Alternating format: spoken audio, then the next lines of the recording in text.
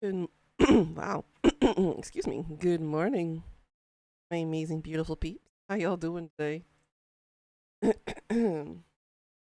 I'm sounding a little bit weird today for some reason. I'm getting sick again. Not a good sign. Hmm. It is dark. It is humid. It is rainy. Swampy. But typical for a summer in Korea. So FYI, officially the summer sales have started on Steam.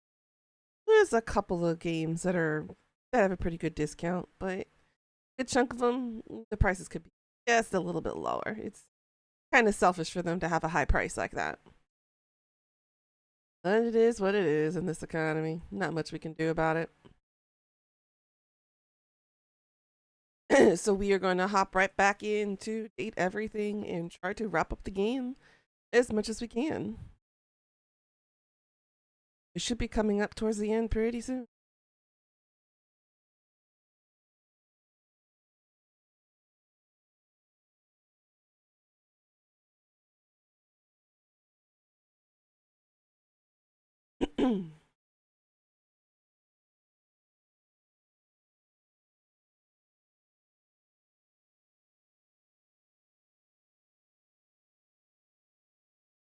Team 17.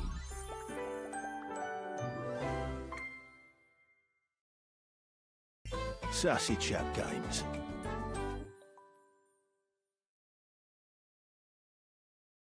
Date everything.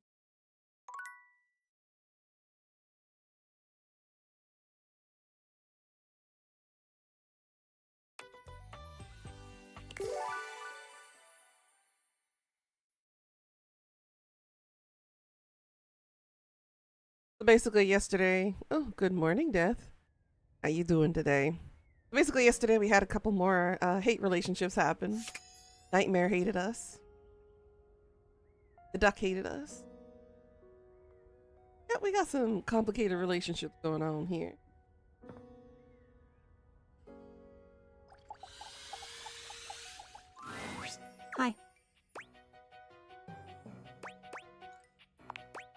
Hi. I have to say something, but it means that I had to feel it fully. And I gotta tell ya, it sucks something awful. How you doing today, Death? I hope I have my voice today for work.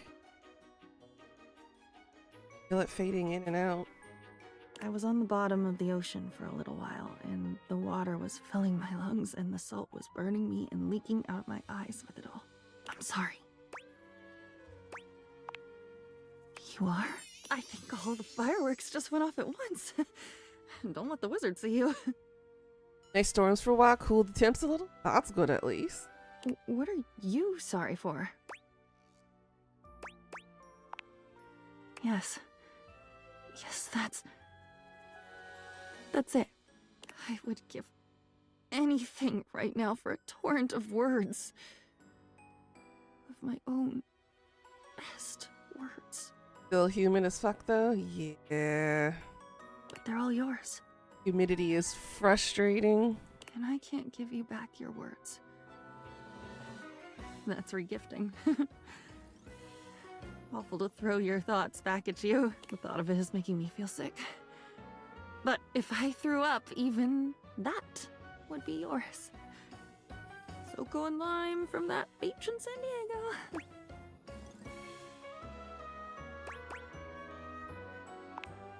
Okay, tell me. You've told me a lot. So, another idea, another thought. I think I can hold it if I've held all the others.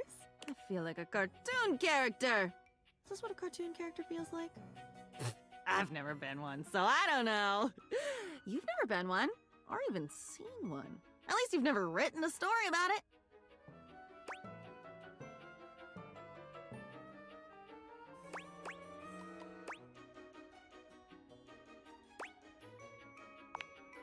And not written about it? Ah, what a racket! Gosh, I wonder. You do so much telling. I wonder if I could tell this time. I could do it. Of course I could. It's just an action.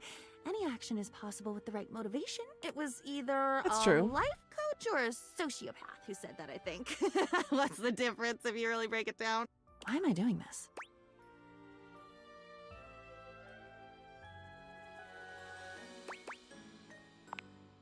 Gasp! That's possible? We can do that? So I'll pick one, and then what? I'll tell it to you, and you'll wave the wand and swirl the cape, and I'll be better? Me? Whole? Alone, but not alone. On my own in the good way? Okay, pick one.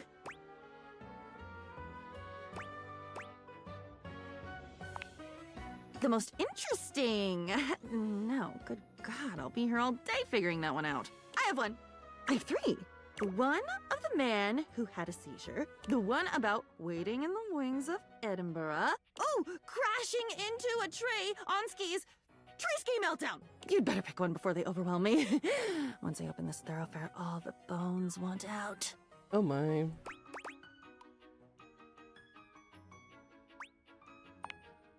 This one is such a jumble. Whew.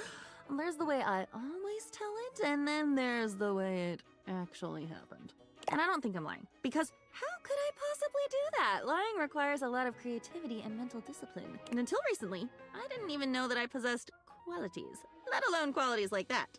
Come to think of it, I might admire liars. What is a good liar but a good storyteller? A good spinner of yarns. But what you're asking me to do? Oh God, am I a liar? Am I a liar by definition? Honesty is just perspective. Everyone's a liar. There is no truth!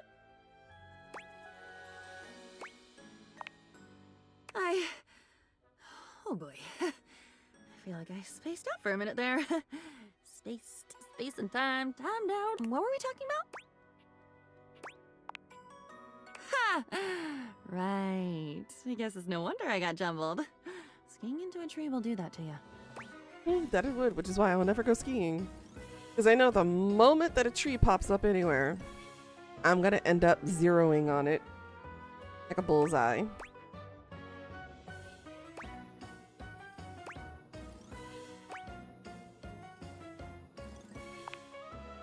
You skied into a tree, and just heard about it. Where was I? Was I with you? Riding shotgun? Bonnie and composition book?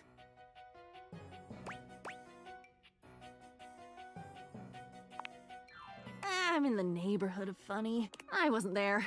I know I wasn't there. What the hell would I do on skis? I don't know how to ski. I've never been skiing, and in all your writing, you never write how to do things. Do you notice that? You write that you did them, or how it went, or what you enjoyed or hated, but never how the actual action is performed. Which, I guess that makes sense. How could you have known that your diary would one day be very curious about the mechanics of, say, scrambling an egg? Morning, Leah. How you doing, sweetie? Oh, or making a mocktail! Now that I have a fully fledged mind of my own, I might want to make a virgin dark and stormy and read The Old Can in the Sea. Good. Skiing! Good to Double hear. S. Odd choice of vowel. I remember a lot of bumps. Ooh, there was a bump when I hit that first mogul. When you hit that first mogul. Then there was a big bump when you landed on the other side of the catwalk. Then the bump of the tree, obviously. And then all the bumps when they came and got you and loaded you onto the stretcher head first. Who the hell does it head first? And took you down the mogul run, bump, bump, bumpity bang, all the way to where the Stitches lady was. Why do I remember so many bumps? You didn't write about bumps, at least not that much. Why is that my version of this story? Spill, Milkshake Mary.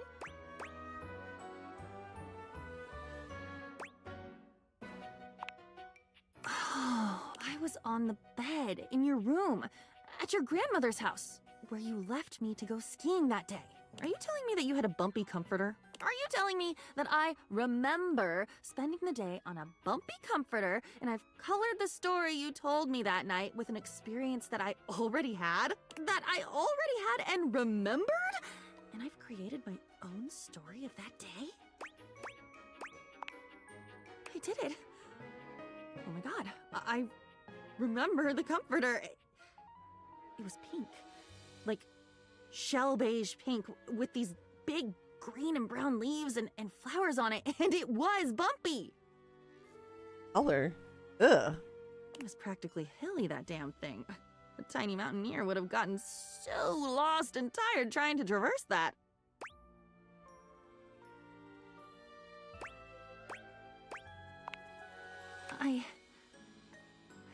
Did you like hearing that? Did you like hearing my memory of that day? Then I have an idea. Or maybe not an idea, but a thought. An inkling. I guess if I ever had children, they'd be inklings, right? How cute! Can a journal have kids? Happy yes, girl. torn out pages would be my children! How you doing, babes? Oh god, my children are produced by ripping them out of me. Well, that's graphic. And violent. Maybe I'm better off adopting a fish. Probably adopting a fish would be better. Anyway, give me a minute, okay? Okay, come back in a minute. I think I'm onto something here. Back to the lab!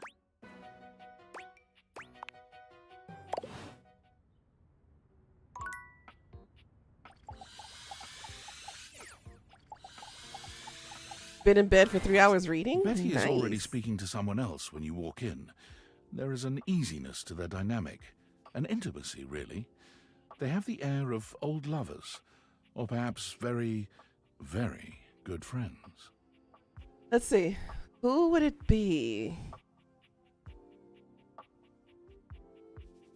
I don't think it's Abel. Is it Koa? We've been over this Oh, so many Benoit. times, Betty. You know how I feel about that. I just need some time, all right?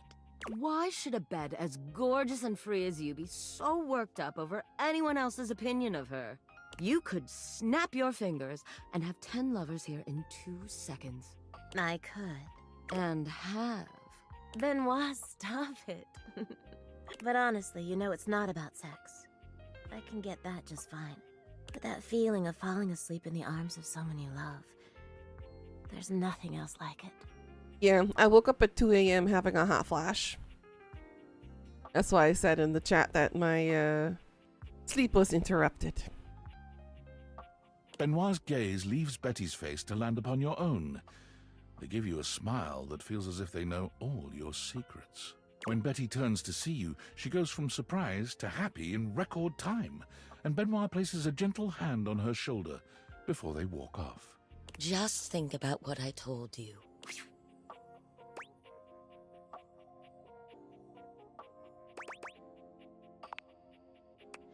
Oh, I was just talking to Benoit. Benoit and I are just very good friends. Doubtful. With benefits, of course. I was about to say, not just friends. Well, sure, though, gosh. I wish you hadn't heard that. It's just a really specific sort of loneliness, you know? I'm sure you didn't come here just to hear tales of my sex life. What can I do for you, honey? Did you want to relax? Maybe take a nap? Yeah, you gotta go pee. Alright. Get to know me better? Why?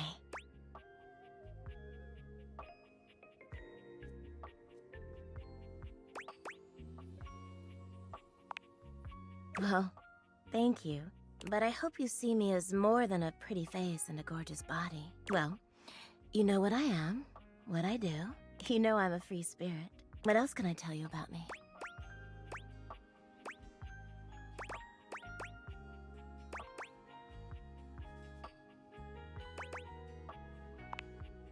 Oh gosh, why did it have to be that question? It's also silly, you know. She sighs wistfully, looking somewhere past you. Sometimes it feels as if those sorts of relationships are only for books, you know. But I can never quite seem to get there. Perhaps I've been standing in my own way. That's it. That's all. Just loneliness. Mood.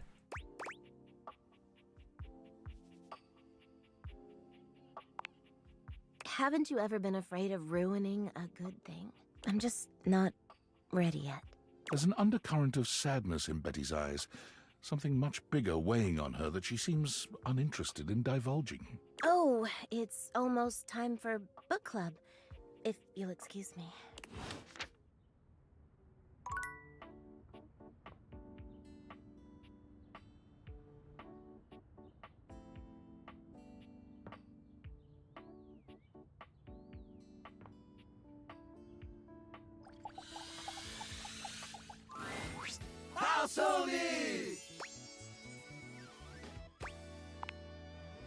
Oh, you know. Low and to the left. That's not entirely what we asked for, boys.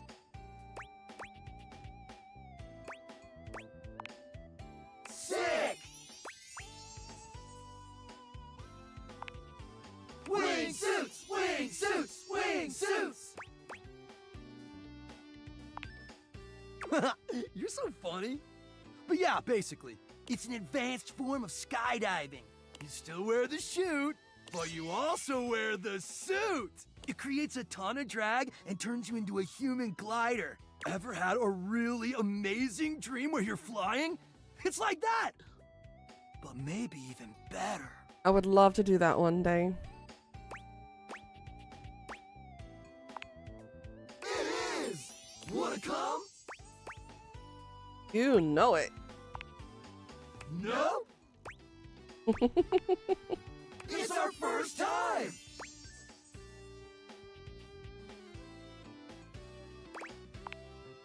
No way! We know what we're up against. Yeah, we've been training years for this. Gotta take the leap someday. We know it's going to be the most epic thing we've done to date. We'd love to share that experience with you. This is it, house homie. Yes or no? The final moment. The last dance. It's now or never. The leap of faith. Wanna come? That was sick!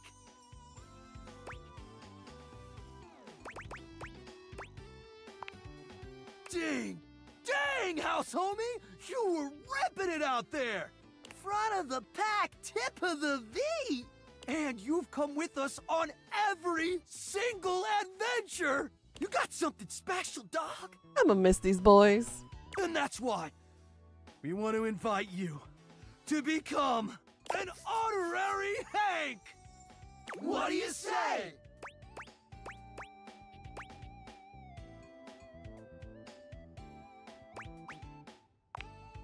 I was thinking the same thing. Thinking?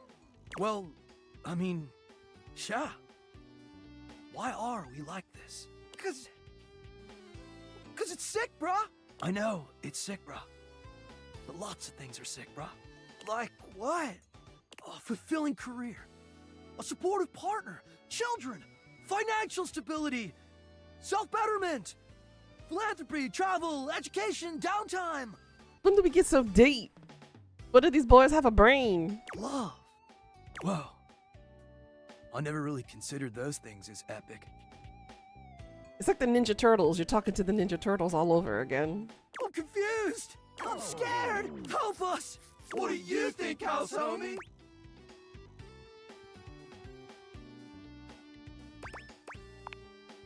Yeah, you.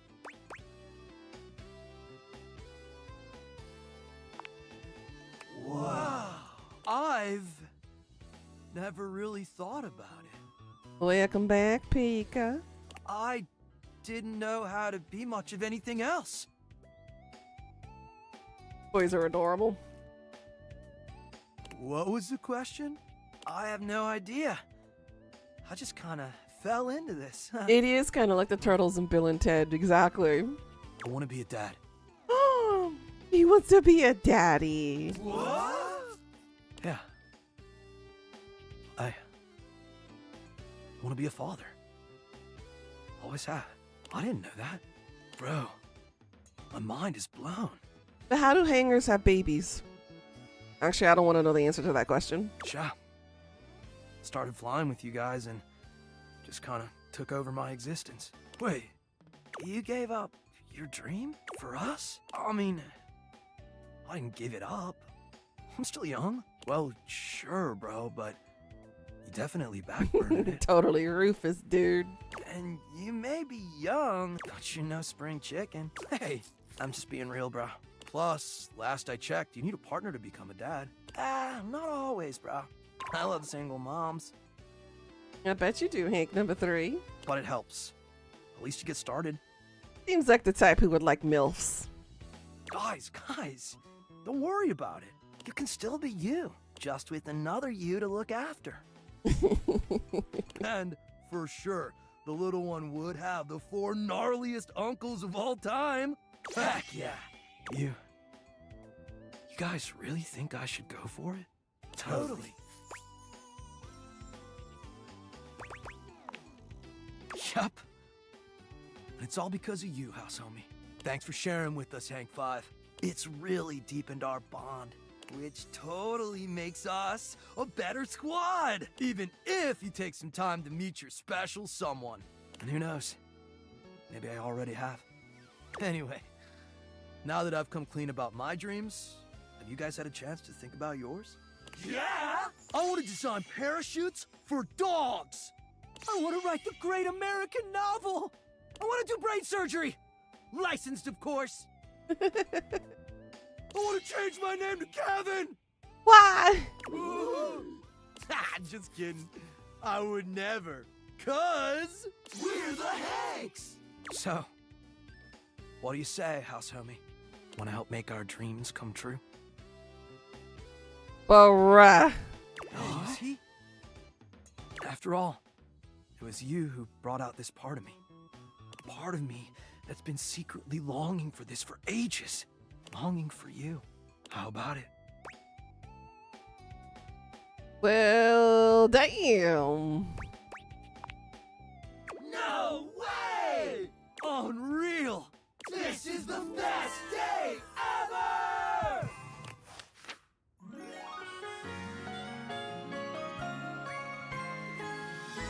Come inspect our equipment anytime, gorgeous! It's a hell of an orgy with the Hanks, though, just saying.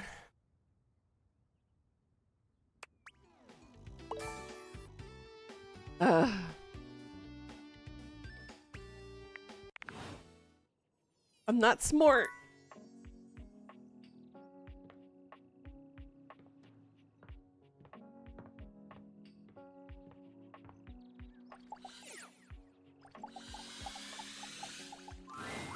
Stepford is pacing when you find him, giving himself what seems to be a pep talk. Come on, Stepford, just go sign up for it. What's the worst that could happen? A lot, that's what could happen. Trying to tell himself to go back into shape. Yeah, I better avoid it altogether. But what if I won? What if? Oh, it would be everything I've ever dreamed of. Oh, I don't know. Is it that obvious? A little contest. Remember how I told you there came a decision point in every trophy's life? I think mine has come. But I don't know what to do. You feel like you just lost some smarts just listening to them? How do you think I feel? I'm the one who developed a relationship with them. Really? You'd help me? That's so nice of you. And here I thought everybody hated me.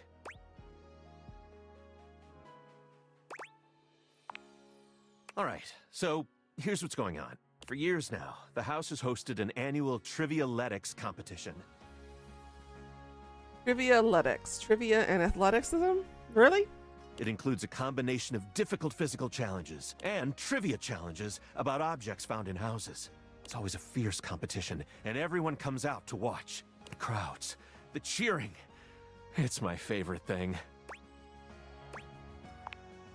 It is. Every year, I am presented to the winner as a trophy. It's truly an honor. I spend days preparing. After all, I absolutely must have the chiseled physique that aches to be handled. Well, considering that most of your chiseled physique is covered up, we can't tell how chiseled you are, dude. The dazzling Just golden saying. tan that captivates the eye, and the sly, mischievous smile that just naughty. But also, let's see if it works later. Mm. Anyway, I always get brought up on stage, making my big victorious pose. And I listen to the cheering fans, and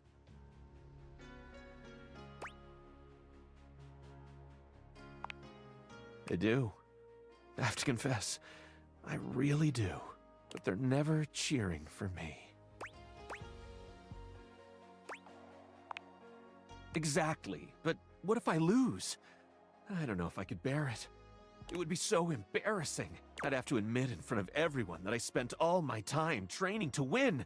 They should all be shirtless? I mean, you're not wrong there, girl. And no time preparing to be a great trophy. Kind of like the half-naked Dorian. My physique would be a mere tantalizing. My tan? A dull silver at best. And my smile would be an ordinary, run-of-the-mill, irresistible. Honey, you can't win at everything. Not how it works.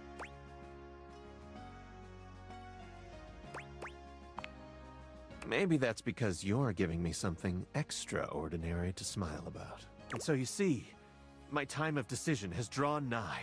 Dare I try my hand at being a trophy winner? Or remain a winning trophy? There can be no middle ground. What do you think? Should I spend the remaining time before the Trivialetics competition preparing myself to be the best trophy out there? Or should I sign up to compete and spend my time training?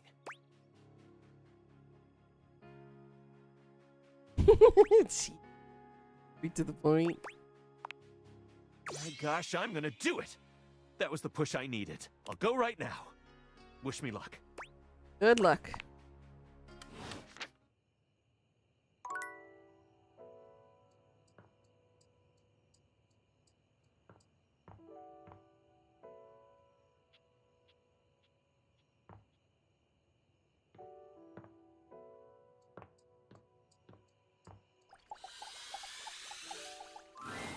You're here!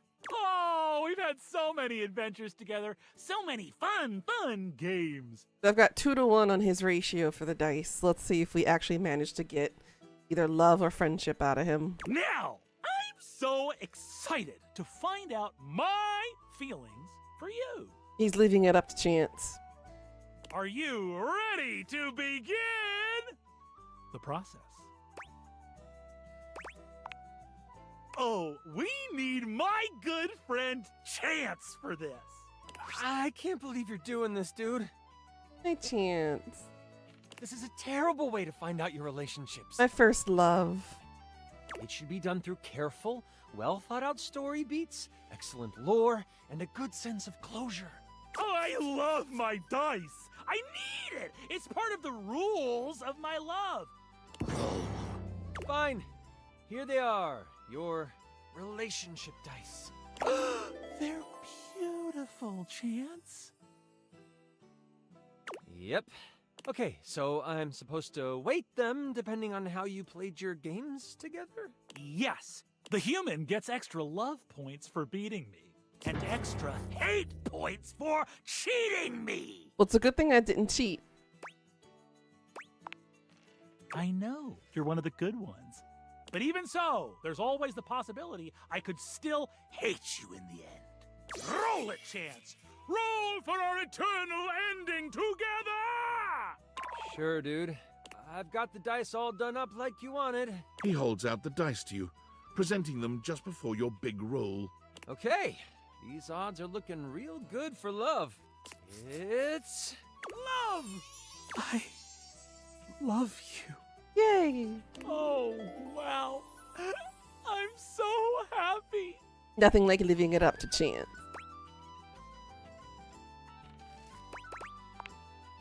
You're the best, Chance. Thank you so much. sure, dude. Whatever. I wish I knew how I felt about him, but he never lets me roll for our relationship. I wonder why.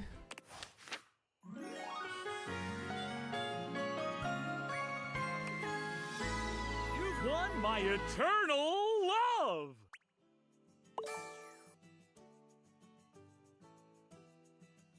Am I forever doomed to be stupid and unappealing? I've got 2 tips of the stars I have not even begun to expand out on, and I guess I'm unattractive and I am stupid. How is that an attractive component to myself? I'm smooth brained, y'all. I'm stupid. What we doing? We dating some household objects, Necro. You like smooth and wet? Oh, whoa. What are you talking about? You should have seen us with the orgy of hangers earlier. I was like, oh, woof. All right, let's talk to the bed again. There's a supernatural darkness around your bed when you enter.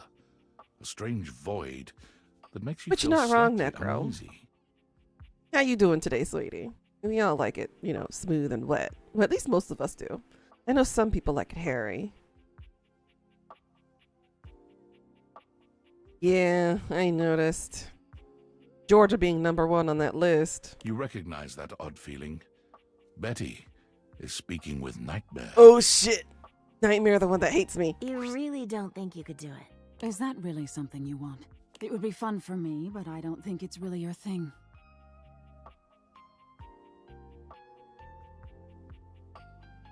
Your stupid ass got jokes.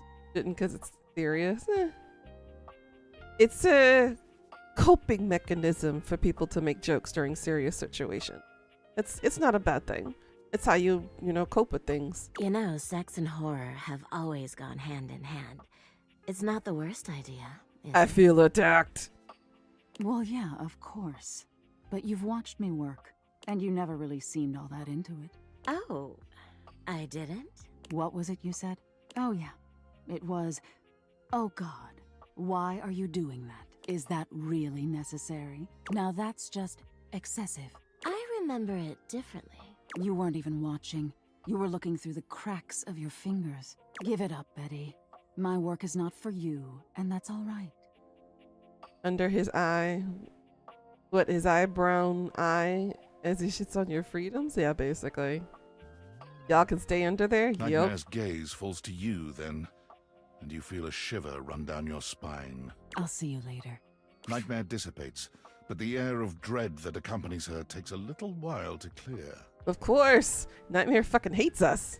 Betty sighs, her shoulders slumping. Oh, guess I should have seen that coming. No. I just thought maybe if I had nightmares, I already sleep poorly. But maybe in a nightmare, I could find some small moments of joy with my beloved. Nightmare doesn't usually take requests. But since we're such good friends, I figured maybe she'd give me a sexy nightmare. All she has to do is go into my head when I'm dreaming, and boom, she gets a sexy nightmare. How I be? I'm hanging. I'm surviving in this humidity and typhoon-like weather. But I'm alright. I got back into writing the past 2 days, and I've been doing a lot of writing. That's a good sign. How's the fam? They doing good. Little bro just got married a couple days ago. And the family's doing alright. Parents enjoying the retirement life.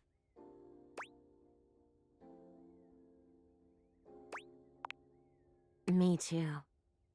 Okay, see how this strikes you. I'm being hunted by some unseen monster or being.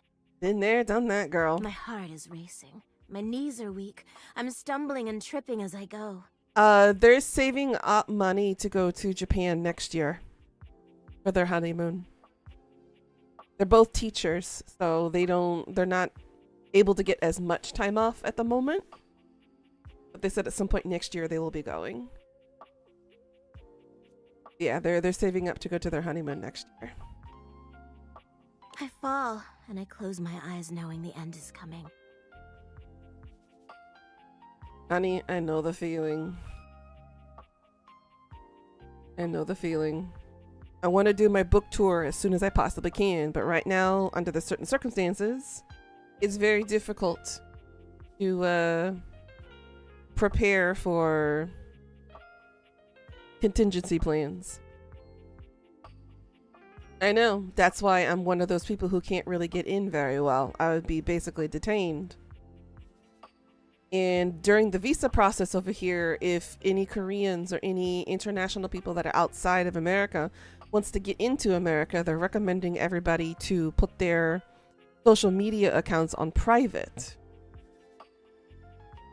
Because apparently it's okay for TSA to look through your phone to see if there are any discrepancies. And I'm like, that impedes on your First Amendment rights. So what I highly recommend everyone to do if they are traveling abroad, especially towards, America, number one, lock your phone with a password. Don't use fingerprint or facial recognition, because you can deny access to your phone because they are not allowed to ask for your password. Yeah, I know. I heard. Yep, do not unlock it for anybody. But I don't die. I turn to see my beloved standing over me, a bloody knife in their hand.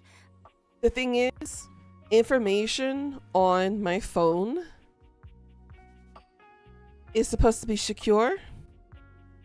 Nobody has a security clearance for the information that's on my phone because, number one, I work with children. I work with students. Their information is protected. Number two, I have copyrighted materials that are not allowed to be viewed by anyone else's eyes for protection of said copyright, aka my work materials and my books. And number three, I'm protected under the First Amendment for freedom of speech and freedom of protections of my own property. But yeah, they can fuck around and find out with that. I'm saved, and I thank my rescuer in the only way I know how. How does she know about my dream? A toe-curling kiss. But then, I'm on my back again, and my beloved's hand wraps around my neck. I can't breathe. I can't cry out. I can't make a sound. We'll be together forever, they whisper, raising the knife high in the air. Rule of law don't exist here? Well, it still does. I wake in a cold sweat, alone and afraid. There. You see?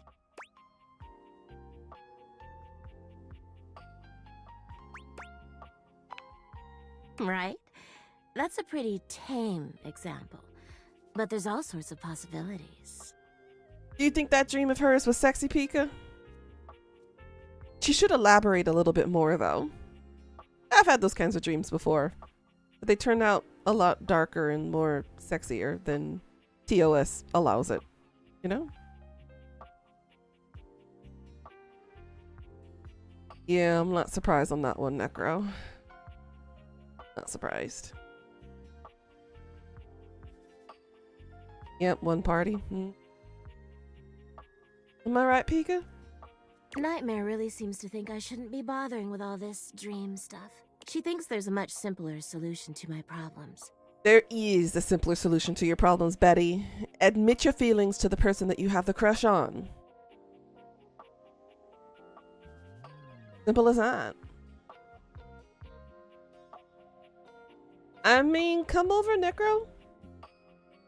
Granted, Korea ain't really any better. It's a little bit shaky over here, but at least you're kind of restful over here, in a way. And? But I don't know who she is to talk anyway. She has the same problem I do. She just deals with it differently. It's not my place to say. I've already said too much. She can't love me because she hates me. Please, let's forget I said any of that. You just trying to grow plants and rescue animals? Why can't people fuck off? I know. People need to mind their own damn business. You would? You're too sweet, you know. It's funny, I was just thinking of you. It seems like that happens a lot, honestly. I think of you, and here you are. It's a shame I can't seem to manage that at night. I haven't been the most subtle, have I? Yay, your stuff's coming in tomorrow, including the toy. Ooh. But I guess I should just say it. You're the one I've hoped to see in my dreams. That was pretty obvious, Betty. My beloved. The one who tortures me with your proximity.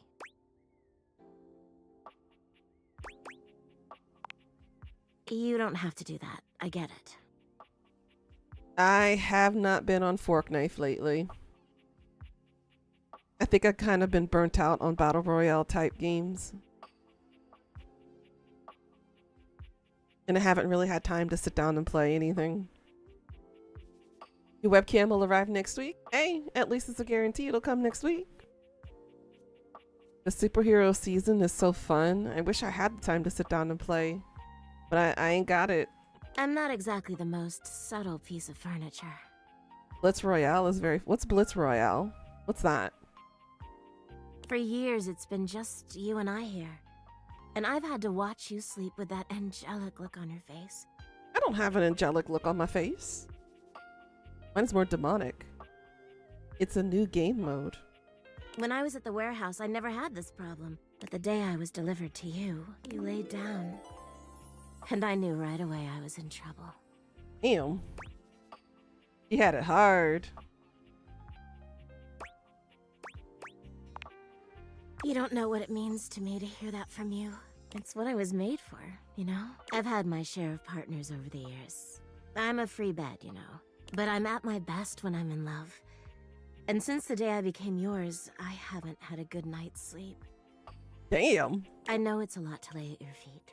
Especially knowing we have to sleep together night after night. But I don't know if I can keep this to myself any longer. I know it's a lot to digest, so please take some time to think about it. I'll give you some space to sleep tonight, and we can talk tomorrow. All right? Okay, we can improve the relationship tomorrow. Perfect. Please, just give yourself the night. Even if you think you know what you'll say. Oh, I see. Random, huh? Ooh. And sleep well tonight. That sounds complicated.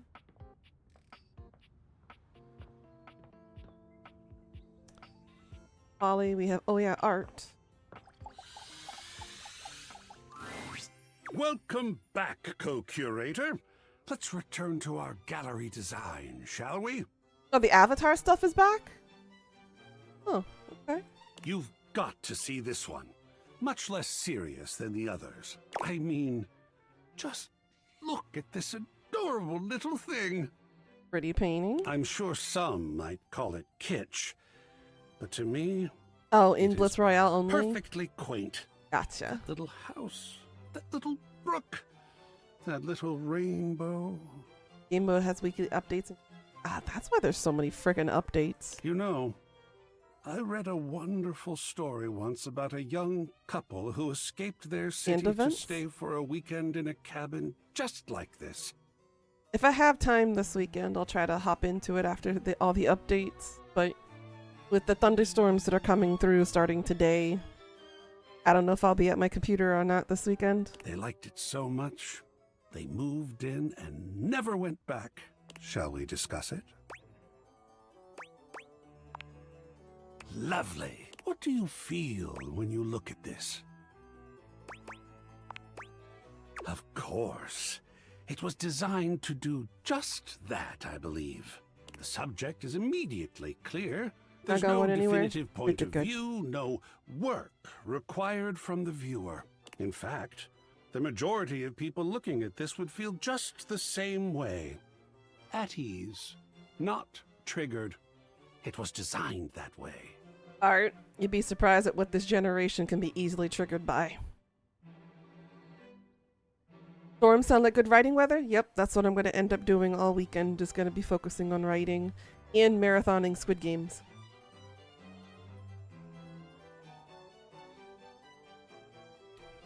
Blanket, candle, and a cup of tea and your thoughts. Exactly. That's what I'm doing. I gotta get some R&R this weekend because I'm mentally exhausted from the craziness that happened earlier this week and last week. And that is absolutely wonderful. How full be the books? The sequel to the first one that I published is going very well. I'm hoping on the path that I'm going on right now, at the rate that I'm going, I could potentially finish it before the end of this year and get it published by January. If I don't get any more mental interruptions. Good feelings are good. Is this one you'd like to display? Where shall it go? And as soon as my voice gets better and I stop coughing because I'm having long-term effects from pneumonia, I'm going to hop right back into the audiobooks and complete it. It's almost done. I just need a couple more chapters, but because my throat is not well right now, I can't really do it. Put this one in the bedroom. Like this? Yeah, the color works well. Well, we are making excellent progress here. Just one more to go. Ah, the thrill of gallery design. Thank you for hydration, Pika. And then the other book that I'm working on, the Korean one, is also going to be published soon too. I've got 2 major book projects I'm working on, plus the audiobook. Stone Daddy. Oh, you want to see a daddy? Let me show you Daddy, Necro. Let me look at this door here. Actually, you know what? Let's go down to the one in the basement. I'll lose a heart for this, but I don't care. You're gonna have so many books? I hope so. Here. Alright. Let me show you who's daddy. Keep that throat lubricated? I got you, babes. You've made some good friends in here. I respect the hustle. This is daddy. In my view, friendship is all about good boundaries. Right in between the dizzying heights of love and the minefield of hatred. Ooh, was it me or did he just get breathy there at that last half? Woo! Come for a cheeky look. Dorian assumes his usual bouncer position, highlighting his sculpted arms and perfect pecs. What do you think, Necro? Is he daddy? Take all the time you need. Glad I could give you a glimpse.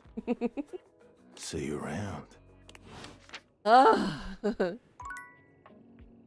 he's so yummy. Let's see. Let's talk to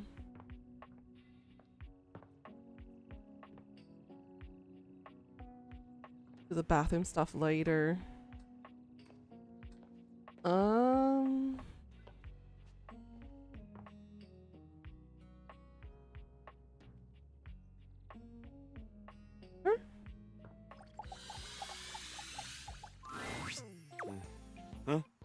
Oh,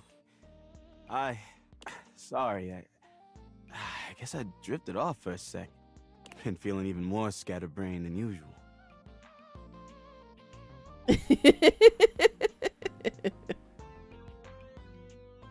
Uh-huh. He's Papa, huh?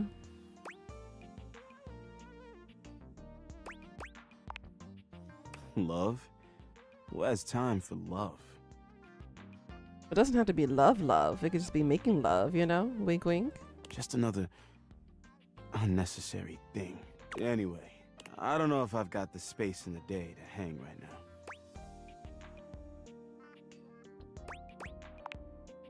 Help? That would be nice. Huh? Oh, yeah. I guess we could do that. Do you want to go to a game or have a drink or something?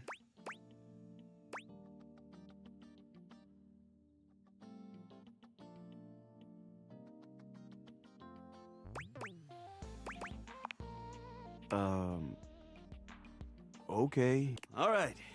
Here we are. Just He needs his Dang. bag emptied. He probably does. Yeah, pretty cool, isn't it? Oh, well, we could do something else.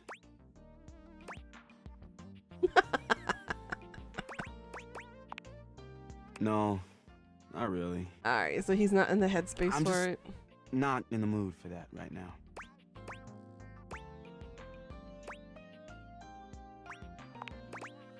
I'm super excited for this game. It's the season closer. But before we go in there, I have to know. Are you a fan or a super fan? Then, let's test your knowledge. Who did the Hankies trade their right basket for in 08?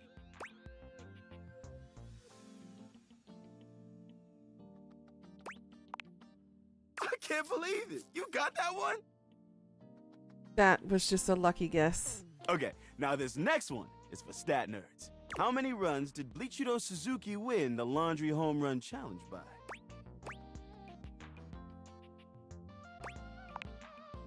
No freaking way!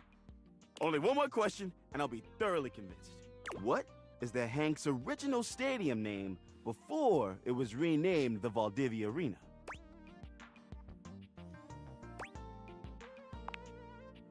I can't even believe this! Who'd have known those would be the answers, right? Even I didn't know that. You know the team even better than me. I bow to you. You are a true super fan. Now, let's get in there and watch that game. Once again, you find yourself in the Valdivia Arena with Hoove, enjoying an athletic spectacle quite unlike anything you've seen out in the real world. Socks? They're all socks? And pillowcases, it looks like? Let's go, Hankies! Let's go! Oh, Hanks. Okay, handkerchiefs and socks. Got it.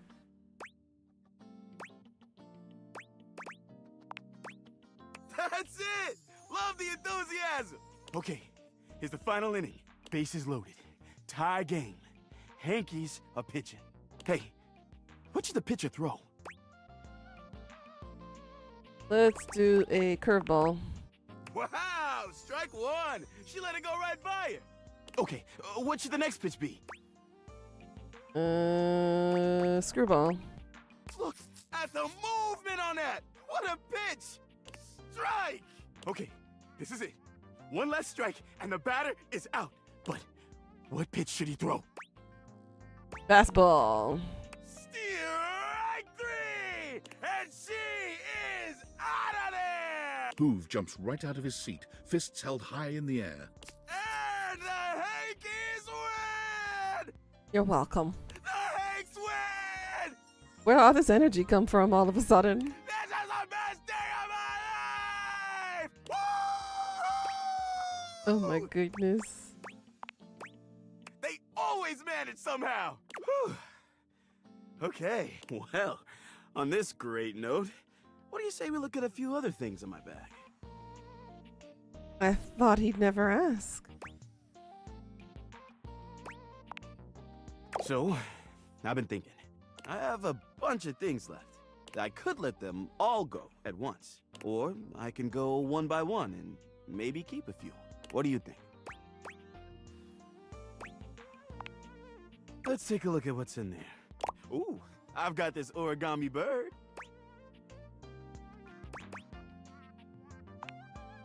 Oh, but I loved finding this. Are you sure?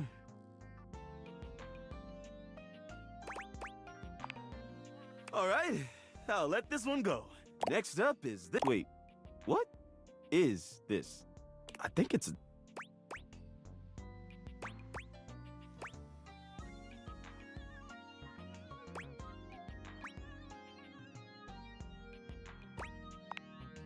Whoa, whoa, easy. Not even sure I want to touch it again.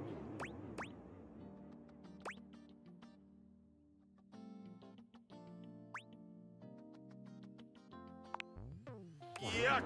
Okay, out of sight, out of mind.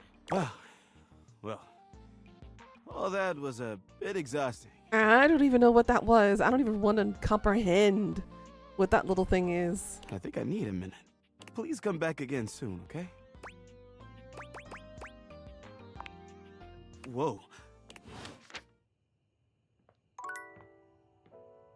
I don't want.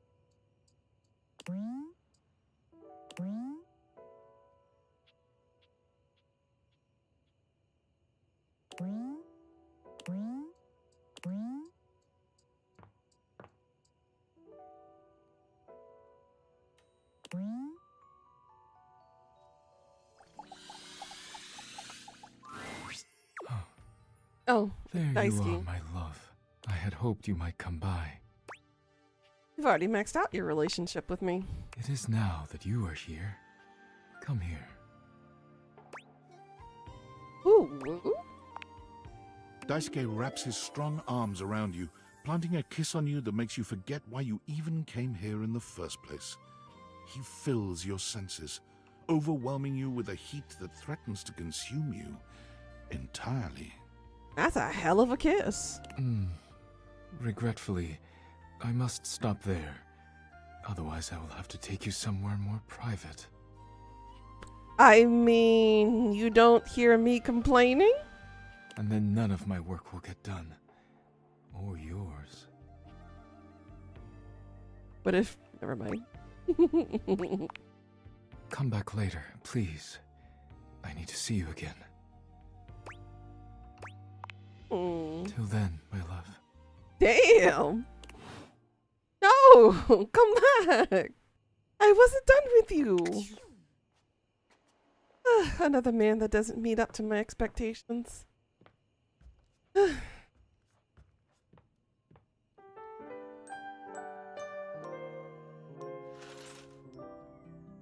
let's talk to the bed. It feels strange to walk into your bedroom with so much tension in the air. After all, this is where you go to relax and recharge. But you told Betty you'd give her the day to consider her confession, and now she waits for you, seated at the bed like usual. You're struck by the realization that no matter what happens here, everything will change from here on out. Thank you for coming. I hope you got a good night's rest.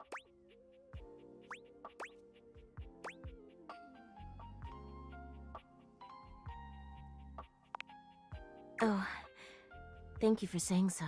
I slept even worse than I normally do these days. I had too much on my mind. And there's too much at stake here. I suppose there's no point in beating around the bush here, is there? What do you think? Of me? Of the idea of... Is there hope for us to be more than just two partners who sleep together every night? Oh my god, really? You really feel the same?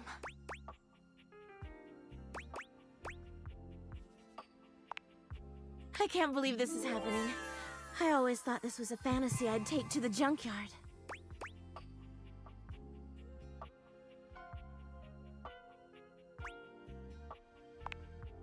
Don't you worry your sweet little head about that. I don't expect you to sleep with me every night, or ever. And you being with me doesn't mean you can't be with others. I have my own fun, after all. Well then. I'm just so happy we can be together now. I honestly don't even know where to begin. I feel like I know you so well, but I want to get to know you better. And you must want to know me better. After all, I've only ever been a place for you to lay your head at night. You've never seen me for who I truly am until now. Tell me what you want from me. All I want to do is make you happy.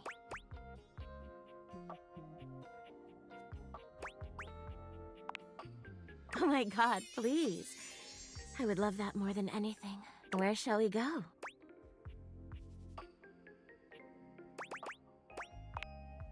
Ooh, I love the sound of that. As you walk through the house with Betty on your arm, you attract quite a bit of attention. Eyes are on you in every room, or so it seems. For her part, Betty seems deeply pleased to be seen with you. She smiles at some, she waves at others. Sometimes, she seems like she wouldn't be out of place on a parade float. You want to lay your head on her pillows, huh? But when you finally arrive in the kitchen, you're mostly alone. What's this now? It's exactly what it looks like, honey. You two?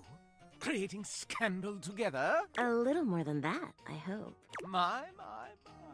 A bed bedding their owner? How truly scandalous. What a titillating pair you make. Feel free to tell the entire house. Ooh, and shameless to boot. Enjoy, lovebirds. Don't do anything I wouldn't do. That's not leaving room for much, That's honestly. not much, is it? Predictable. Oh, don't pay him any mind. I don't want to talk about him, though. This is about me and you now. I really don't care what we eat. I'm just so happy to be here with you. With that said, what did you have in mind for us, sugar?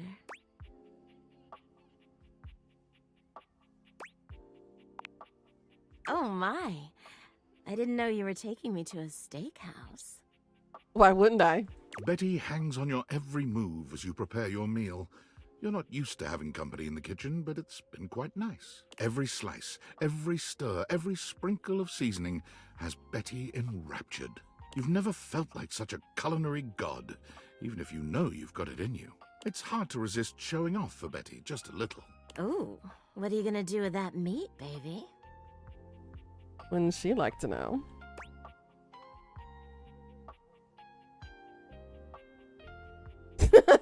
You want me to spank the steak, Pika? You want me to spank it?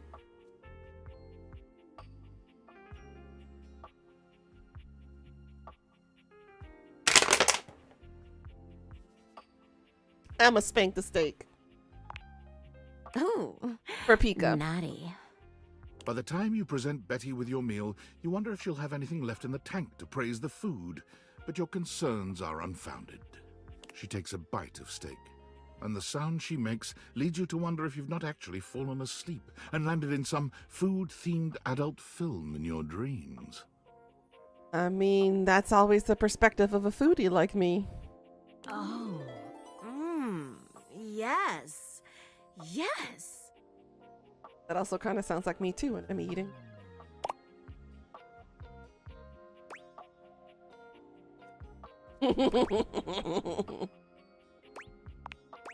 Consider me pleased, sugar. You really are good with your hands, aren't you? Again, wouldn't she like to know?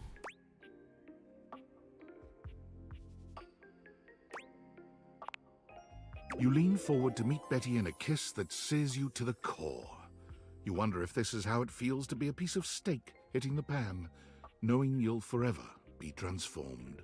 The smile she gives you when she pulls away makes you feel immediate regret at your parting. Take care, cutie. There we go. Aren't you just a dream come true?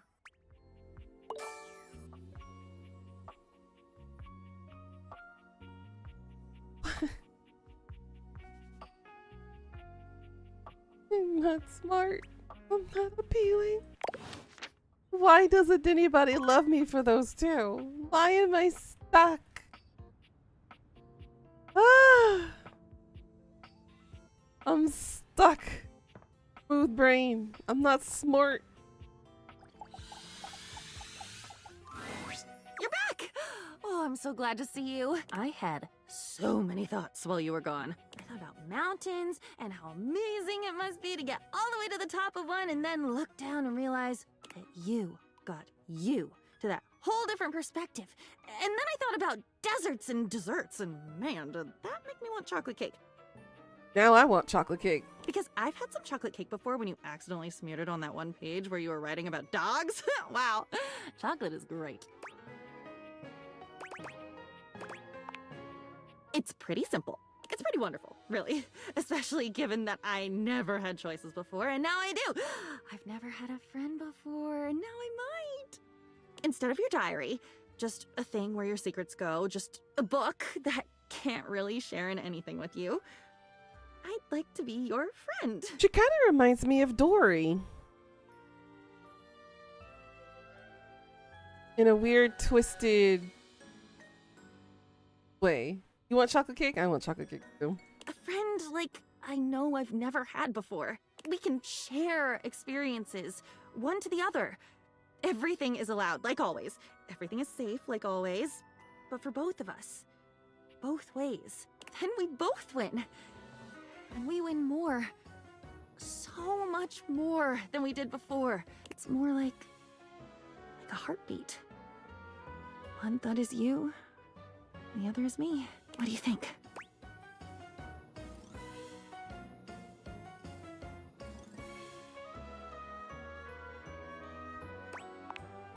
Friend! Yes! Oh, fireworks and fizzy drinks and all the good things about every holiday you've ever heard of. I did hear about one once that was mostly human sacrifice, so that one, no. But the other ones, all of them. Yes, the clock is dateable. Like the pictures of people smiling After 6 and coloring o'clock. colors, laughing with their arms around each other. Yes! It is such a relief to know that I can keep your secrets now. To know that I have It's a cat stories and boy. experiences that are mine, that I have someone to share them with, that we can go through the world together and be amazed or surprised or just present if we want to.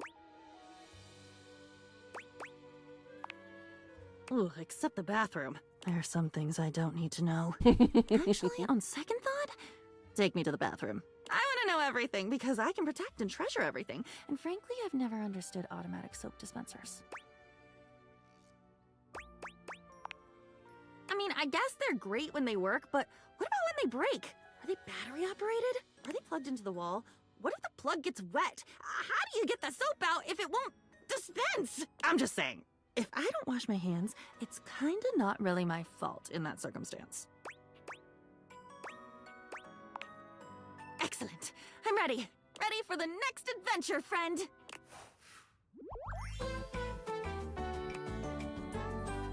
friend! A real one!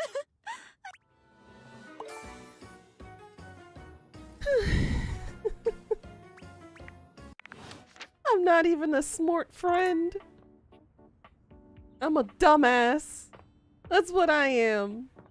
Alright, let me check out the information for the cat lock.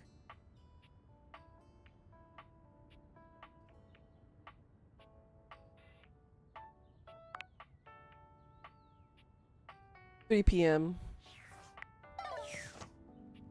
At 3 p.m. now?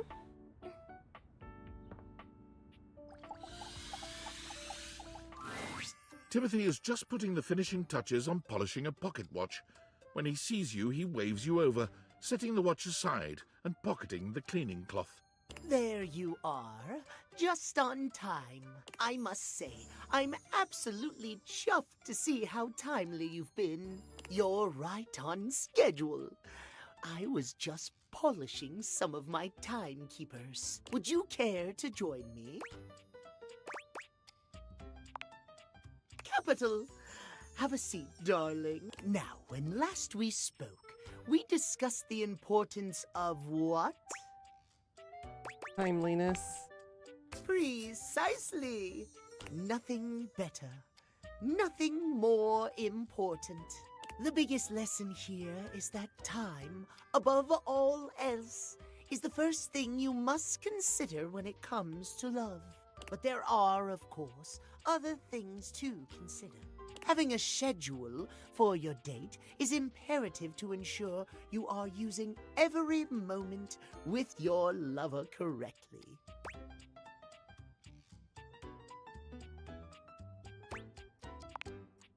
Why must you say it so disdainfully? He's like Cheshire Cat and the White Rabbit. He really is. There is nothing more arousing than an orderly, efficiently planned date. Picture this, if you will. You and your date arrive at your dinner reservation exactly on time. Your date says to you, "Darling, what's on the agenda?" You say to them, "We have approximately 10 minutes to review the menu and engage in small talk." They can only moan in needful appreciation for your immaculate scheduling. Nope. Nope.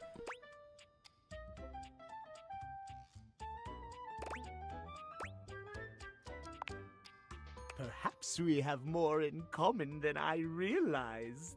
At any rate, scheduling your entire date down to the minute is not only efficient, but an excellent bonding experience for any couple. Especially if he's a two-pump man. That'd be what, 30 seconds? Not good enough. So let us practice now. You have asked me on a date, and we have both arrived on time. As we are seated for dinner, I look deeply into your eyes and ask you about tonight's agenda. You say?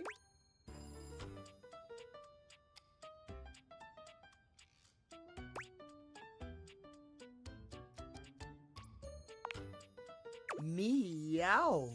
I have never been so attracted to another. Excellent.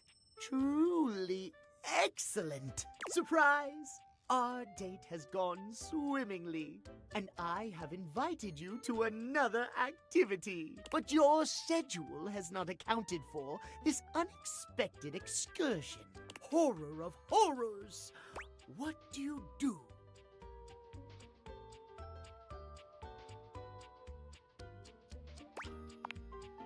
Well, I suppose that could work, but it is certainly not something I personally could accommodate.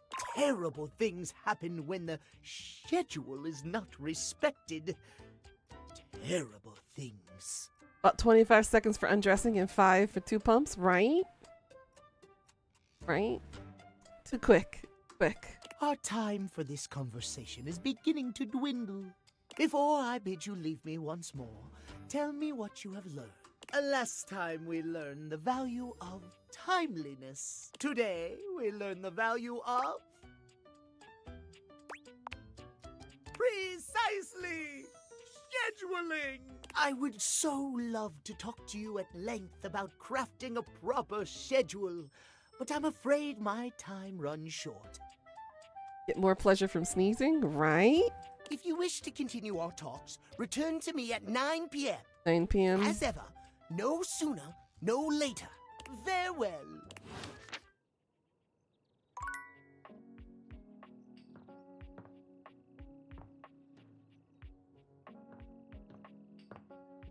But yeah, he's a weak.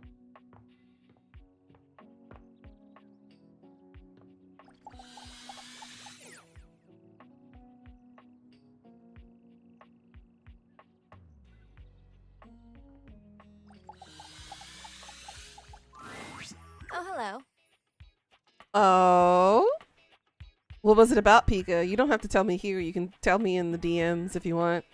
I was just talking with Will. No, Will. Here he is.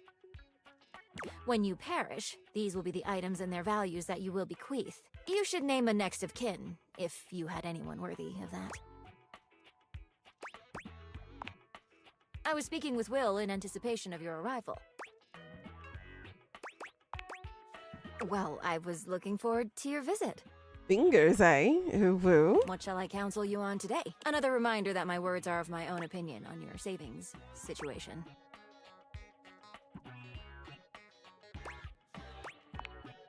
If you are that adamant on not cooking, I can only recommend ordering for pickup instead. Don't give me that look. Think of it this way. You'll save on having to pay ridiculous app fees and tip. And you get to step out of the house for a little bit. Not that I can speak on that.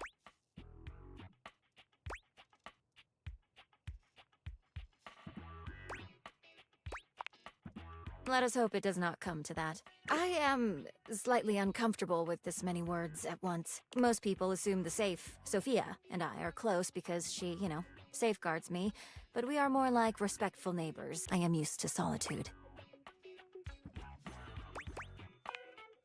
I cannot. It's too much of a risk to leave here. You know that. That's why you put me here.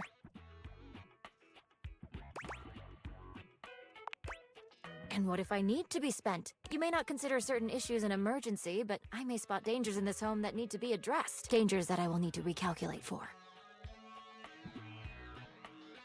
First you were dreaming about Soul Reaver, and then it changed to real people and naughtiness. Oh my. You are just not getting it.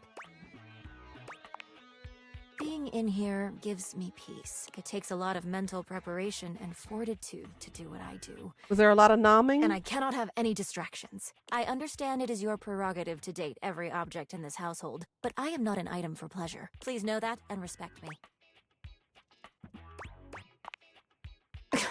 If you do not mind, please excuse yourself. I need some space. Please come back on a Sunday. Sunday.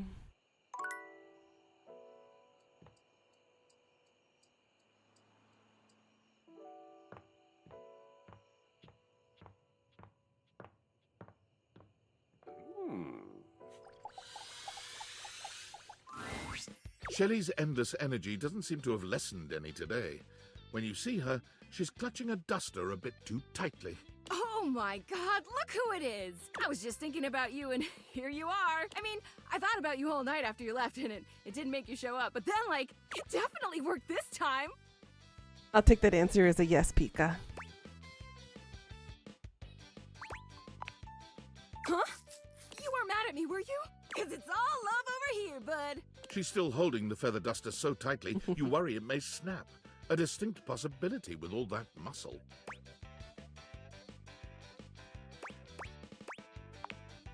Oh, this whole thing? I was just, hey, so like, I know you've been real busy with all the things you've been up to lately. Like, sitting on the couch, sitting at the computer, taking naps. But since you haven't really been looking at me, like, ever, it makes sense you might not have noticed. I'm Dusty. I mean, like, I'm cool with it. Dust is great. It's so powdery. But it's making me sneeze, and that makes it a lot harder to hang onto these walls, so maybe we could, like, live to the fullest and dust me! Shelley thrusts the feather duster out towards you.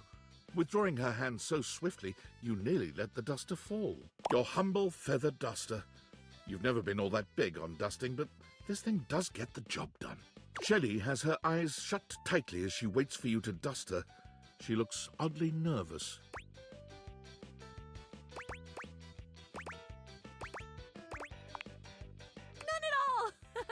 I've never wanted anything like I want this dusting, Broderina! Shelley's reassurances aren't all that convincing, but you suppose a little dusting never hurt anybody?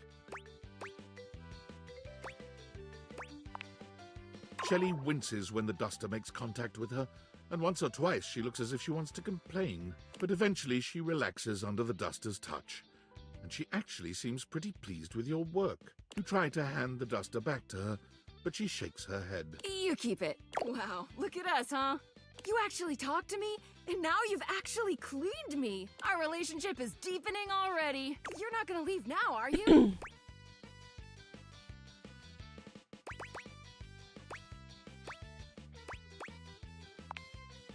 Oh, good.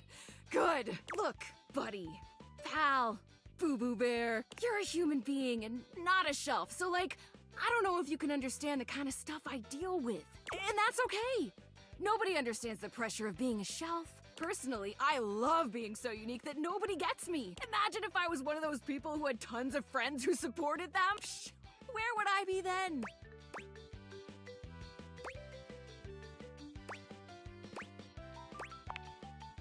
Oh, you'd think so, wouldn't you?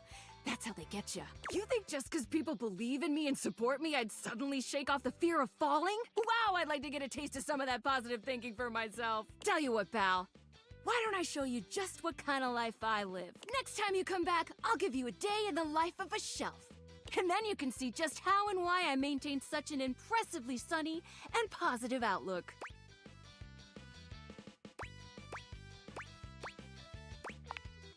We always have a choice, bucko! I hope you'll choose the best and right and most positive thing. See you next time, pal! She's got so much energy. I wish I had it.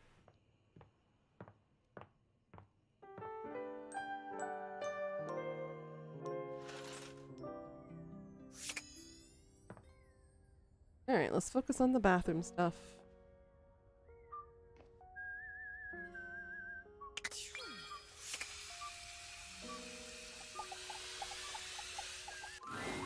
The room feels oddly humid when you walk in, almost as if you'd just finished running the shower. The reason soon becomes clear, however. You see River speaking with someone on fire, or made of fire. Dante! Steam rises from River's skin, filling the room with warm air. You really gotta learn to relax, homie. You really need to make adjustments to your vest too? Oh? I can relax just fine. Just please tell me how to be more likable. Well, I don't know if I can do that. I heard you telling Scandelabra how to up his game yesterday. Yeah, and dude did not like that one bit. I never seen him so huffy.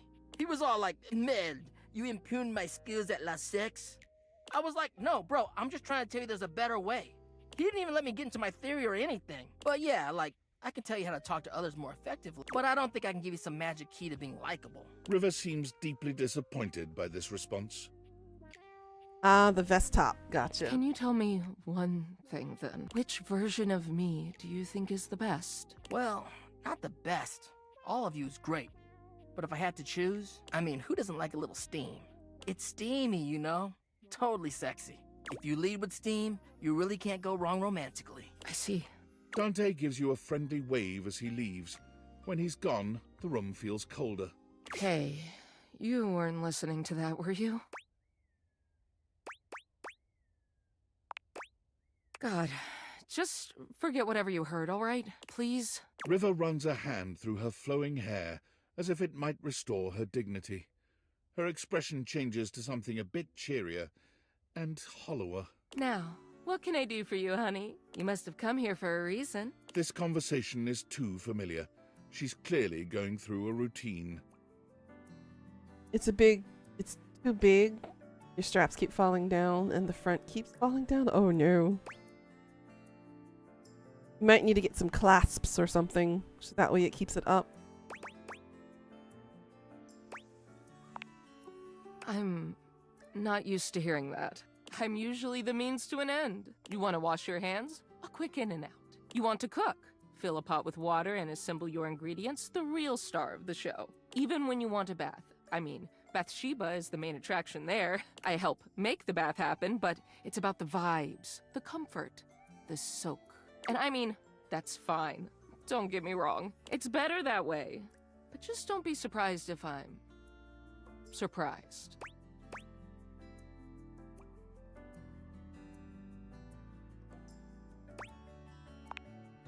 Am I? I guess if I was gone, they'd be a little bit harder to pull off. Nobody ever seems grateful to have me around. When I'm gone or late, or not the way people want me to be, though, nobody has a problem complaining about it then. All I want is to know what exactly people want from me so I can give it to them. If you don't want anything from me, and you can't give me that,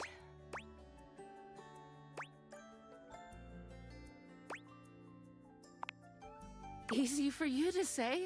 You're yourself no matter where you go. You have no idea what it's like for someone like me. You just want me to be myself, like I'm not literally changing at the molecular level all day, every day, all over this fucking house. But sure, okay. I'll just do what I want to do, which is apparently standing here and talk to you. River seems to be almost talking herself down from this angry little ledge she's on. She folds her arms over her chest, looking away from you for a good while. You're gonna cut and shorten the straps? That's a good way of doing it too. Eventually she exhales, seemingly more relaxed than she'd been. So, what do you want to talk about then?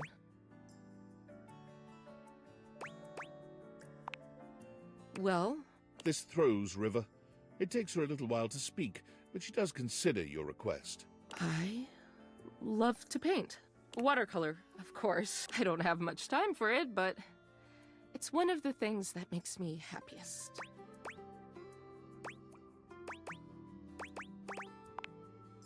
I don't know. Don't ask me that. I shouldn't have even said that. I'm just gonna go. Bye.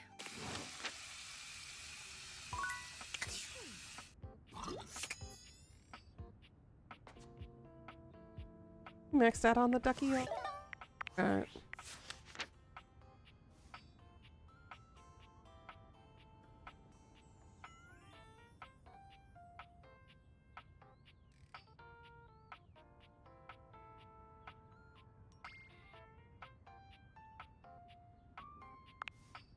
No, not yet. Talk to her too. You came back to the tub.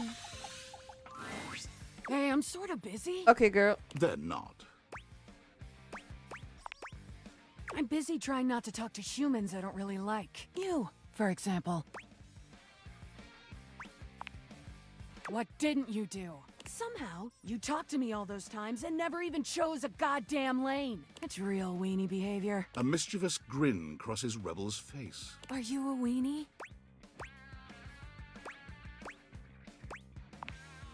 Oh god, yes. Here, a weenie for a weenie. Bon appetit. Guess we can be friends anyway. Come back again and I'll perform my greatest trick. I'll be a fraction less rude. Weenie. We're friends. Okay. F's. Bitches fuck forever.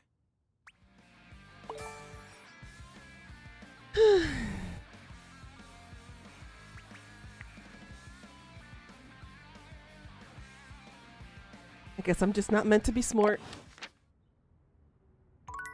I'm meant to be a dumbass. Hey, hey, hey! That stuff with Barry was not my speed. So let's make sure today we hang out with someone who rules, actually. Huh? Then do better, sweetie. Now, who should we practice on? Bathsheba looks around the room, scanning it in a thoughtful silence, until her gaze settles on the rubber ducky. She doesn't even bother to wait for your input, walking swiftly to the duck with her arms wide. Oh! Rebby! Shiva! Sup, you dirty bitch? Oh my god, you are too funny.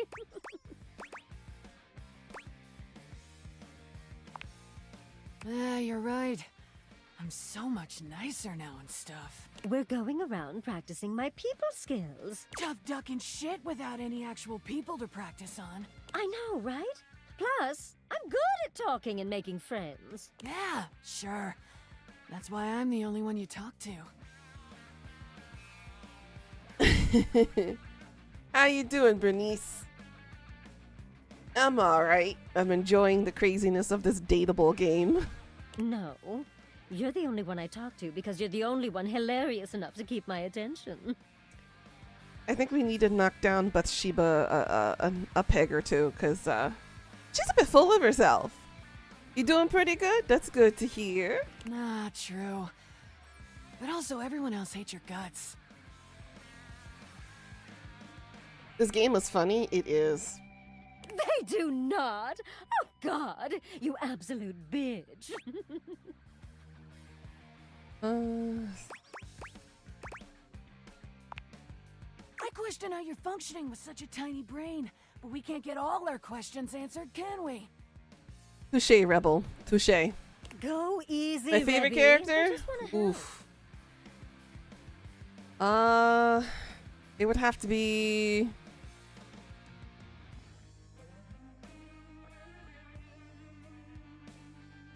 Fabrizio? Or...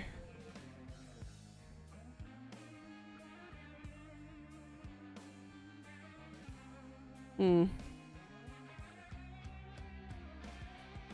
stuck between Fabrizio and the Hanks. The Hanks were just... They were just crazy. I liked them. Rebby and I are champion shit talkers. I asked them once for gossip and they just went down the line, destroying everyone in this house. Including you, by the way. Rebel points a wing at you. Oh, I went in on you for a good 45 minutes. I didn't realize that was you back then. Oh my god. So? You could be annoying before I meet you, Duckstain. It's rich, by the way, that you tell Sheba she's no good at social shit when your best friend and only Lay is your right ducking hand. You're so lonely you started chasing tail in your own house. Who the duck are you to teach anyone anything? Ouch, touche. Damn. Still doesn't mean you have shit to teach Sheba. Only one that gets to dunk on Sheba is me, you dickbag. She doesn't need advice from a cuck like you anyway. Oh, Rebby.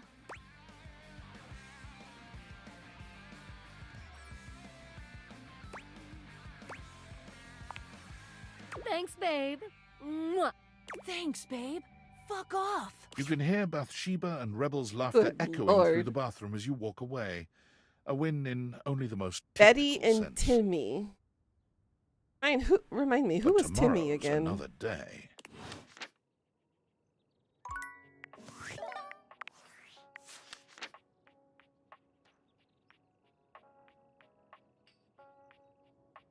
Like Timothy?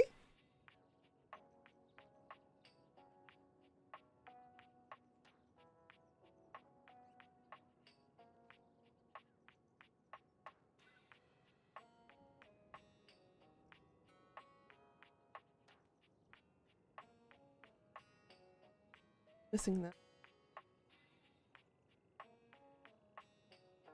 Oh, Timmy the Clock? Okay, this is Timothy. I'm missing 5 dateables.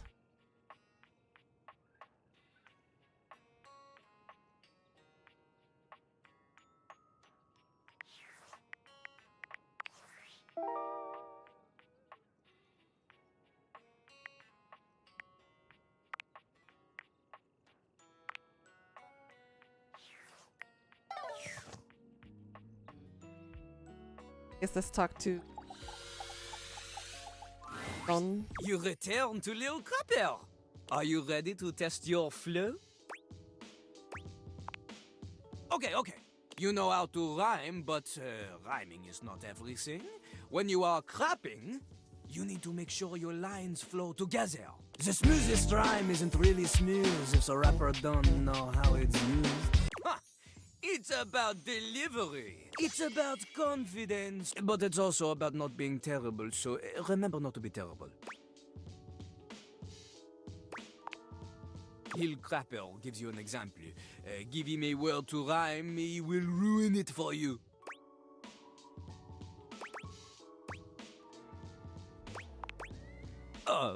This world, it is difficult for Lil Crapper. Mac is also cool. I really like Mac. I'm streaming on Kick and YouTube right now. Difficult for him to use this world in a context that is not for babies. You know? Too fluffy, too cute. Another. Pick another. Fine, we'll use crap. Oh, you cut Lil Crapper to the quick with this one. You cut him with a poo knife. The only knife suitable for crappers. Okay, crap. A bad meter with this word could be... My name's Lil Crapper, I like to crap. The words come out of my yap. Ah, merde. This couplet shit is no good. Twitch is not available here in South Korea anymore. That's the only reason why. Notice the syllables. They are all wrong. The first line, my name's Lil Crapper, I like to crap. It has 9 or 10 syllables depending on how you say Lil. Here, Lil Crapper, he likes to make it 2. Lil Crapper. But the second line, she has only 7 syllables, is no good. No good at all. 7 does not match with 9 or 10. Yep. Oui, an artiste knows his art. Plus, the stress is on the wrong words. Look, I sing the stressed words in a sort of capitalized looking way for you. My name's Lil Crapper, I like to crap. The words come out of my yap. You see? The emphasis on the first line is on 2, 5, 7, and 10. Then on the second line is on 2, 4, and 7. Completely different. Used to stream on Twitch like a month ago? How come you stopped? It's no good. The IAMs, they are all over the place. Oh, a flock of lost little IAMs. Hey, rhyme joke! Before we begin, we need it. Luckily, Lil Crapper, he keeps a series of freestyle prompts written on sheets of paper in a cistern, so he may style on passers. Lil Crapper, he chooses... He cannot read. In hindsight, the prompt we start easy. Okay. It's not just about rhyme. And remember, one mistake, and you are dead to him forever. Aw, you were about to get affiliated too, but you left streaming? It's understandable. Walk into the bathroom early morning, everything is fine, then without warning, suddenly your ass above her feet.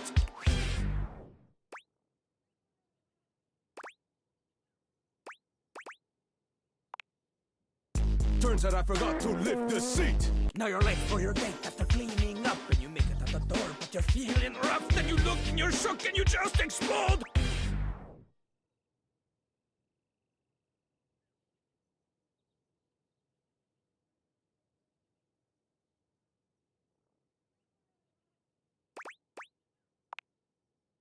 Turns out you've been turned into a toad. Quoi?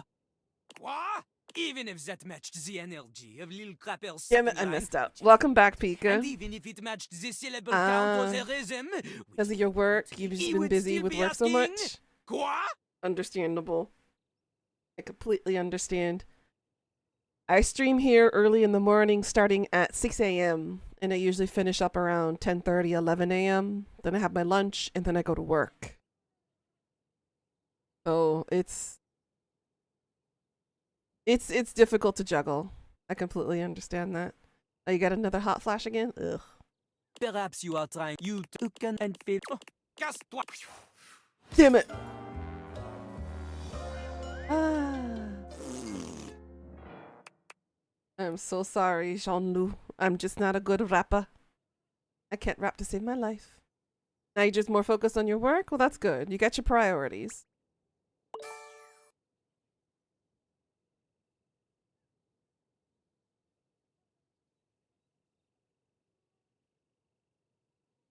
I'm never going to get smart, am I? So much early in the morning? Yeah, I have no choice. The time zones make it a little bit difficult. I'm 14 hours ahead of EST on the Eastern Standard Time in America, and that's where a good majority of my viewers are from. So I try to kind of maintain a tight streaming schedule. That way everybody can at least see some of it before they go to bed. Where do I begin? You crapped the bed. You're shit out of luck. You really pissed him off? I could go on. Now, flush that relationship away. Yeah, but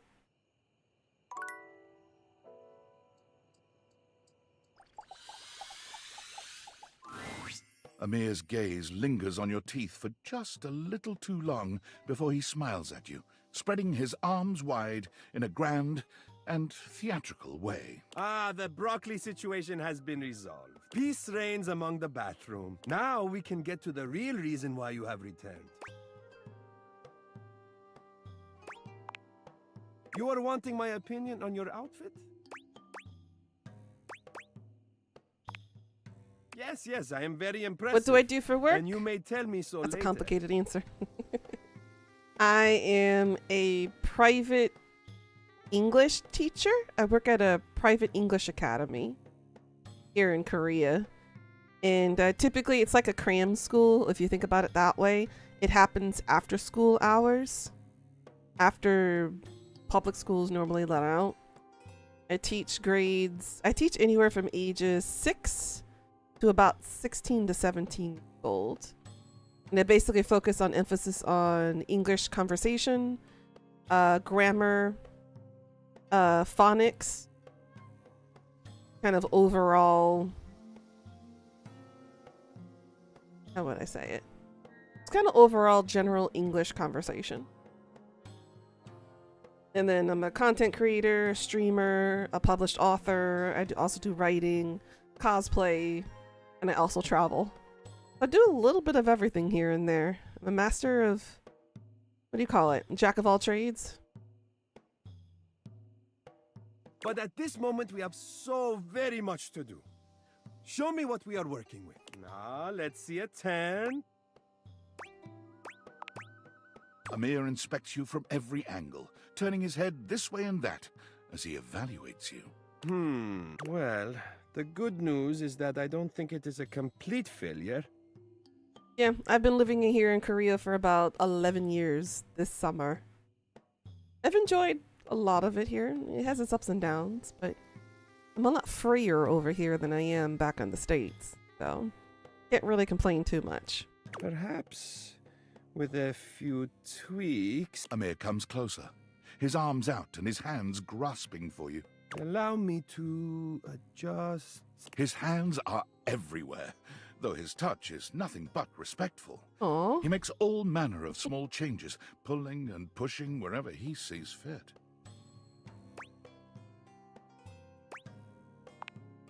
It might not surprise you to let you know I am a masseuse as well as an arbiter of taste. I am almost finished. Just a teensy bit more. There! Now, come look. What do you think? What? Absurd! How can you possibly not see the distinction between what I have conjured and that almost careless display you walked in wearing? Oh, I am getting carried away. I do novels. Of course, it was not so bad, but I must have a moment to collect myself. Fictional fantasy novels, what I focus on mostly. Artists are delicate, okay? I cannot talk right now. Leave me. I published my first book on Amazon 2 years ago. Ah, please, I said go. Out. Bodo. I'm working on the sequel to that book. I'm also working on another project as well.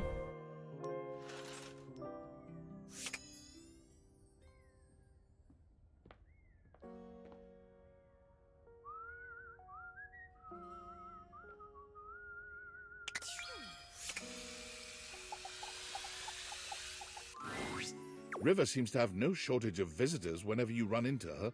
This time, her companion is a statuesque figure in black. The name title is called Within. You should be able to see the link of it in my profile below with an Amazon link.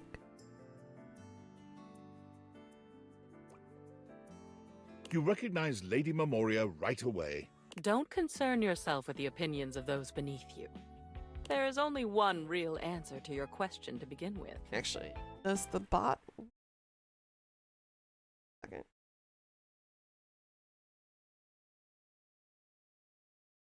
There you go. You've done some work with authors too? Nice. Yeah. Ice, my dear. Ice preserves perfectly. It leaves everything just as it should be, forever beautiful. That aside, a lady never allows herself to boil over. Do not let them see you crack. Do you understand? Yeah. Excellent. Memoria breezes out of the room, not even looking your way. Perhaps she didn't see you, or perhaps she's just lost in her own thoughts. You do the designing cover? I did mine by hand. And then I scanned it into the computer and then adjusted it. River doesn't seem at all encouraged by Memoria's advice. When she sees you, she starts for a moment, then sighs. The art cover that I have for the second book coming out, similar to the first one, but it's a different magic circle. As throughout the books, her magic circle evolves. So this one will be her second evolution of her new one, since she's using a different form of magic. Pretty cool. Oh, hey. And that was before I had an art application to work with. I just kind of copy and pasted it into Paint and essentially adjusted it to what I needed to get the pixels to work out. And then I put it into the program for Amazon Direct Publishing, and it kind of worked from there. But now that I have a new tablet that has Sketch, I'm actually able to do a lot more with it and make it a little bit more professional looking. Nothing. Just wanted to see what Memoria thinks about me. Everyone I talk to has a different opinion about which version of me they like best. My broke ass can't afford to pay professionals to work for me. I'm doing everything myself. I don't even have a PR. I don't have a literary agent. I don't have an illustrator. I did everything on my own. I cannot afford to pay people anything right now, especially with the way the Korean won is in comparison to US dollars. I'm losing out on a lot of money with the currency exchange rate right now. So I've been having to literally be a one-man show in a way, so to speak. That's been a little rough, and I'm working on the audiobooks on my own too, recording my own audio, using my own voice for my book. It kind of sucks that I have to do it on my own right now because of the way the economy is and everything, and where I am in relation to the rest of the world. But it's a hell of a learning process, especially since I'm doing things that I never went to school for. I was a law student. I went to school for law. I've never gone to school for any computer tech programming or art related things or just technology in general. So it's a bit rough, especially since I have to teach myself all of that. Said the same thing. Confusing, but it's a work in progress. What am I supposed to do with 10 different answers? Oh, don't worry about it. Don't worry about it. I was just letting you know my current condition right now and I just can't afford to pay people anything right now.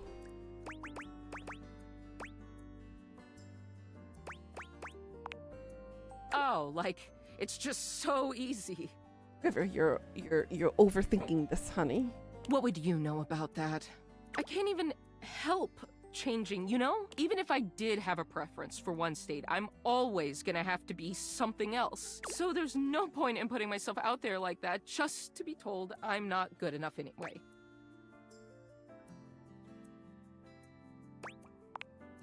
Thanks. River falls silent, perhaps thinking over what you've said to her. Of course. Or perhaps turning over everyone else's words. She sits, drawing her knees up to her chest and looking off into the distance. Whatever is on her mind, it's plain to see she's 1,000 miles away. Yeesh, am I ever going to develop a friendship with her?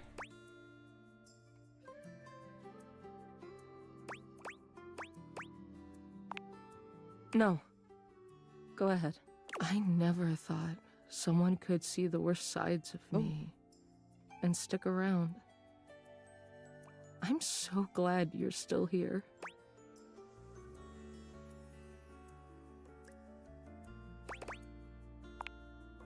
It's funny you say that. I know you so intimately, but you have no idea about me. It's so much easier to just hide behind whatever you think I am, whatever you want me to be. What can I do for you, sugar? Everyone likes that river. What happens when you see all the ugly parts of me? If somebody can't accept you, all of you, including your flaws, for who you are, they ain't worth it, honey. What do we do when you know it's all lies? This is why every time I tell everybody whenever they come to me for advice, don't put up your facade and don't put up a fake mask. Especially when you're trying to meet people, meet new people, make new friends, trying to find a date or a significant other. Be yourself, because you're going to have to keep up that facade for the rest of your life. And that's exhausting. It's just better to be yourself. All your quirks, all your foibles, all of your shenanigans, all your craziness, your hopes and dreams. Everybody's got to be able to be accepting of all of that. And if they can't, then they're not worth being in your life, you know? It's just crazy how much emphasis people put on people's opinions about themselves, and it doesn't really matter.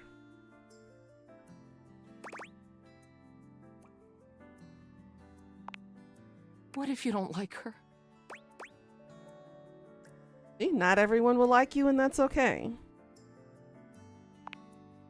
I want to believe you, but that part still scares me. Even regular little old me has haters, and I don't do a damn thing to deserve haters. I just do. Well, thanks for listening. I gotta think about all of this. I'm clearly not gonna find any answers in asking everybody else. Yeah, that's more of a soul searching. She sighs. Guess it's all on me. See you later. Exactly. Let's see, the towel's maxed out. Really want to talk to Miss Sheba right now. Bed's maxed, teddy bear's maxed, sex toys maxed. We still have Abel to talk to.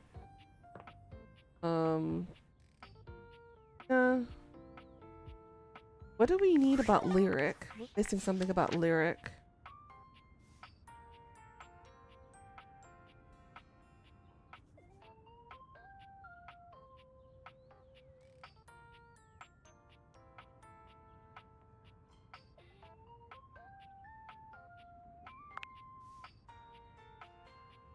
Come see him again to how he's done. Looks like I have to finish off the other ones before I can work on that then. Because I've talked to the mayor, I've talked to Floor. I guess I need to talk to the stair for that one. Talk to Phonica, or Phoenicia. As you approach her, Phoenicia leans in, her voice a conspiratorial murmur. Listen, I'm not usually one to eavesdrop. Okay, rude. Hitting me with a bombastic side eye. My gossip is completely different. Your girl's got standards, okay? If it gets posted online, it's fair game. It becomes like a public domain or whatever.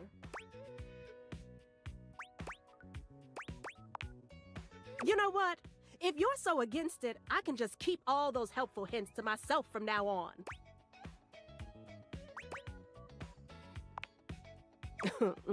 That's what I thought. So, like I was saying, I overheard you and Beverly talking about the Tumblr, and I think I might be able to help. I mean, if there was a cute new spot with placebook-worthy specialty drinks and good lighting, and even I didn't know about it, she definitely needs it. We gotta drag her advertising into the 21st century for starters. All it takes is a few well-framed shots of the decor, a lineup of the best stuff on the menu, and a little voiceover from a beloved internet personality. I mean, she's not wrong. Instant FOMO. Line out the door. Guaranteed. Trust me.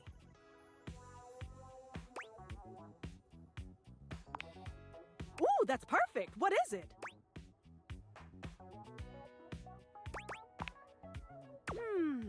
Ooh. Oh, okay. I've got this. I'll check back with her soon, though, because this is gonna blow up. But first, you gonna need to tell me exactly where her bar is. Seriously, she doesn't even have a Kelp page. Okay, I guess that means we go downstairs and barista.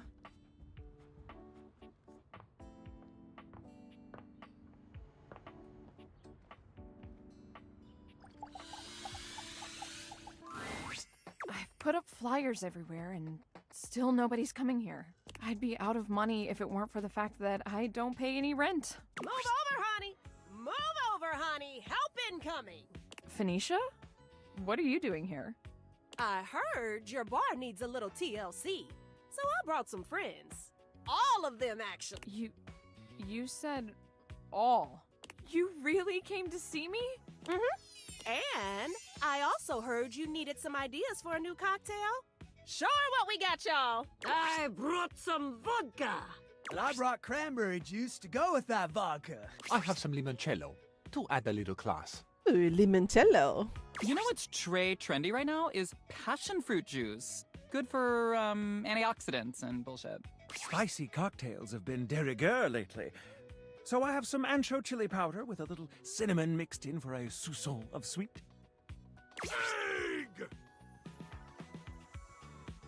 Wall said something other than wall? Really? I brought my special That's a powdered first. air for some quality foam on the top. I don't actually drink, but if you can make a non-alcoholic version of this, I'll try it. I brought my hot talents in case your cocktail needs a little flair. And because you're so passionate about this bar, and because if this place succeeds, it'll be a great new place for posting pics, I brought passion fruit juice. All that's left now is for you to mix all these things together. I don't know. I'm not sure I can.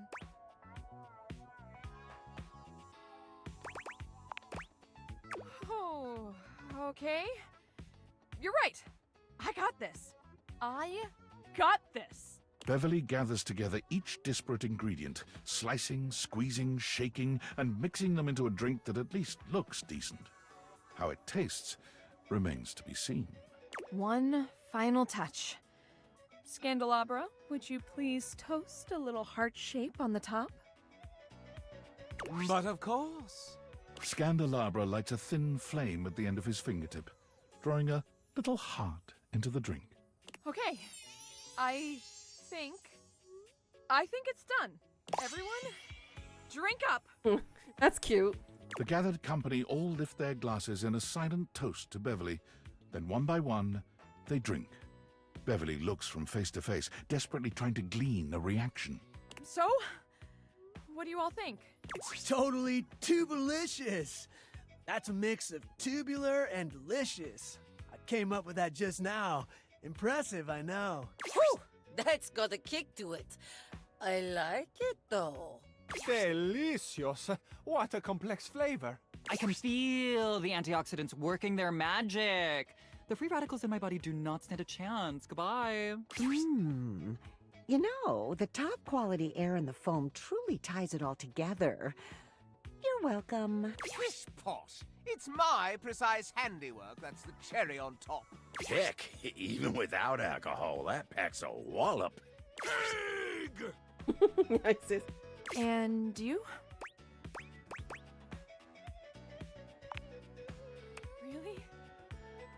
thank God. Wait, hold on.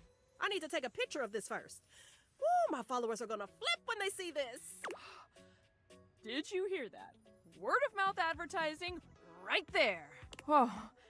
Is this what hope feels like? It's nice. So, what are you going to call my new creation? Not yours, Limp. Beverly's. Well, if I want to make this exclusive here, I need to give it a name.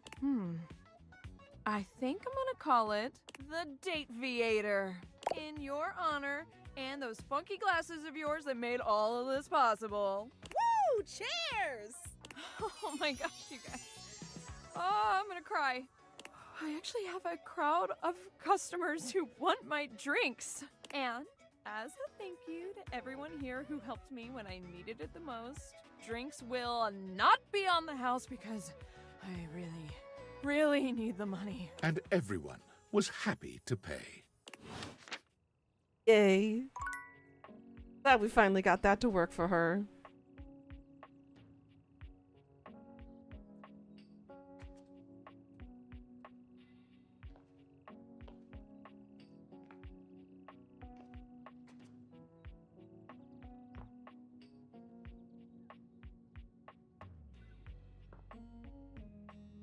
Alright, let's talk. Harper and Dirk are, once again, arguing loudly. This time, however, they stop as soon as they see you walk up. You! Tell Durkee he's wrong. Tell Harper she's wrong! How am I wrong? You've created another reality in your head where I'm gangbanging hangers and about half the objects in this fucking house! That is reality! I just choose to forgive you because I love you so much, and you repay me by cheating on me and calling me crazy! Harper is kind of crazy, not gonna lie. He thinks I'm the wrong one here, when all I've ever done is love him! That isn't love! Tell him! Tell her!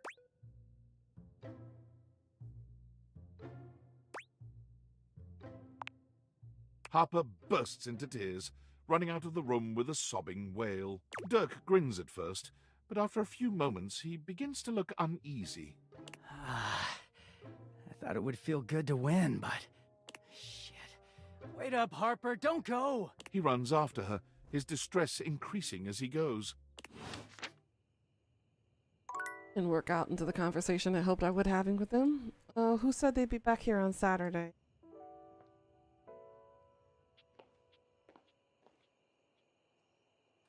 I forgot who we were talking to that returned Saturday.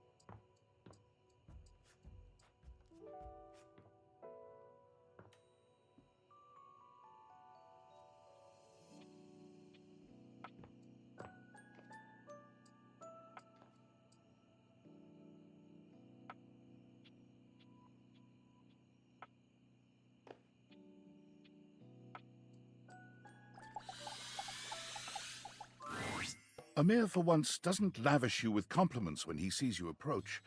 He simply sighs, his expression as heavy as his mood.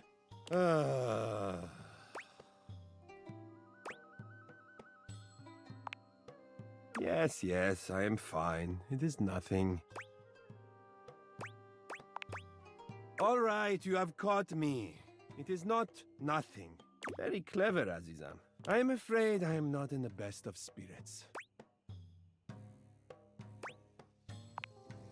I do not know. It is just, things have been so slow around the house today. Everyone is off being too busy with their little jobs and their little hobbies, completely abandoning me. It is very selfish.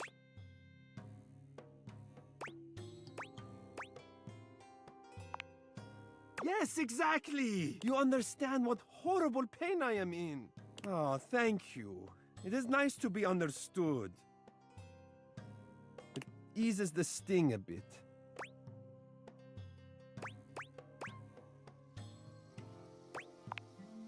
Yes! Yes, I would like that very much. Well, other than gazing at each other... Oh, let us read from my favorite Lewis Barrel novel. You the Looking Glass. It deals with the young Alice's adventures as she stares directly at a mirror for hundreds of chapters. Wow.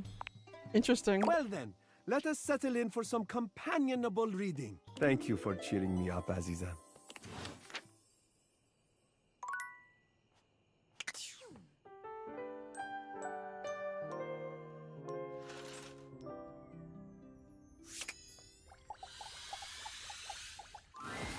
Oh, you trying to hang out right now? Of course they are. We're the coolest duo in this house. There ain't much happening over here, though. But check another window or something. Something has to be popping off somewhere else. You know, besides Rod's mouth. Damn. Ha ha ha ha. We'll see you at the new spot.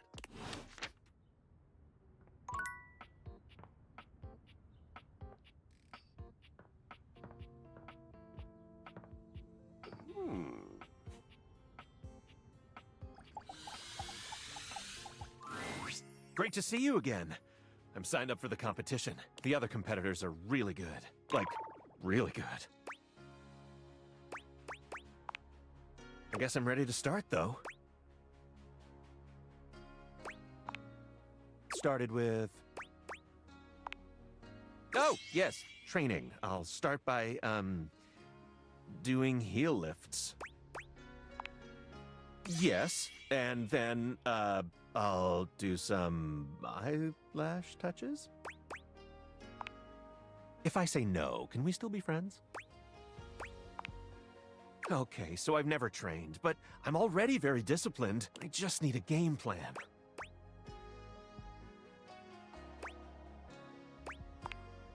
Great idea! So the categories would be trivia about other household occupants and athletics. Which should we start with?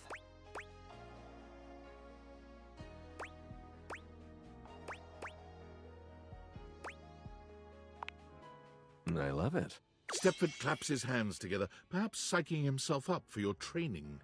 He puts on a brave face. All right, what should we do? The competition involves gymnastics, track and field, and, what was it again? Oh, right. Topless oil wrestling. Topless oil wrestling, huh? What Count should we me do in. now?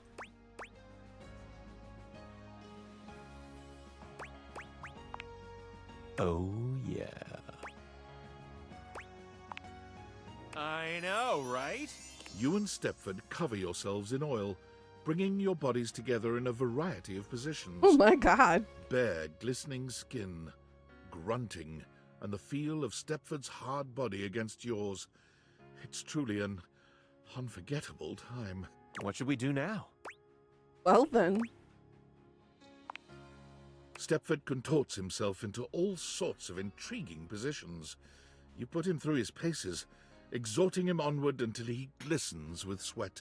By the time you've finished, he's completely out of breath, and he even manages to make that sexy.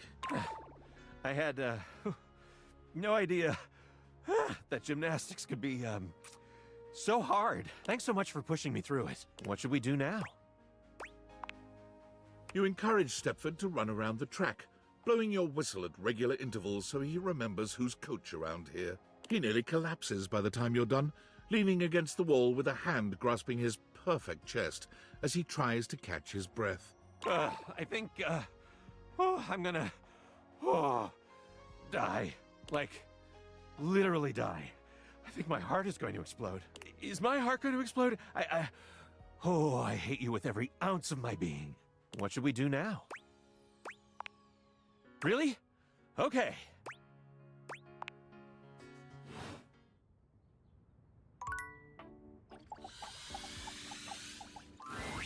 Shelley is pacing when you come upon her. When she spots you, she startles. Hey, hey, hey! She bounds over to you, arms wide open for a hug. Shelley's embrace is absolutely crushing, but it's not just her raw power that makes you feel smothered. There's a desperation in her grip that makes you feel like you've entered a place you can never escape. The hug seems to last an eternity, Shelley's fingers sinking into your soft skin with a bruising force. She releases you eventually, but you're certain you'll be sore later. Most likely. Alright, you're really gonna love this. I stayed up all night thinking about how to explain what I go through in terms you'd easily understand. I borrowed a bunch of weights from Dunk to show you. He was so excited to help me, he practically threw them at me. If I wasn't as strong and positive as I am, my feelings might have been real hurt. It's fine though, he just wanted to help.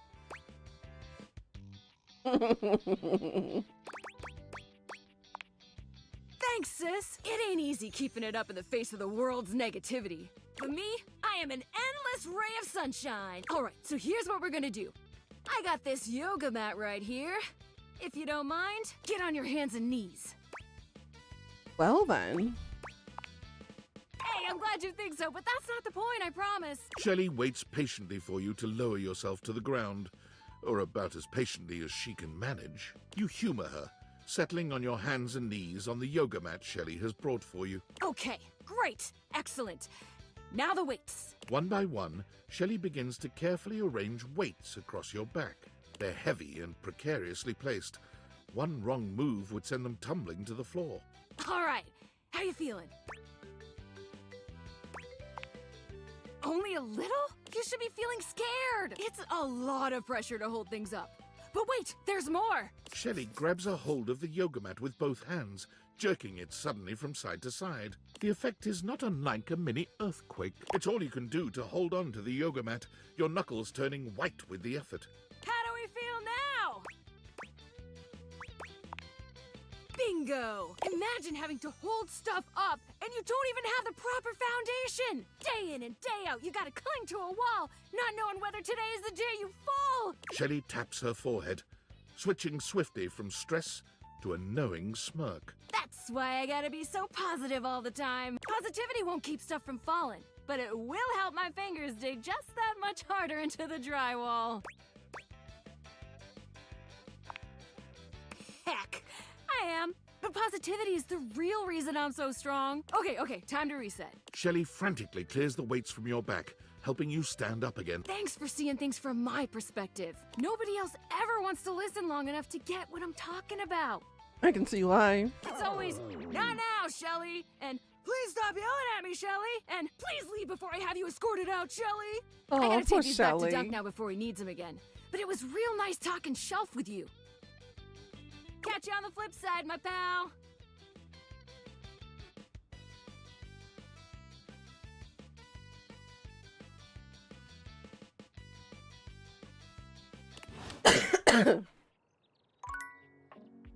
We really want to talk to Kristoff. I don't know if I want to talk to Kristoff yet. He's intense. You thought Shelly was intense? Kristoff is more intense. You came! I can't believe it! I'm so sorry. Look at me immediately getting all emotional, blubbering, and falling apart like some sort of lovesick idiot. Pull yourself together, Fantina. You're embarrassing yourself in front of your hero. Gosh, you are always so understanding. It makes me want to cry. Message in a second.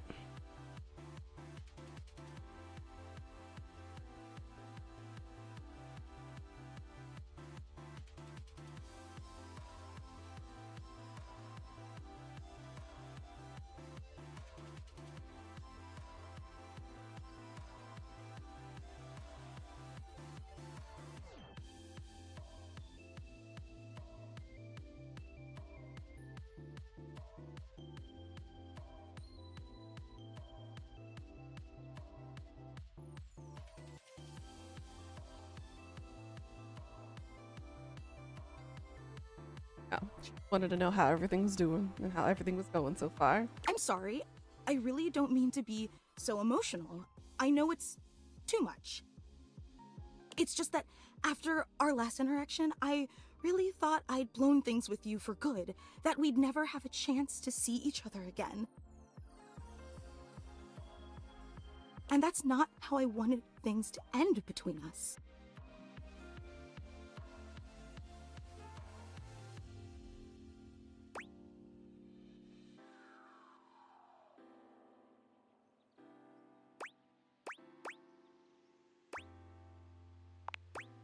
I'm so glad you feel the same way. I I'd just fall to pieces if you didn't want to hang out anymore. Because sure, I'd get to see you dozens of times a day on social media.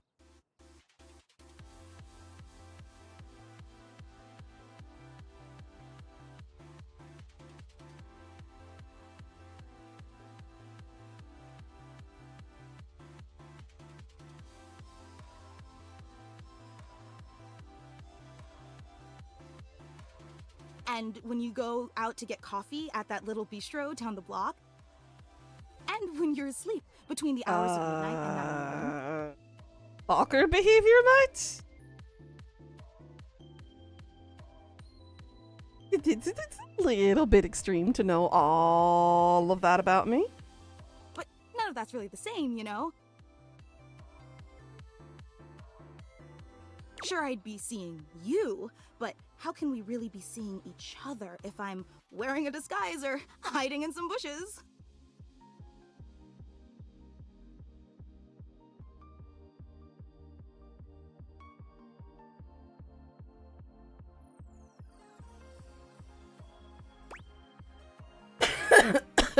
Hey, Velveteen. Yeah, it is my fan.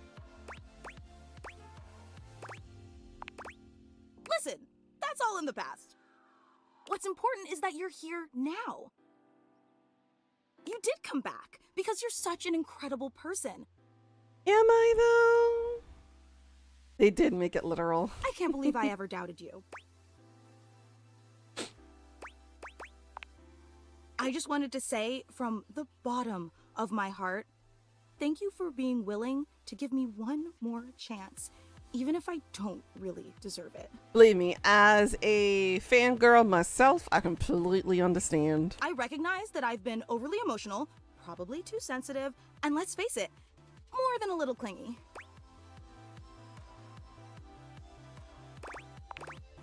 Yet despite all my endless shortcomings, you still came back. It's such a powerful testament to the incredibly patient and generous person you are. That's why everyone loves you. Is it though?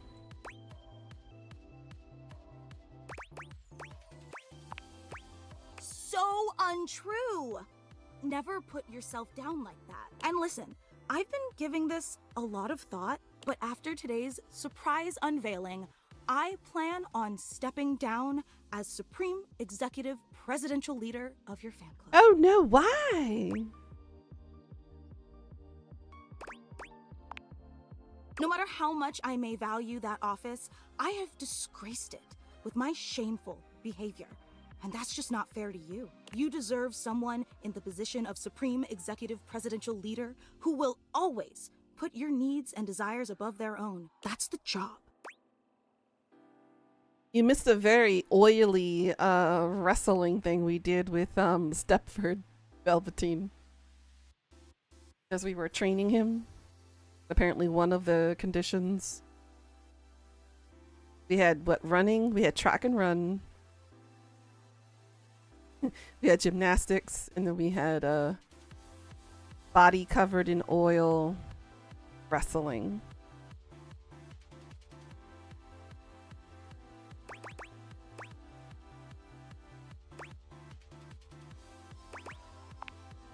But let's not dwell on that for now. I asked you here because today is meant to be a celebration.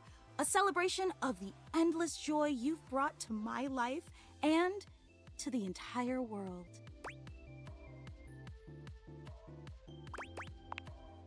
So, without any further ado, may I present to you the hallowed sanctuary of eternal reverence. Fantina steps to the side, revealing a small table you'd failed to notice prior. Candles illuminate an extensive collection of what appears to be your garbage, hair, and nail clippings. Do you like it? It's a shrine I built in dedication to you. I need the giant red flag man here right now. This is a major red flag. We're going into serial killer potential territory. I'm glad you noticed. And here Gary thought it would be an extremely inappropriate gesture and weird you out that instead of coming off as an affectionate tribute, it crossed the line from fan into stalker territory. But I knew he was wrong, and I told him as much. Gary's not wrong. Frankly, Gary was always wrong about a lot of things. He just doesn't know you like I do. Apparently not. Can I tell you about it? Oh, but there are so many details I need to explain. The hallowed sanctuary of eternal reverence was constructed as a holy... That's why there's an open flame in the middle of it. It burns eternally as my love for you burns eternally. I may be a fangirl and a crazy fangirl of Kai, but you don't see me doing something like this.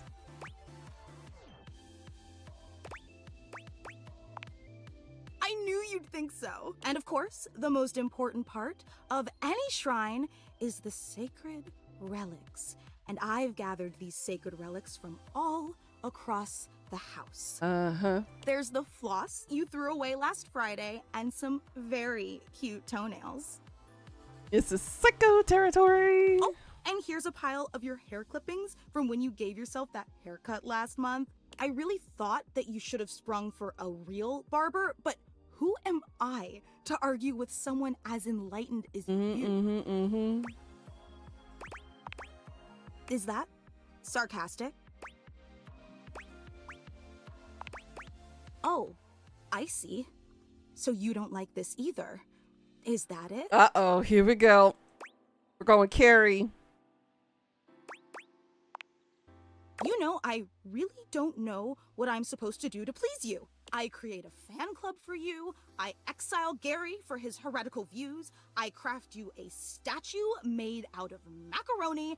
I build you the hallowed sanctuary of eternal reverence, for crying out loud. But nothing that I do is ever good enough for you, is it?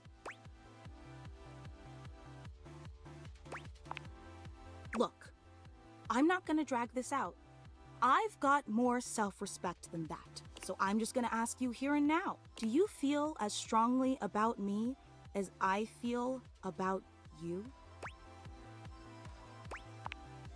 Oh, great! In celebration, I'm going to reinstate myself as Supreme Executive Presidential Leader. After all, someone has to start putting together next week's...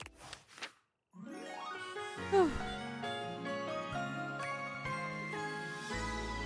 are the most amazing thing I've ever seen. Son of a bitch!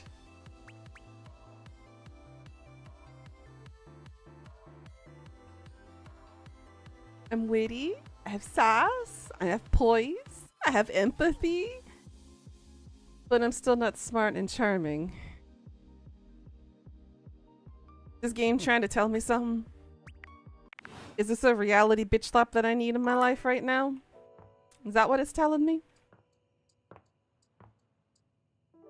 You're dead. Let's see.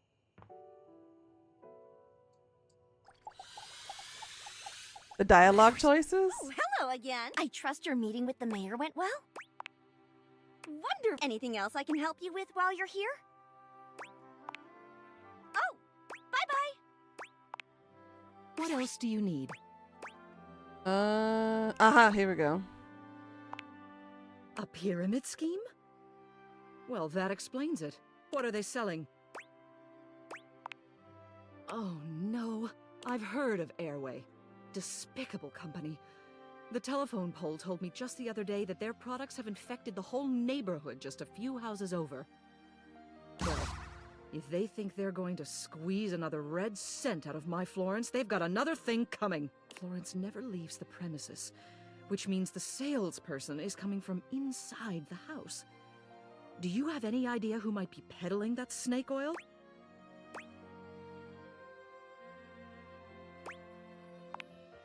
Stella, shingles above.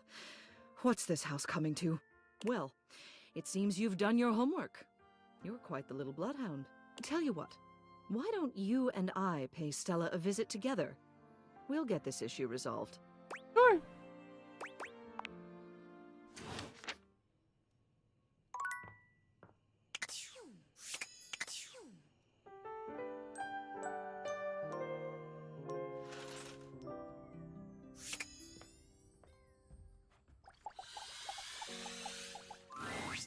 Celia's grand presence announces her before she even speaks to you. She greets you with a regal nod. Good. You're here. Let's get this done. Stella! Oh, hello, Miss Mayor. And my lieutenant. Wow, this is an unexpected get. I was having trouble even turning heads, and you've grabbed the mayor. Makes me feel a bit inadequate, to be honest. Lieutenant?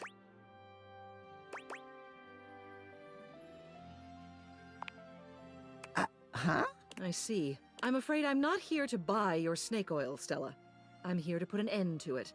I want Airway out of this house. What? Lieutenant, you're betraying me? You think this is teaching me a lesson? You think you're doing me a favor. You're not. I was finally getting off the ground. Stella, effective immediately, the sale of Airway products in this household is banned. What? No! Furthermore, I want you to give back every red cent you took from Florence. Florence? But I haven't sold anything to Florence. Oh, I suppose I did give her a free sample once. I dropped it on her tile and she asked what it was. I said she could have that one for free. A single free sample might just turn into a lifelong customer. Page 77. I gave her the pitch and I told her she could come back for more, but she didn't come back for more. I assumed she wasn't interested. Nobody ever is. Who else is selling these? Well, I was under the impression it was me and the lieutenant. But I see I was mistaken. Florence. She must be ordering them online. Online? Online orders are more appealing to most customers these days. That's what the booklet says. Page 1. Well, it's a lucky thing for you that you're only indirectly responsible for Florence's financial issues this time. It means your punishment will be light. Punishment? I'll be keeping a close eye on any and all activities you have a hand in for quite a while. Oh. And this Airway scam has to go. But, Celia, this is the only thing I've got. Then find another thing, something less damaging.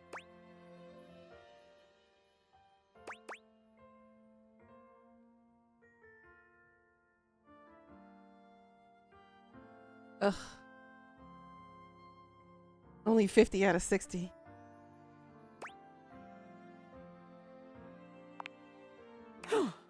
You think this is teaching me a lesson? You think you're doing... You're not. I was finally Stella, effective immediately. What? No! Furthermore, why is it repeating again? But I haven't... Oh, What? I gave her the... But nobody... Who else? Why is it repeating? On. Hey. Well, it's a luck. It means you're... I'll be keeping... Oh. And this air... But, Celia... Then find something less damaging. That's weird. It repeated. And neither can I. Well, I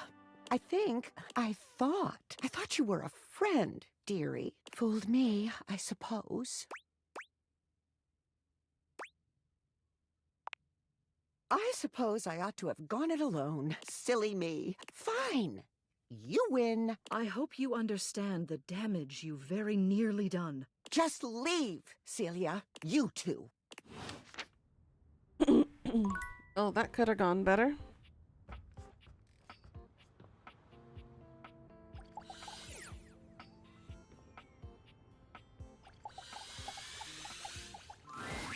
Oh, you showed up just in time. Kurt, I don't think there's good material today. No good material?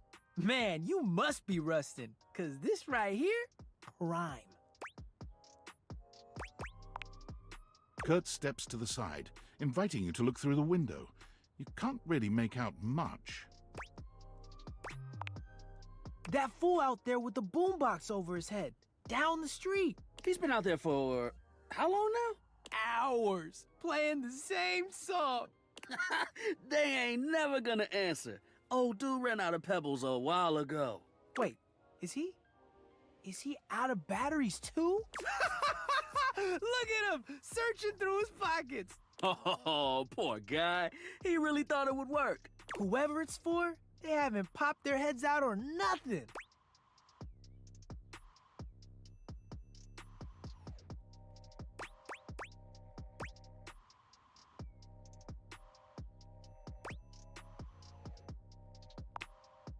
in the 90s want that joke back. At least they're trying to be funny. You're up here just serving commentary. Oh, he ain't got no batteries. You just mad I got the gift. What gift? Of observational comedy. Who told you that lie? You act like you don't laugh at my jokes. That's what friends do. Laugh at each other's jokes? Nah. Lie! Oh, is he? He's walking away. Good try, my dude! Good try!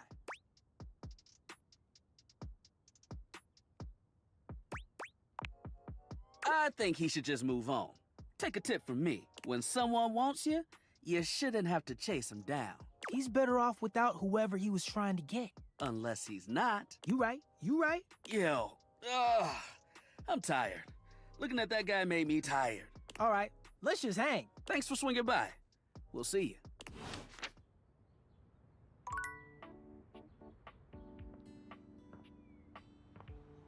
Talk to Abel, see what's up.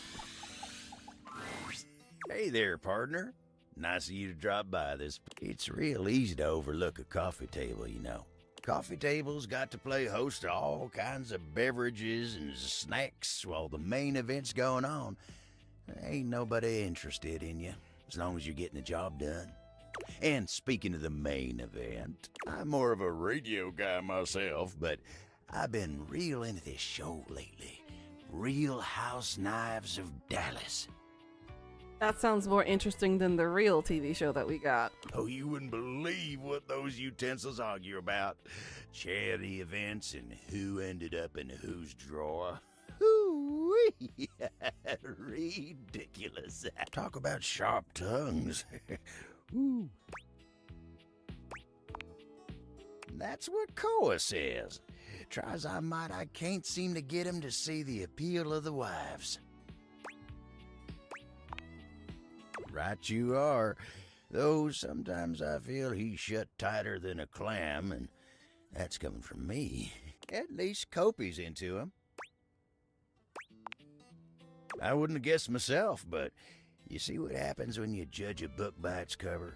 Anyway, she's real big on house knives. She didn't used to be, but she'd be coming and going making drinks, asking me about why this one don't like the other one. Next thing you know, she's joining me on the couch and having her own opinions. But you ain't come here to talk to me about house knives, did you? So tell me, what can I do you for? All's well here in the living room. Been working real hard today. Think I might take 5 and go get some coffee with Koa.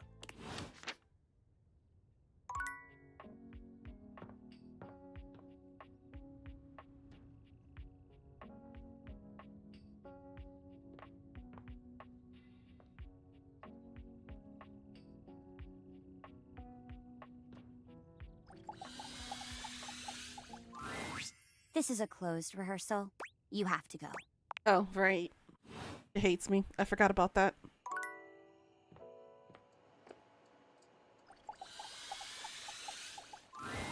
Hey, cool kid. Good to see you again. How's things? Freddy! Freddy's greeting is cut short by a very, very loud visitor. He turns to face him. Yes? I've dealt with a lot of totally nutso crook in my day. The kind of sick, depraved crook that makes your blood boil for reasons not even related to radiation. But this? What you're up to? May the immortals have mercy on your degenerate soul. Or analogous soul-like spirit goop. What did Freddy do? He didn't do anything yet. Whoa, chill, my friend. Friend? Nah, son. A friend is someone who'll suck the swarmer venom straight out of your bare ass and has to do it again with a smile. That's the literal definition of friendship, according to the official Baron's Wordopedia. I'd know. We ain't friends.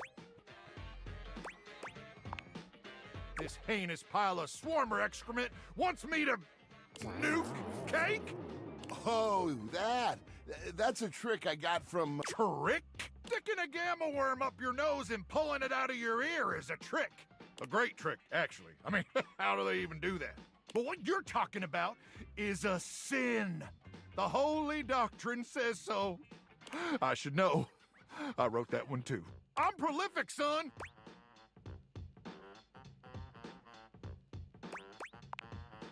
Exactly. You can't spare 20 tiny seconds? You think this is about time? This is about an affront to all that is sacred.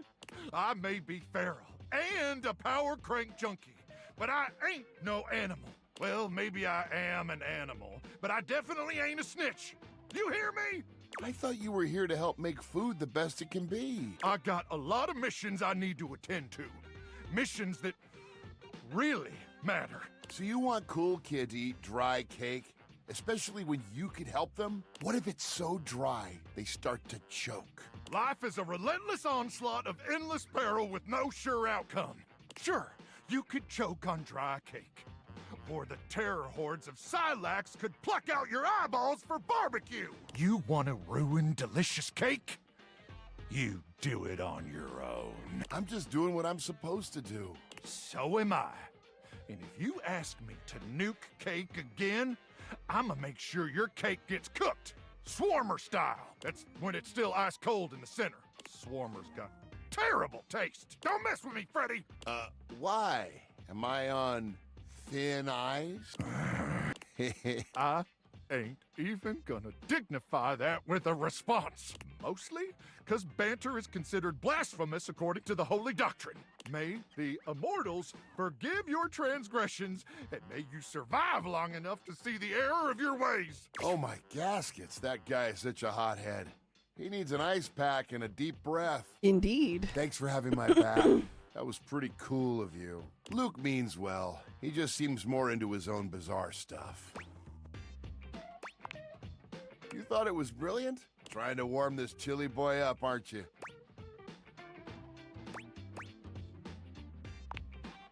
Wow, it might be working. I'm gonna make sure Luke is okay. Maybe slide a few ice cubes across his head. You want anything to nosh on?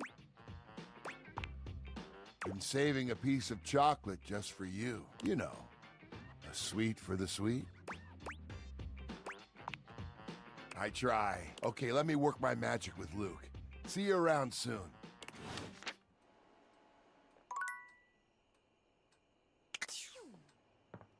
They zoom by in an instant. Monday, where'd you go?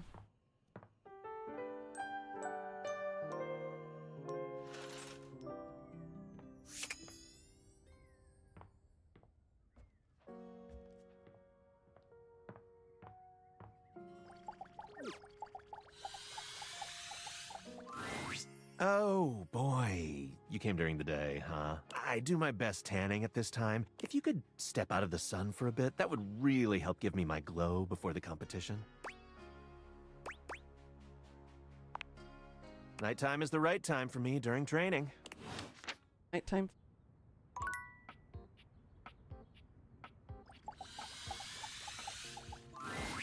Oh, you trying to hang out? Of course they are. We're the coolest duo in this house. There ain't much happening over here, though. Something has to be popped. Ha! We'll see you at the...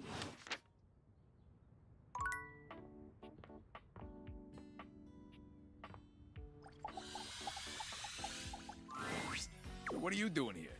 I need to meet up with Rainey, and I need you to, like, play referee or some shit. I gotta get back to work. Gotta talk to Rain. Damn it. Forgot about that.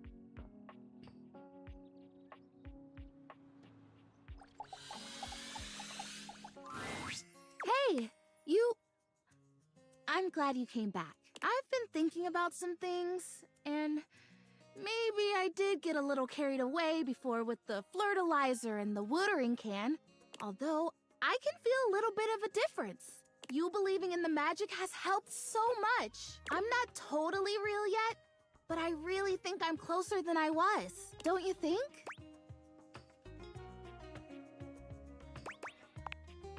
I like that. Yeah. Everything matters, if only a little bit. I don't think I was wrong, per se, about those other products, but I feel like those things weren't addressing the real problem. I think maybe I've got bugs.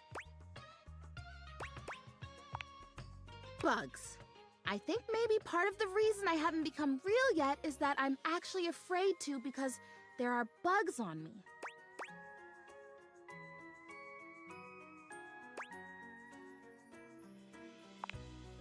Exactly. So here's what I'm thinking. It's vinegar. Prissy hands you a bottle of ordinary no-frills vinegar, presumably white, but the label isn't even that specific. It does. At least according to the real plants I've talked to. But one day I'll be real, so it applies. Can you? Just spritz it on my leaves or brush my leaves with it. It'll drive out the bugs that are there, and it'll make sure that no new bugs come. Even bugs don't like the smell of vinegar. It's like a universal thing. Maybe it's because I don't like the smell of vinegar either. Yes. Thank you. It's hard to stay hopeful sometimes. It really helps to have someone around who believes in me. Probably wouldn't surprise you to know that there are quite a few folks around here who think I've spent too long in the sun. Her leaves are melting. That's what they say when they think I can't hear them. Can you believe that?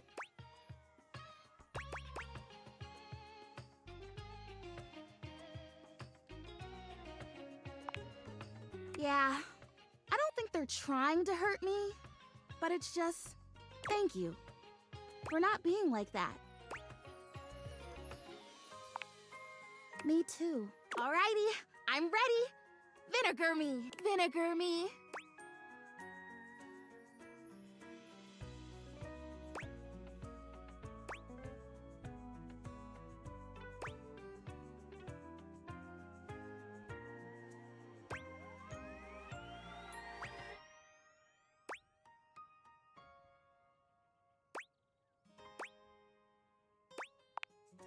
You gently brush her leaves with vinegar, ensuring she gets only as much as she needs to do the work. I've never had a massage, but if I ever get one, I hope it feels as good as this. Ah, good soil. What a unique and distinctive smell that is. Even if it doesn't get rid of the bugs, I feel a heck of a lot cleaner. I think I feel it working. Oh boy, I hope I feel it working. Hey, thanks for your help. Whether or not this finally does the trick, it's been really nice to have an ally. Don't forget to come back and check on me. Who knows? I might just be real by then. One can hope.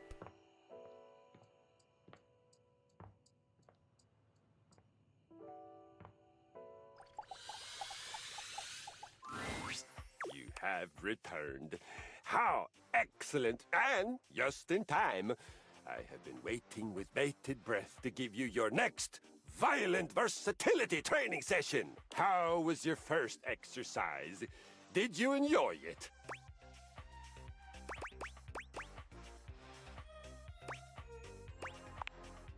Yes! Harder! Always harder. Woo? We train so that we are always as hard as can be. The emphasis on hard is a little bit startling. I am proud. This is somehow even more meaningful to me than when I teach the little 1-pound dumbbells. They are cute, but I think they would probably make mud pies out of cow poop if I told them to. Oh, look at the little dumbbells. Aren't they cute? You are discerning. You can choose. And you have chosen to continue to come to me for training. It fills my heart. We train in many ways. We train physically. We train mentally. And we train in self-belief. Have confidence in yourself and in your goals. Your faith in movement makes the movement that much better for you. I learned that when I was doing battle once and one of my cables came loose. I so firmly believed that I would still slay my enemy. The cable actually flipped around my head and became my weapon all on its own. I won that day. And I laughed. Glorious. For today, we rotate. Are you ready? Rotation is vital for our situational awareness. Danger does not come only from the front, but from all sides and from behind us. Find something heavy in your home. Heavy enough to be a moderate challenge, but not so heavy that you can't lift it many times. Place it next to your left foot and put your feet a little wider than your hips. Now, 10 times, pick up that object, keep facing left as you rise, twist through the center, and then, bending from the knees, place the object down on the floor next to your right foot. Take a short break, walk around, envision your next victory, and then rest. Just as important as horrific violence. Ah, good. I am so proud of you. You are well on your way to having some beautiful, violent babies. Beginnings. I'm concerned.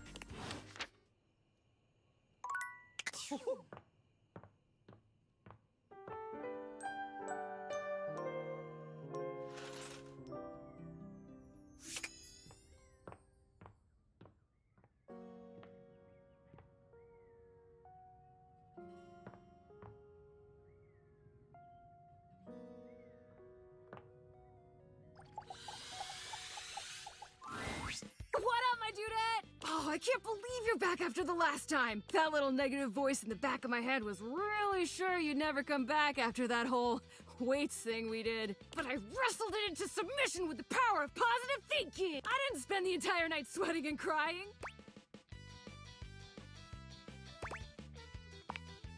Oh, no, I'd never. I mean, I would, if that's what you wanted, but you don't, right?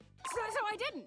For the first time since you've met Shelley, you're interrupted by the presence of another. Ah, you have visitor, Shelley. I will return another time. Right! Ah, well then, I will keep it short. Shelley, your constant anxiety is creating atmosphere of tension in the house. Everyone is afraid to hurt your feelings, so I have come to have talk with you. You're not here to hang out with me? This is business school. Oh. Shelley's eyes fill with tears, but where you would expect her to have an outsized reaction, she only looks down at the ground. This looks like real hurt.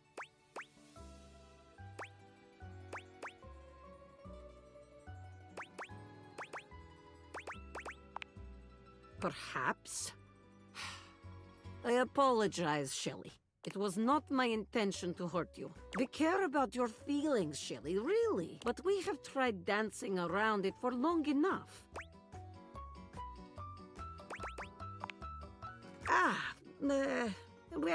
What can I tell you but to relax? You must trust in your muscles. And they are considerable. Shelley sniffles, finally speaking. Easy for you to say. Nobody put you together wrong. You can just trust you're gonna do your job every day.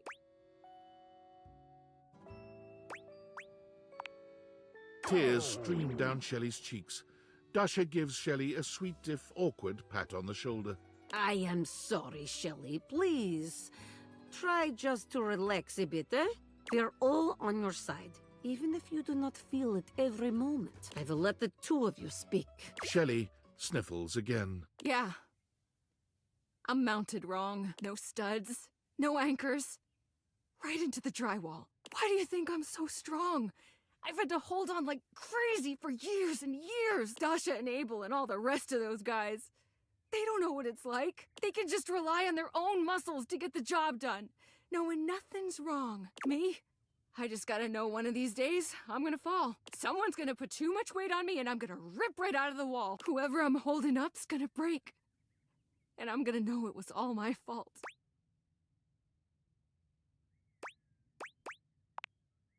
You think I didn't think of that before? I tried asking around the house years ago if anybody could fix me. Nobody but Tony was even willing to try. And I am not letting that guy near me. You're the only person I trust to even try. I'm the only one who can.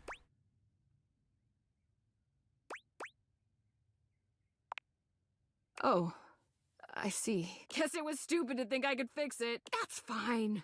Just gotta be positive. It's clear Shelley's heart is not in her affirmations. What, like Just be scared and not so loud about it? I guess that could work. I'm gonna go think. Shelley walks off away from you without looking back. You've never seen her so quiet or down.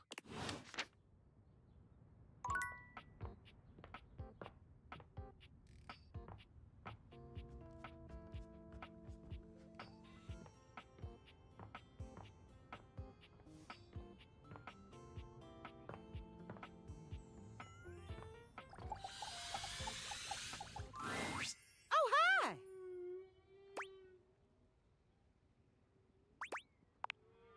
Oh, hey! You're just in time to listen with me. Oh, this? It's your deep sea mammals record. Mm-hmm. Track 3, Song of the Sperm Whale. According to the sticker on the sleeve, you donated money to Reiki for Whales. If you say so. But anyway, you can go now. I'm really feeling these whale sounds. And I don't want nobody here to kill my whale buzz. Go on now. Sneak. The hell did Tony go?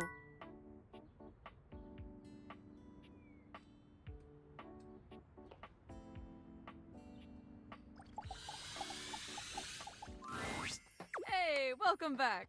Good news. I've had even more visitors since you came along. Apparently, one of the reasons I didn't get more in the first place is because everyone was confused on whether I was open or not. I guess having so many openings and closings will do that. But once word started getting around about our special cocktail, I started getting more business. And I have you to thank. So let me pour you a thank you drink. What can I get you? Excellent! So, what'll it be? You know that drink takes 7 minutes for me to shake. I'm charging extra. Anyway, coming right up. 7 minutes later, Beverly hands you your drink, smiling fondly at you. Of course. Thank you for keeping your word about coming back. How about we celebrate with more drinks? Yes! Now the next question is, how hard are we celebrating tonight? Are we getting boozy? Date Everything would like to remind you to please drink responsibly. All right, let's get irresponsible in here. Brr, brr, brr, brr, brr, brr. Beverly sways on her feet, her eyelids drooping.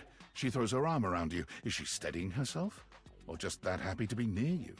You need to know that I love you, okay? Like, you're the best. I can't say that enough. You and me, we're soulmates. You're the best. Drunk off her ass. I love it. You deserve so much better. I mean, why can't everyone see how amazing you are? But you know what else? Why can't people see how amazing I am? I mean, I'm hot and cute and sexy and so smart. I think. Maybe not the last one. But I'm all the other things, right? So why does no one love me? Why is that? They won't even come drink with them. I mean, me. Who's him? Maybe it was someone that people actually like. Oh my god, I was just wasting my life. No. Oh my gosh. I have no wonder no one comes here. Why would they? Beverly bursts into tears, ugly heaving sobs racking her body.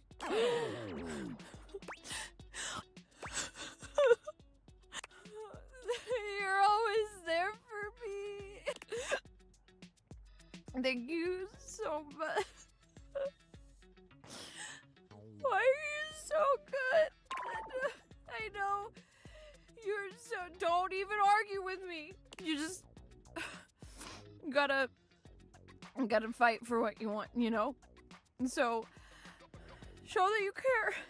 Show that you're gonna be your best self no matter what, and then you will be. Oh, Oh my god. Maybe that's what I need to do for myself.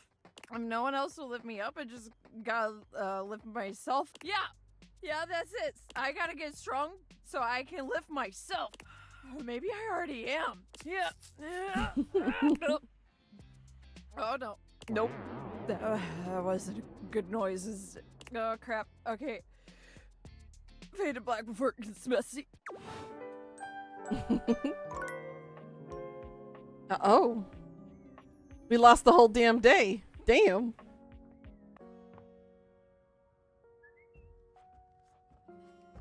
Saved her for last.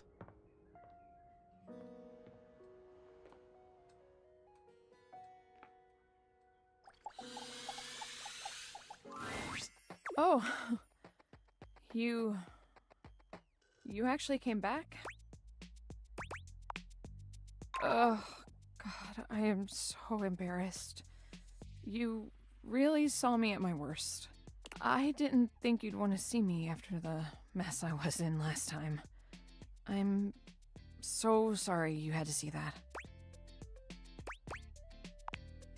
What? Look, I'm fine. There's no problem. I just drink for fun.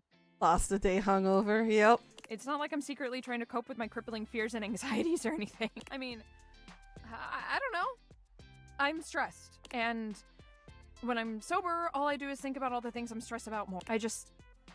Look. Can we talk about this later? I just wish I had been a better host for you. I'm sorry.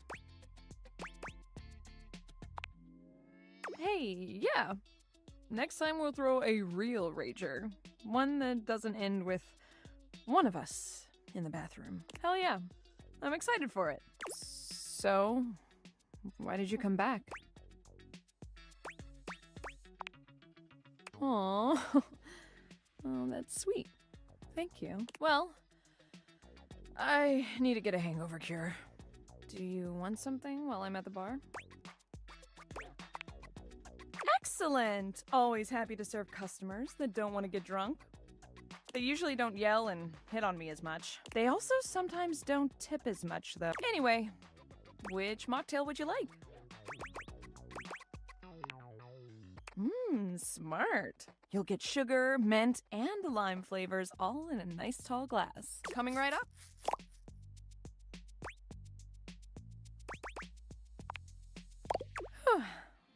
Glad you like it. I'll let you know when my brain and I are in speaking terms again. Why do I do this? I mean, I know why, but... Oh, why?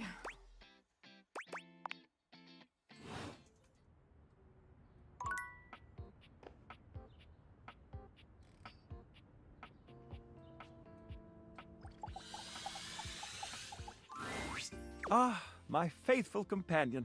Care to join me for another review? So, where should we go? Freddy Yeti has an ice cream joint in the kitchen that's worth checking out.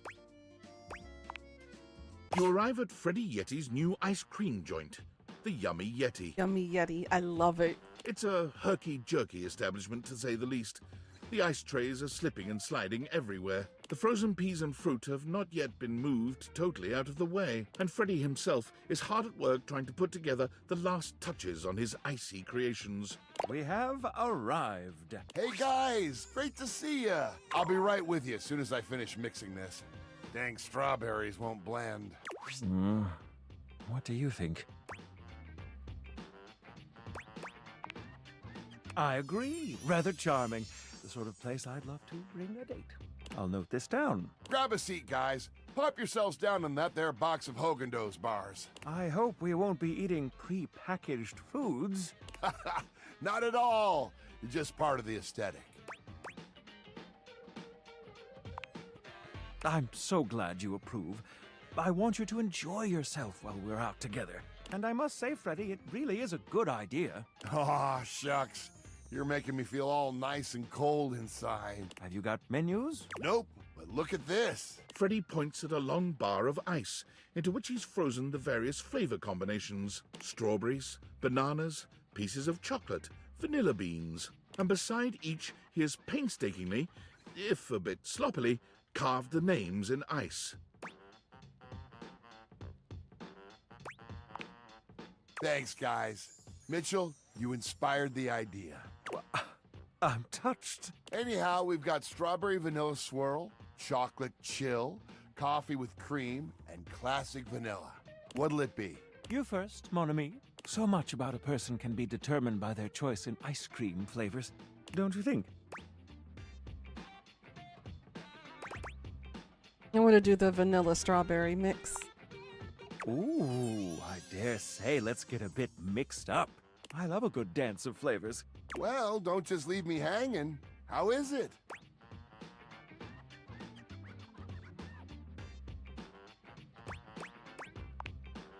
Oh, that makes me so happy. Freddy, dare I say it, this is the most voluptuously iced cream I've ever had the pleasure, nay, the honor of tasting. Bravo, my friend. Bravissimo. Well, guys, I've only got one more thing to offer, and that's my every day is Sunday. That sounds interesting. First, we've got the ice cream. Vanilla and brown butter caramel. Ooh. That sounds so good. Consider me titillated. Then comes the chocolate syrup, which has been heated. Next, we have a subtle glaze of butterscotch. Oh. But we like it. Some ground roasted almonds for a crunch, a bit of whipped cream, and last but not least,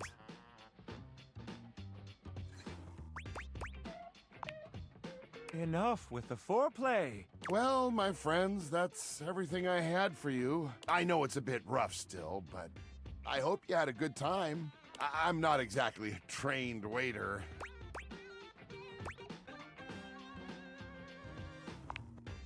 Je suis d'accord. And I might say that your grasp of French grasps at my heart. Thank you again for having us on such short notice. Keep an eye out for my review. Very well now, human, we must be going. As you make your way back to the kitchen, there's a reflective silence. Your hand grazes Mitchell, and he looks at you. It's hard to read his gaze.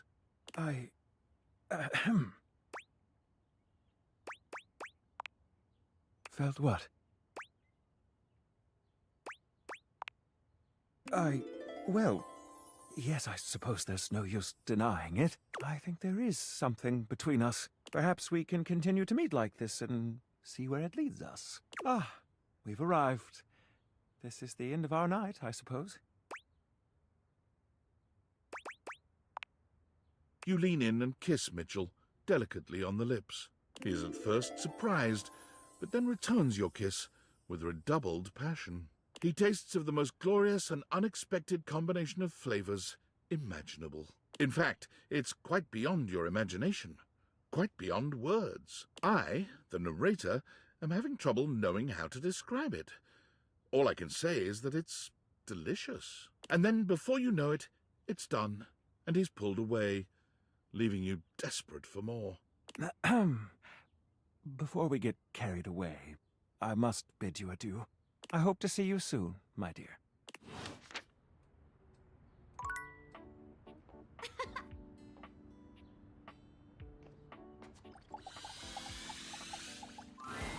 Luke points his weapon at you, barking orders without so much as a hello. Stand down! Stand down!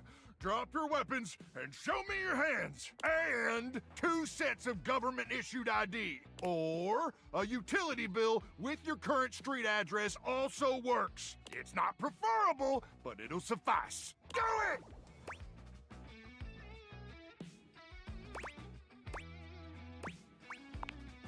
I'm sorry.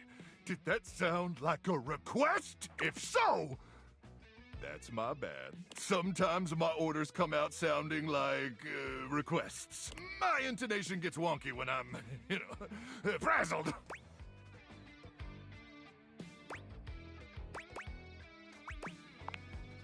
You do? Well, I appreciate you sharing. It's nice to not feel alone. Anyway, I swear to the immortals, if you don't show me your hands this second, I will blow your head straight back to the Barrens. And if I do that, it's a 3-hour drive for you to get out there and retrieve it. It's a toll road, too. It'll just waste your entire day. I'm gonna give you to the count of 3, 2, 1...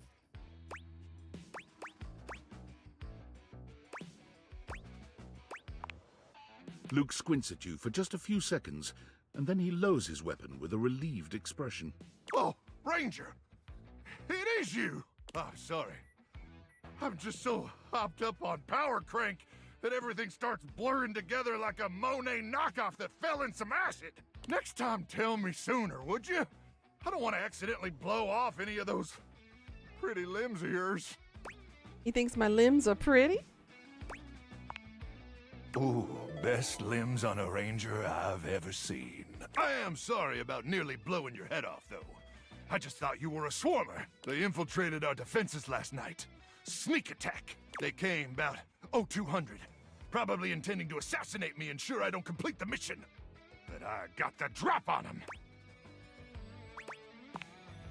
Well, I continuously pump Power Crank directly into my veins. Keeps me perpetually alert on account of the power. And also the crank. Reckon I've been awake now for 49 months or so.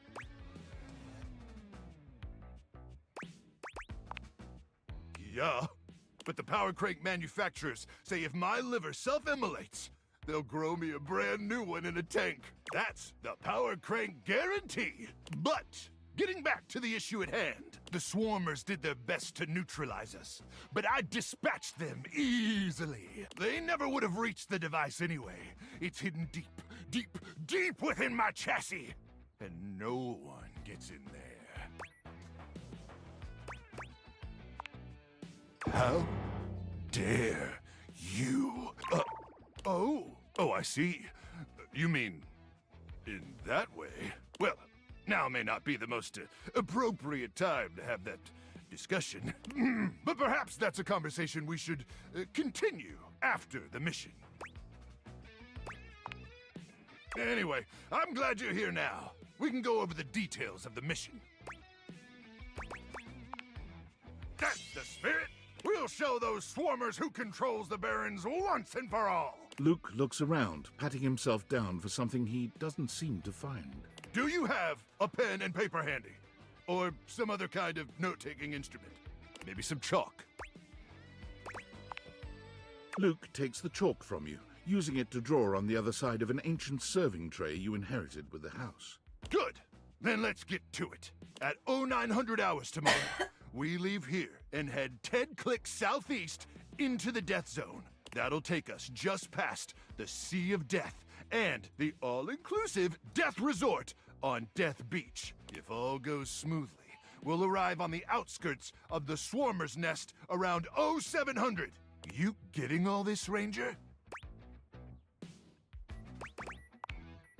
Once we reach the Swarmer's Nest, I'll need you to initiate some sort of something that'll allow me to slip past their security undetected. Any ideas?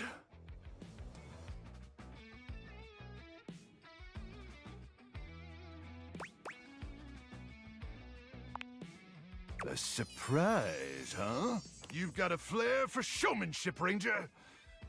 I like that. Anyway, once I'm inside their defenses, I'll give you the signal, and you'll remotely detonate the device, okay?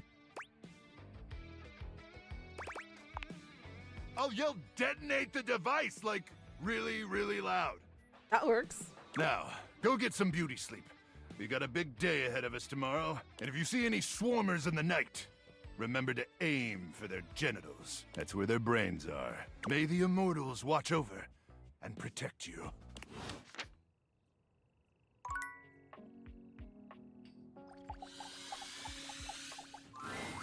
Stefano, bravo! Bravo! Never before in my existence have I felt so full. And for a cabinet, that is a very special sensation in which to achieve a new peak. Oh, Cobrizio. It touches me deeply to be so appreciated.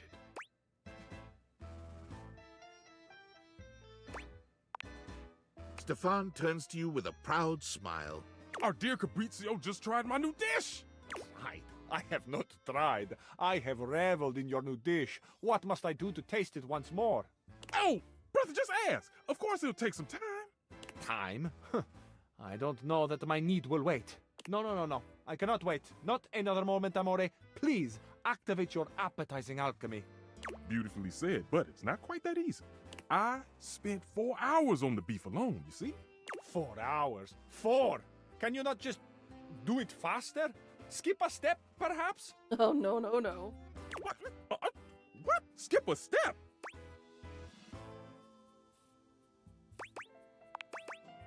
Braising is art. It takes time. It takes patience. Multi-step braising is the only way I can infuse the intense flavors that have so inspired you into my meat cannon. So no, Cabrizio, I do not skip. My dear friend, I cannot promise you that I will want it in 4 hours. Who knows where my passions would have driven me that far in the future? How dare you, you water-stained piece of birch! I'm sorry, Mr. Cluckles, but I will not calm down. If you can't appreciate the time it takes to make the food, you don't get to enjoy the food. Thank you. Oh, my friend, if I have offended, please forgive me. Deny me not the pleasure of your creativity. I want everyone out. Out! Ah, Stefano. Even sadder that I cannot oblige you by giving you the space you request, because I reside here, just 12 inches above you. Stefan is silent, but the tension in the air is palpable. Mr. Cluckles? Set a meditation timer, please, before I burn this whole kitchen down. Everyone else, leave. I will just be very, very, very, very quiet. Fine, silent. You understand? Cruel tongue covered.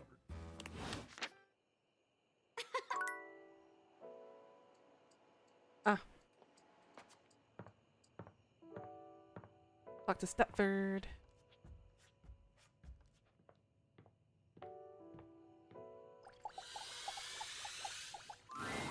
You enter the gym to find Stepford by himself, on the edge of Shelley's broad shoulder. He looks a little bleary-eyed, and he's pacing back and forth. In the pale moonlight, he doesn't quite look like himself. Yes. Hello, my friend. And possible lover. Just having a little trouble getting my brain to shut off before the big day. I've been rehearsing things in my mind. Just want to do everything perfectly, you know? You think so? I guess you're right. Stepford shifts in the light, and it cascades down his gorgeous locks, flowing over his muscled shoulders. It's just... I feel so... I don't know. It's strange not spending time looking like a trophy, you know? I mean, I look at myself in this light and I seem so... dull. My golden luster seems to have been replaced entirely by tarnished silver. If I lose that competition, I'll be an utter laughingstock. Would anyone even want a trophy like me?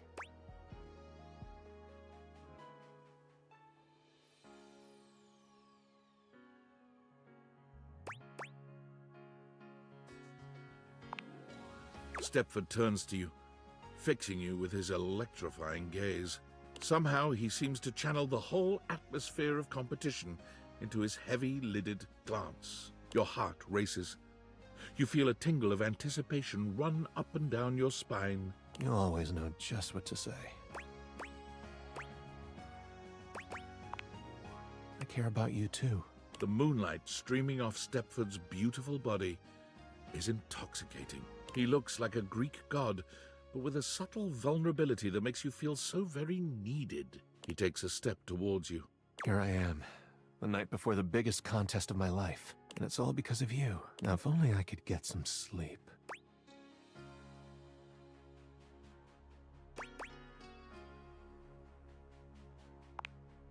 I think that's exactly what I need. Stepford finally touches you, and the heat where his body meets yours is like molten gold. I want to be your first place lover. Stepford's hands may be metal, but his caress is silken and tender. He allows you to take your fill of his muscled form seeming to take great pleasure in your consumption of him. Yet when the moment calls for a gentle touch, his hard body is surprisingly soft, giving beneath you. All this stamina training sure is coming in handy right now. Finally, as the sun Oh begins my. to rise, Stepford collapses beside you, satisfied into utter exhaustion.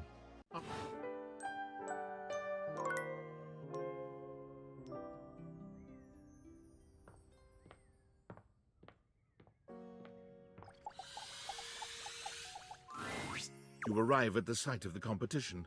Seemingly every object in the house has come out to watch. The buzz in the air is full of expectation, excitement, and tension. The pressure is high. Stepford seems both eager and nervous. This is it. The big event. It's intimidating. All the screaming fans, all the other competitors. Whoever organized this thought of everything. No, I forgot to ask you last night. Did you talk to any of the other objects for the quiz? Oh shit.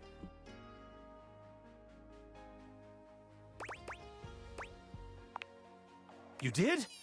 Thank you so much. We've got just enough time for one question from these practice tests. Okay. Why do musical triangles have a gap?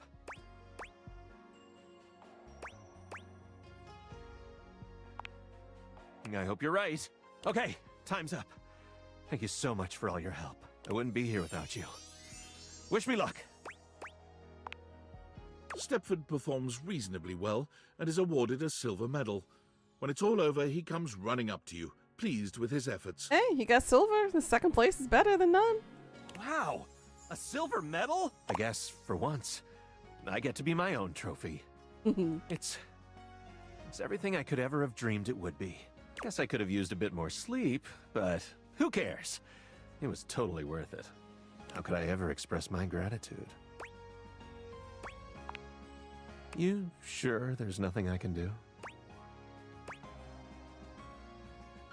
Oh, we got the friendship ending.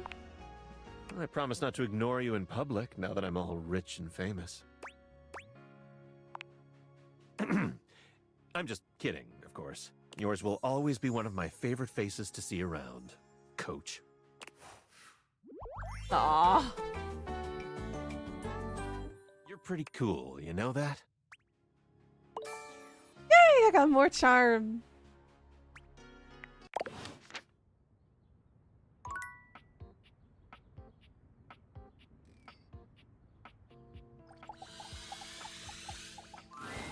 Hey, Rosefina. Shelley still has a slight air of nervousness to her, but the edge in her voice is gone. So, I was doing a lot of thinking and some reading up online.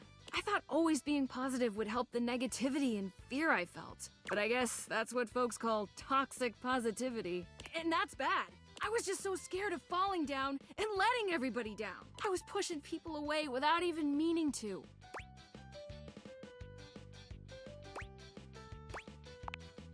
Well, thanks, but it was the wrong way to go. I'm still scared of falling down, honestly. I don't really know what to do with all that fear.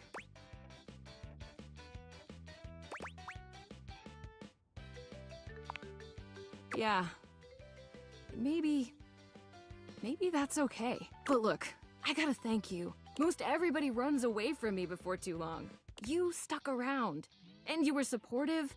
I don't know if I'd have ever been able to relax long enough to rethink my entire deal without you around. In a way, you were my shelf. Aww. So thanks. There's, one more thing. I haven't been close to anybody in a long time, and you've been on my mind so much. I thought it was all the anxiety at first, but last night, instead of staying up because I was scared you were gonna hate me, I kept thinking, I want to see that smile again. Do you think maybe we could be more than friends? You would? Oh my god, I've never done this before. I don't know what happens next. I'm scared, but it feels different this time. I feel fluttery. It's nice. Shelley reaches out for your hand. Her grip is strong, but there's a sweet softness in her touch. I feel like with you by my side, I can take on anything.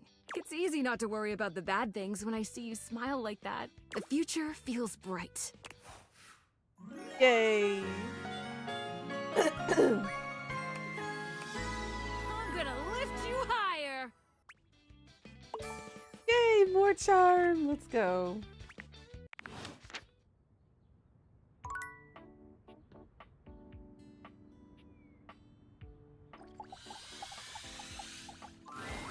Well, if it isn't the VIP attendee, the satellite acolyte, my shining light that excites me all night. Did waiting to reconvene with my obscene flat screen make you scream, my dream?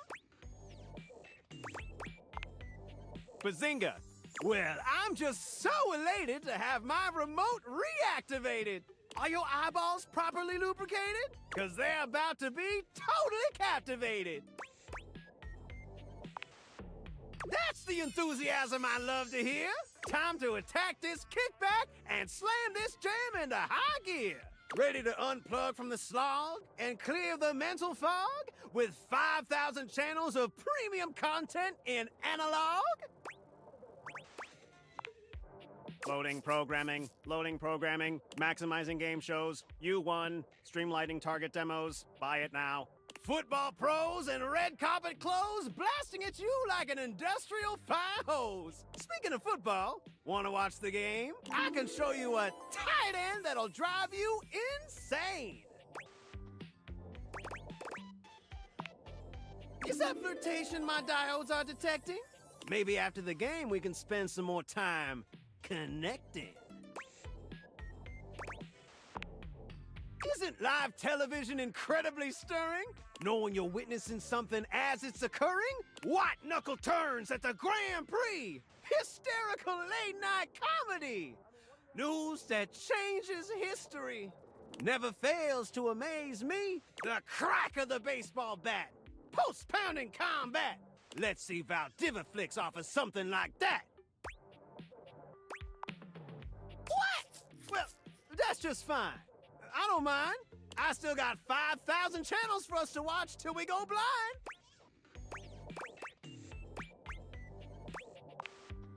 For to truly appreciate my endless entertainment sprawl, we gotta sit down and watch it all. Wall-to-wall football. Every screwball pratfall. We're in it for the long haul. It'll be excellent.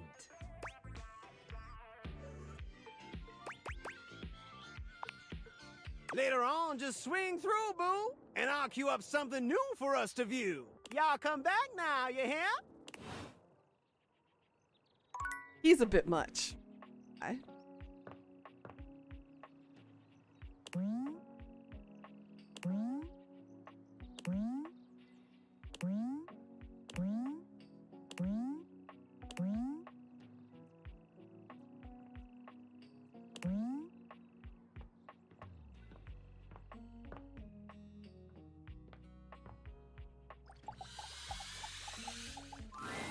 There's something different about Prissy today.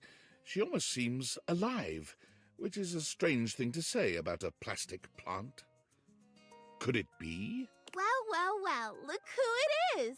My genuine, honest tobacco hero!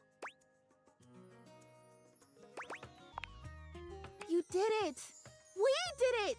I don't know exactly how it happened. If it was one of the things we did, or all of them together. Or maybe it was just the magic of having someone who believed in me and showed up for me. But I am real! I am real and I'm everywhere. I think we can agree that even if there's some sciencey mumbo-jumbo at work, that there's absolutely magic. I just cannot ever thank you enough. You made my dream come true. I'd say I could die of happiness if I wasn't so gosh darn alive. And I feel beautiful too. I can't even express to you what this feels like. It feels like something has been missing for so long. And now it's home. I'm complete. Everything is all right.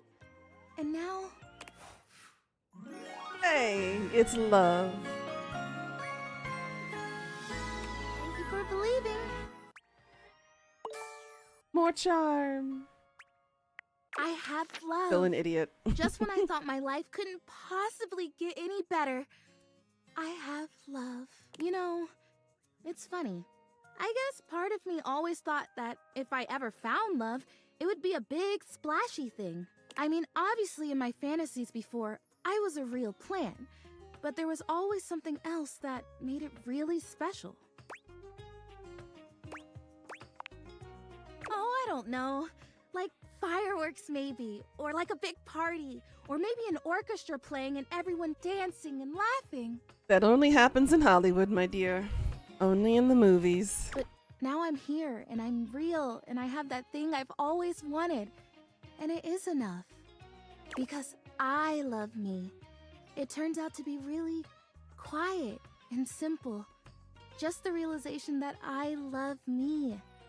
I guess I always did. I just didn't know it. So you loving me isn't a great big thing. It's the right thing. It makes sense, and I wouldn't want it any other way. I know. Such a surprising one, too. To want something for so long and then get it, only to realize that it's totally wonderful, and you didn't really need it this whole time. Amazing. Thank you for that. My love? Ooh, that sounds nice.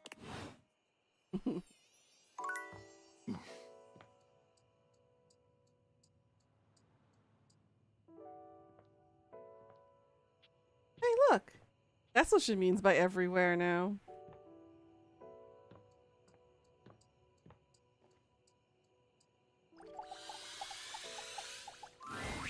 Hey, you. So, like, after you left the other day, I kind of felt a little bad for ditching you. A little? Oh, don't be sad. We're still cool. Anyway, a popular princess like me should be friends with everyone. And I basically am, but I committed to hearing your little lessons out. So, what have you got for me today? I should probably choose who we're talking to. Good, you should. I only ever make good choices. I got a real great one for us today. She points at your bathroom mirror, strolling over to look at herself. Amir! Amir steps forward, greeting Bathsheba with a kiss to each cheek. Bathsheba, my darling, I am truly blessed by your beauty. Oh my god, stop. No, it is true. Just look at yourself. The way your just-bathed curls frame your perfect face. The gentle peak of your décolletage from your robe. Class and sass in equal measure. God, I like you.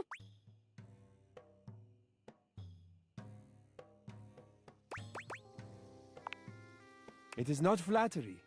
A mirror can only reflect the truth. And the truth I see is a beautiful bathtub who knows her worth. God, I do, don't I? You said you are practicing social skills, yes? Learning to take a compliment with poise and grace is a social skill. Yes, yes. Let us have an example now. Bathsheba, you may be the most beautiful bathtub I have ever seen in my life. I could live 1,000 years and reflect 1,000 souls, but never would I see your equal again. Ew. Oh, Amir. Up. He turns to you with a dazzling smile. Now then, how does a woman of Bathsheba's immense beauty respond to such a sweet and effusive compliment?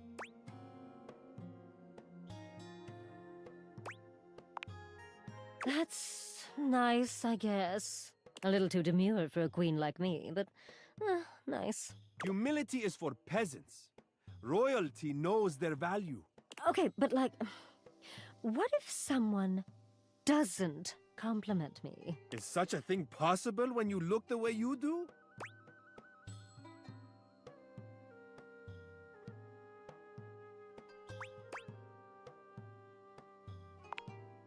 Sure I can.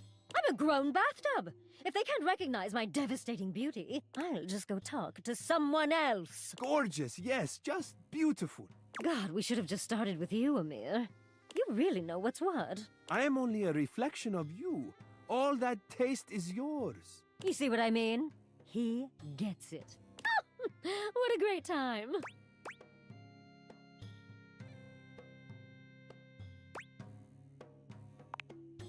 We really did. Not that I needed to learn anything, but yeah. Oh, I'm definitely gonna make an army of friends who think I'm hot now. I can see no other future for you. Ah, today was perfect. Let's make sure we match Amir's energy next time. You can go now. Amir, sweetie, tell me some more nice things about me. Oof. That went completely over her head.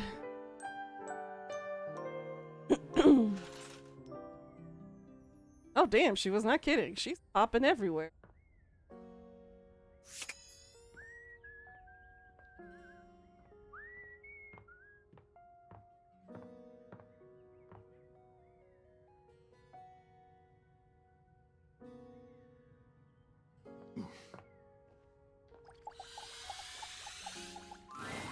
Amir is pacing when you come upon him, venting his frustrations aloud in little half-sentences. He looks positively furious. Oh, unbelievable! How dare! After I... How... Ah! What? No. Perhaps. Why do you ask? You're so perceptive, Juna. I love that about you. I suppose I am feeling a bit stressed. There have been some tensions lately. I am ashamed to say I have been clouded by them. That talentless, low-pressure hack of a singing shower steamed up the entire bathroom again while I was taking my beauty nap. And while I was resting, Jean-Loup drew all over my face in the steam. He gestures to himself, Jean-Loup's crimes evident all over his reflective surface. Look at this! Just look! Look at what he has done! His greasy little toilet prints will never come off. Who does he think he is? I cannot stand to be in the same space as him. You give Amir a thorough cleaning, erasing all trace of Jean-Loup's grubby little hands. Oh, your touch is exquisite. Thank you for making me presentable and reflective once more. That's all it took.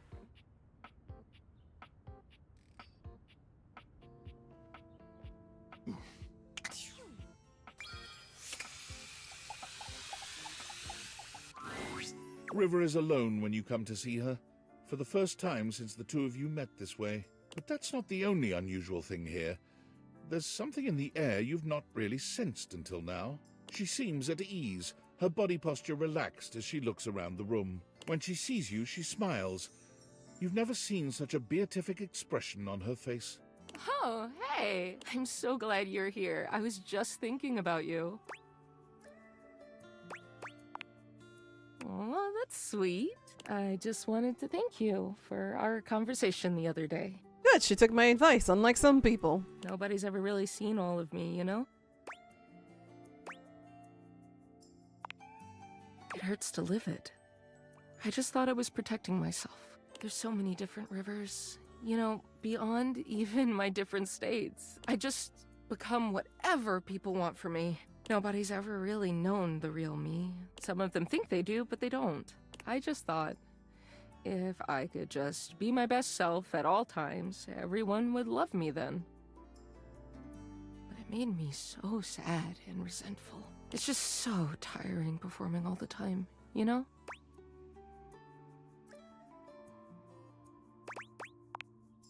I'm so sorry you had to do that. I wouldn't have guessed. You seem so comfortable being yourself. To some extent, this will always be me. Changing my state is out of my hands. It's who I am. But I don't have to change me. Does that make sense? I'm so glad you know what I mean. Yes, somebody might like some other version of me more. Sure, someone may need me in another state to get the job done. But all those states are still me. Liquid, solid, vapor, whatever. It's all still me. It's like the legend Aqua Khan once said, I'm every water. It's all in me.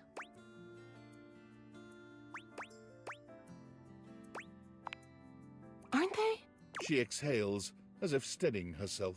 Anyway, I don't think I could have had this breakthrough without you. You watched me question myself and everybody around me. I didn't even realize it at the time, but I really let you see the neediest, worst parts of me.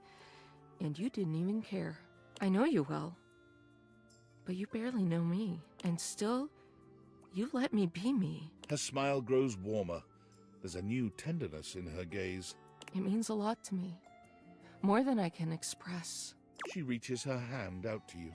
I know you intimately. But you've never gotten to know me like that. I just want to show you everything. All of me. Would you like to take a bath with me? Oh my.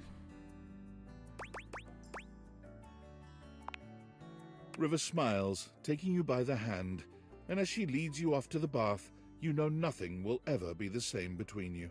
It's not as if the bath itself is a novel experience, but this time it feels like the bath is taking you. Ooh. The water is perfectly warm, caressing you in your most intimate places with a touch that's both gentle and bold. There's no doubt that when the night ends, the two of you know each other more intimately than you could ever have imagined. River is such a constant presence in your day in so many ways. She might be ever-changing, but knowing that she feels safe enough to be her truest self with you means the world. Let's go. Just so easy with you.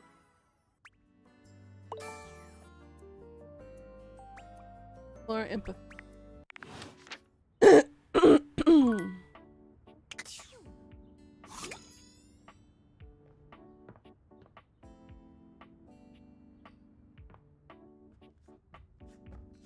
Wow, she literally is everywhere now. Holy shit.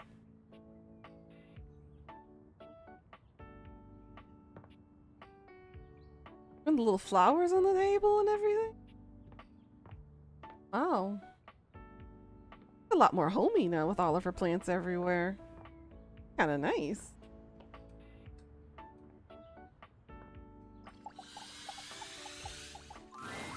It's a bit difficult to tell exactly what music Rainey is listening to at such a dreadful speed, but it sounds almost like a high-pitched orchestra, if the orchestra was composed of awkward high school kids. Is technically a part of us. I mean, that is true. We are made up of a good chunk of our body is made of water. Well, Record Sleeve says it's your local high school band. None of these kiddos are virtuosos, but can't you just feel the human spirit radiating from all those shaky notes? Rainey takes in a deep breath and sighs pleasantly, the cacophonous music evidently registering to her as nothing more than soft, sweet melodies. I've got an edge already, man. I'm feeling high. Go on now. Don't need quite yet. A couple more conversations with her should be enough. Hi there. I'm just finishing up my latest round of reviews. Care to have a read? Koa's Two Currents. Let us see. When we walked into the living room for our lunch rendezvous, there was a lot to take in. Hawaiian and Korean themes blended seamlessly in this laid-back barbecue joint. Palm shack decor, as if we were transported to Maui, but with traditional Korean furnishings reminiscent of Seoul's best restaurants. Not to mention the comfiest couch seats you could imagine. Bravo! But what about the food? The food? Simply put, this is comfort food that is big on comfort, and we are here for it. My guest and I love the crisscrossing flavors that seem to add a new punch to old classics. This fusion left us feeling fused to the couch in the best possible way. Koa has won big in the food department. In conclusion, if you want a fusion that leaves you feeling like you just toured the world, all without leaving the comfort of your own couch, Koa's Two Currents is our current pick for the best new restaurant in the living room. Which review next? Here's my review for Omakase Daisuke. And I didn't think he liked this one. The headline reads, "A traditional triumph." From the exquisitely understated decor to the traditional greetings at the door, Omakase Daisuke hits every single mark of a great sushi restaurant. Ambiance, menu selection, food quality, and value are of the highest grade. The at first glance hideous presentation belies sushi of the highest caliber. I've truly never tasted its equal. My guest and I enjoyed a wonderful and, dare I say, romantic dinner for two. And I can recommend this restaurant without a shred of hesitation. Omakase Daisuke receives 5 out of 5 stars. This new kid on the block is here to stay. Which review next? Ah yes, Freddy's Yummy Yeti. Ahem. This rustic hole in the wall is, at first glance, nothing to write home about. But the frozen exterior belies an inner warmth that brings joy to the soul. From the icicles hanging off the sign to the vintage ice cream box seats, the Yummy Yeti transports one to a magical frozen kingdom reminiscent of a time gone by. Ambiance? 5 stars. But what about the food? While at the Yeti, we devoured 2 absolutely delightful frozen treats. And let me assure you, this isn't the kind of place you go with a full stomach. You'll want a single scoop of one of his unique flavors. And don't forget to save space for his one-of-a-kind, decadent masterpiece, the Everyday is Sunday. Food? 5 stars. Service, of course, can make or break a new restaurant. How was Freddy's? My lovely guest and I were tended to and immediately made to feel right at home. We were never without our host's attention. He saw to it that we treated ourselves to whatever we liked. 5 glowing stars for service. All in all, well, dear friends, I must say that new ice cream joint in town is an absolute accomplishment. All things considered, Freddy Yeti has cracked the code, or should I say, cracked the cone. Your faithful critic can highly recommend it. Now we come to the most important review of them all. Hey, Mary Faye, how you doing, sweetie? Our reviews of one another. Oh, we're reviewing each other? I didn't even know that. So, what do you think of me?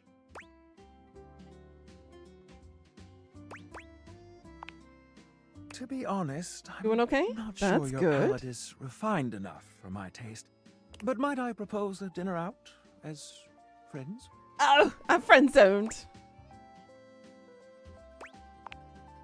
I see that our tastes here are in alignment. You excited for Stray Kids? Girl, I'm excited for you. That's gonna be, woo, it's gonna be so good. I can think of no better way to celebrate our friendship than to have a bite to eat. What do you say, friend? Shall we indulge? Let's see. I liked Koa's. I think I'll leave my review notes at home for this one. You're already 5 stars in my book. You just finished your luggage? Hey, let's go. Foodie friends. Foodie friends, I'm down. Yay, more smarts. I'm a little smarter. Look at me go. You procrastinated? Hey, girl, it's understandable. That's a lot of green.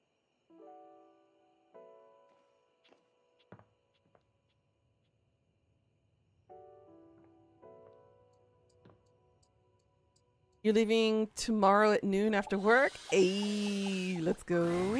Huh? Oh. Sorry, I'm just trying to suck up this speck of dust. Give me a sec. That's exciting. Hoove huffs and puffs, but try as he might, he can't quite manage to capture the dust he's aiming for.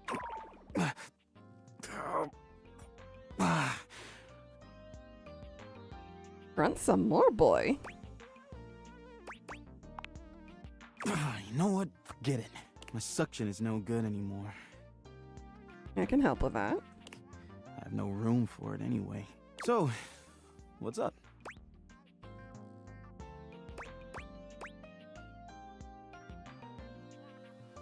Me too, girl. Genu is like,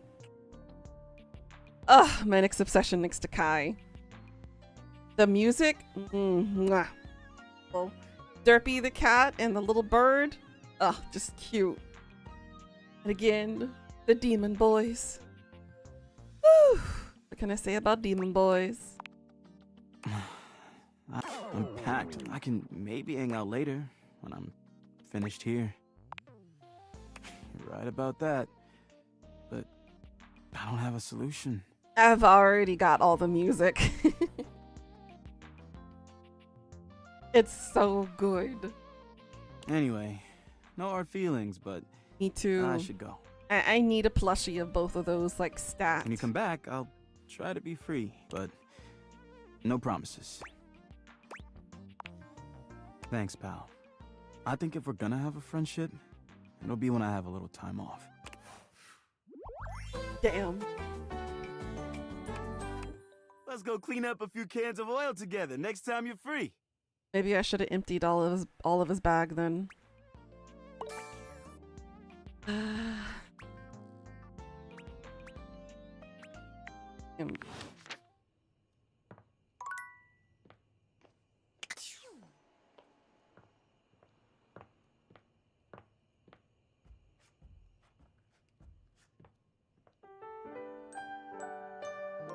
Yeah, the cat and bird is so cute. I'm a spirit animals, yo.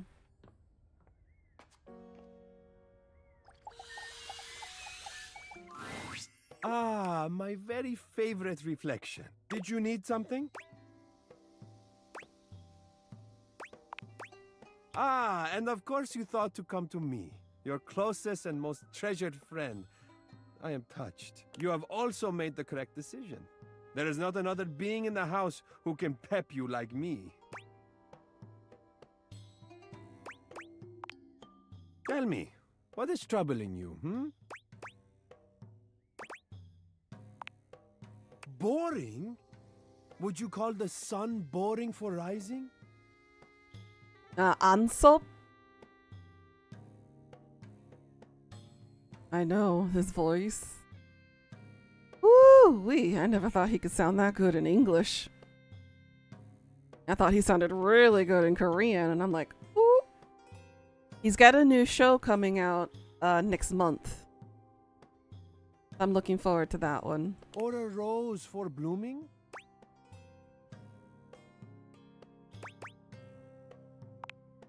That they are. Uh-huh. Beautiful and steadfast and consistent and necessary for life.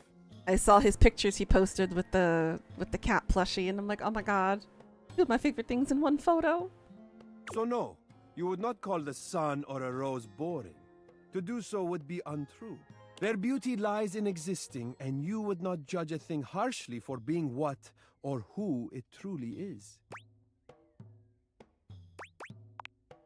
Of course it was. And these are the things that I am here for.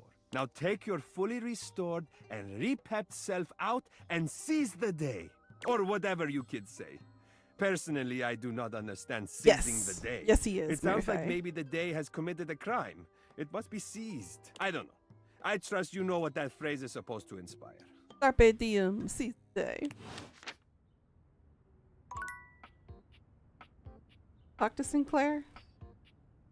I don't know if we ever finished Sinclair's stuff yet. I feel as if we are meeting for the first time. I assure you, the pleasure is all mine. If it weren't for you, I'd still be a raving lunatic. Now that I'm back to my old self, I'd love to thank you properly.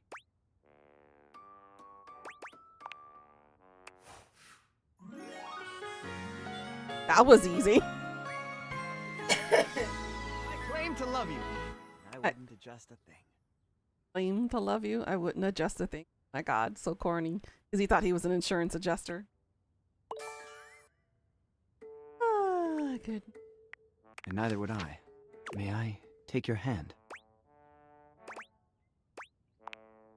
Sinclair fans at himself with one hand, tugging at his tie pipes. My. Let's at least wait until after dinner. Yes, Kevin Wu from U-Kiss did the singing voice of Mystery. I recognized that voice instantly the moment he started singing. I was like, holy shit, that's Kevin. I miss U-Kiss so much. With fierce abandon, you show him that waiting is not an option. He is soon drained. I don't know how I felt about having sex with a sink. But you know, we got to do what we got to do in this game to survive. We still can't talk to team. Kristoff is the only one here that needs to be done.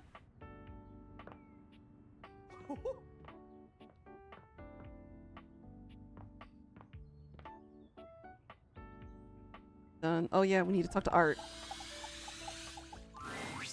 I am having so many feelings right now.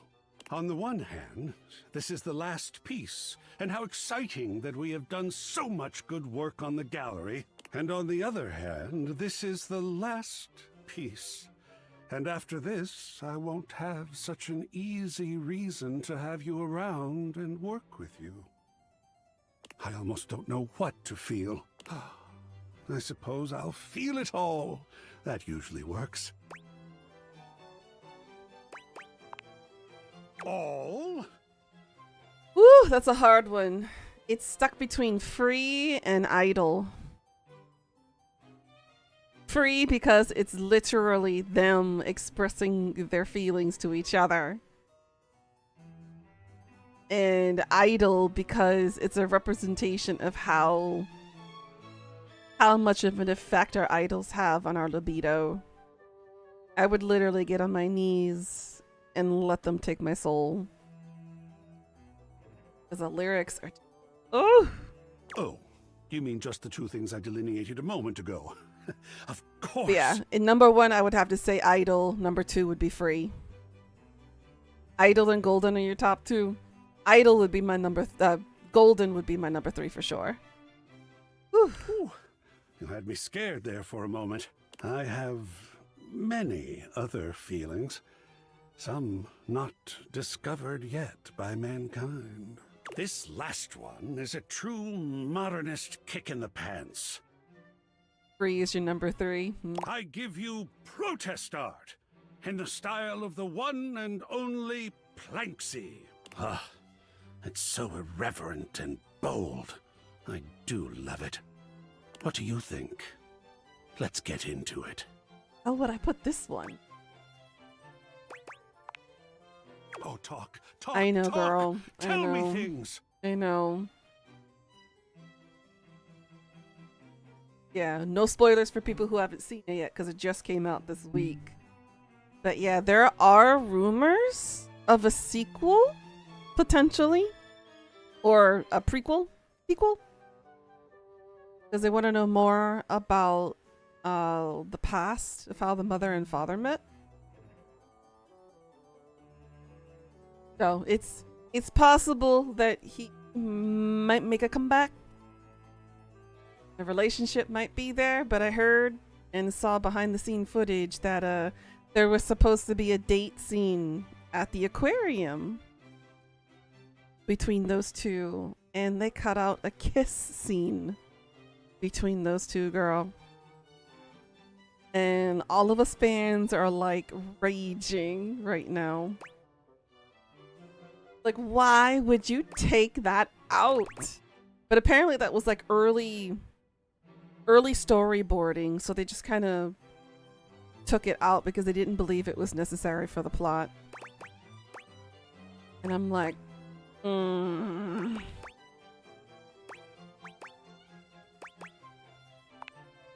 Does it? How wonderful! It is absolutely essential to find joy and humor in art. If it's all serious, sacred paint, what's the point? I think my favorite quote in the movie Mary Faye is when they were fighting on the rooftop and he goes, I need to talk about your pattern. Pajama pants, teddy bears, and trains. And he goes, choo choo. I love that part. What about it makes you laugh? I know he's a demon, but you love... I think a lot of people love Baby. He's an interesting character. Definitely want more of him. I want more of Genu.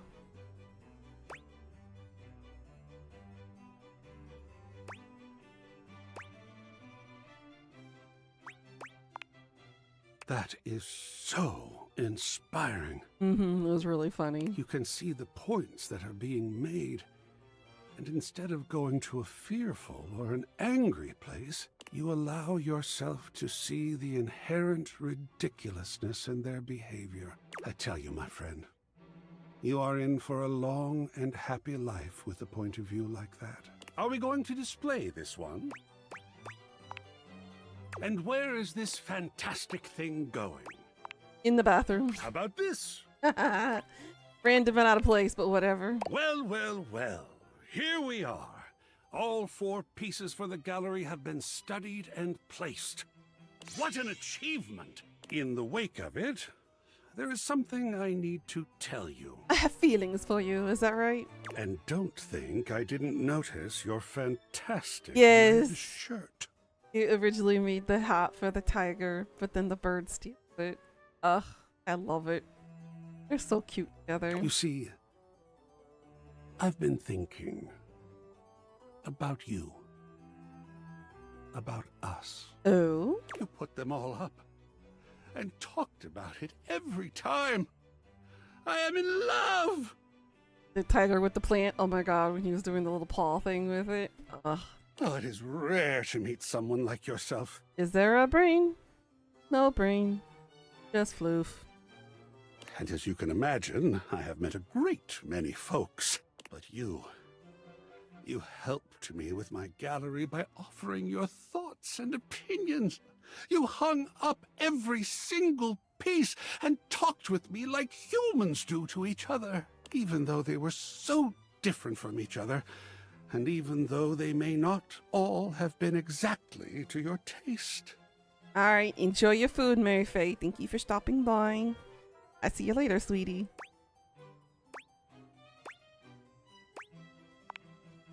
I couldn't agree more. Yes, please do eat. Make sure you get some rest for tomorrow. Good luck on your travels. Take lots of pictures for me. Just look at how varied our conversations have been, after all. And they truly have given me life. What's more, what is most, really, you talked with me about every single piece. To have someone to talk to, someone willing and smart, someone so vibrant and open-minded. I am happier in this moment than I have ever been, for I am in love with you. I am in love with what we have done. Yes, let me know, Mary Faye. You have a good night, sweetie. And I must know now, as I have needed to know so often before. What do you think? Can we talk about the great artwork of us? He called me smart, didn't he?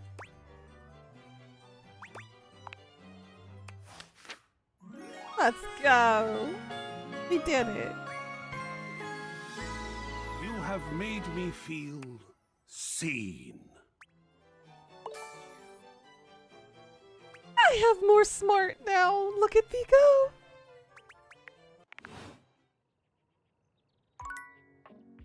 Alright, that dude's done. Talk to her on a Sunday, I think, right?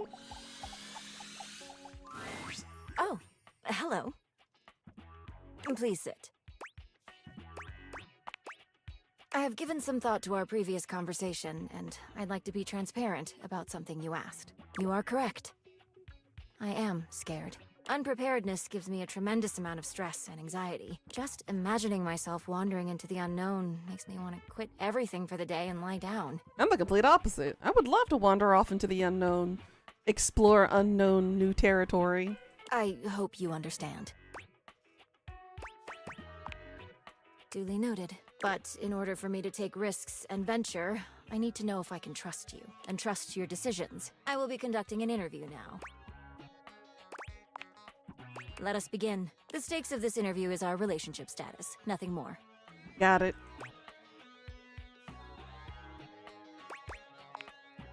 We begin. A game you really want releases, but you have already used up your personal spending budget. What do you do?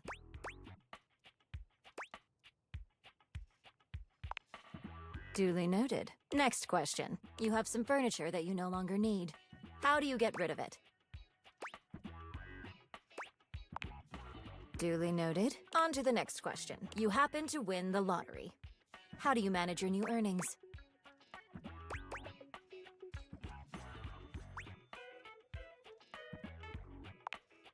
Duly noted. Let us continue. Suddenly, you are laid off from your job. What do you do? Start singing songs from Moana. Let's see.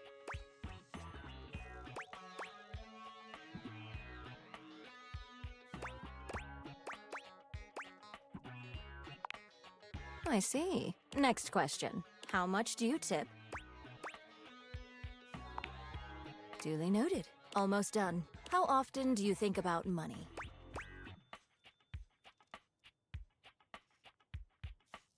This sounds like a trick question. Was just talking to somebody yesterday about the whole when girls ask their partners, does this make my butt look big? It's a trap. Because if you answer yes, she gonna get angry. If you answer no, then she knows you're not honest. So it's a trap.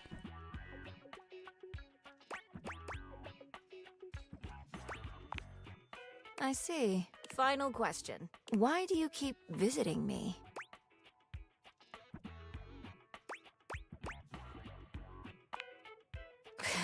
Duly noted. Before we complete this interview, I would like to confirm. Are you satisfied with your answers? Very well then. This concludes the interview. Thank you for your participation. I will review your results, which you will be briefed on during your next visit. Goodbye.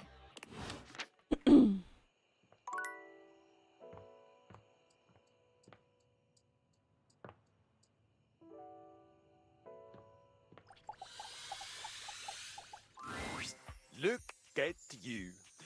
You are looking more and more like a Viking every day. You are doing beautifully. In fact, here. He holds his hand out to you, offering you a glittering golden ring. This ring was a gift to my father from the queen of the collapsible bookshelves. She and her tribe lived on the far side of our warehouse. We had very friendly relations with them, well, after the war. The ring was the sealing of the great treaty of peace between our tribes. I want you to have it in recognition of your dedication and perseverance. It is my honor. Wow. I was not expecting him to give me a ring.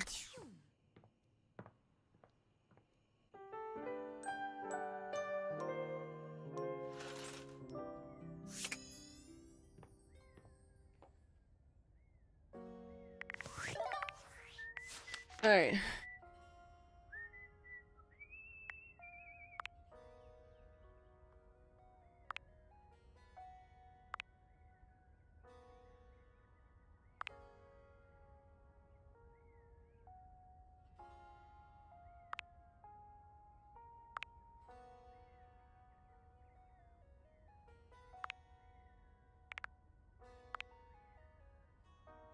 For his, it's 3. 3 people.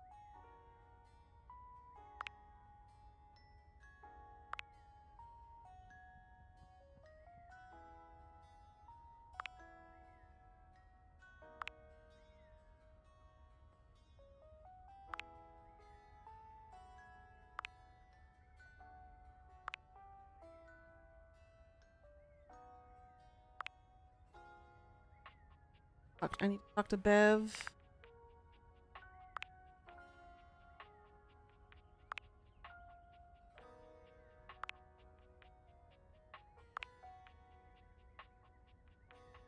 $9 o'clock for Luke.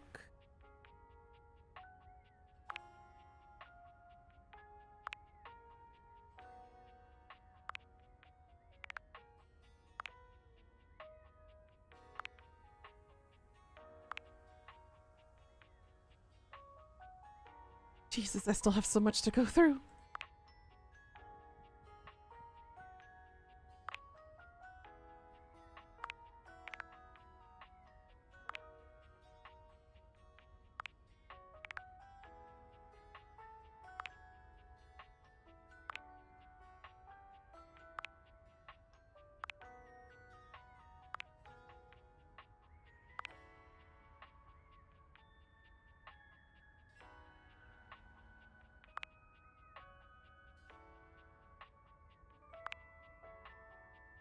Yep, Nightmare hates me.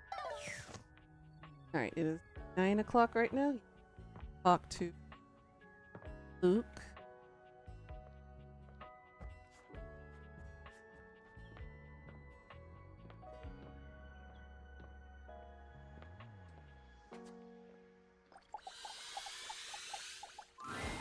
Ranger, good morning. 2 seconds.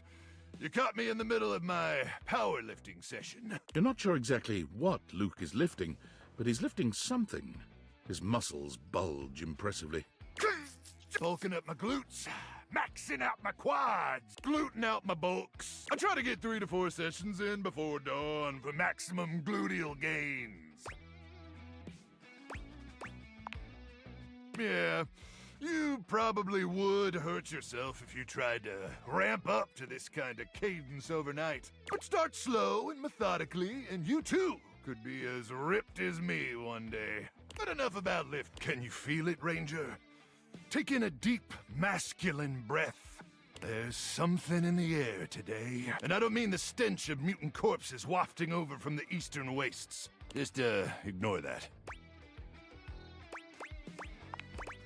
Wait, is it 1,000 hours already?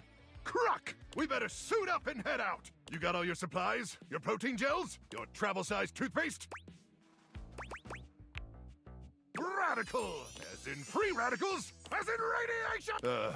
One last thing before we head out.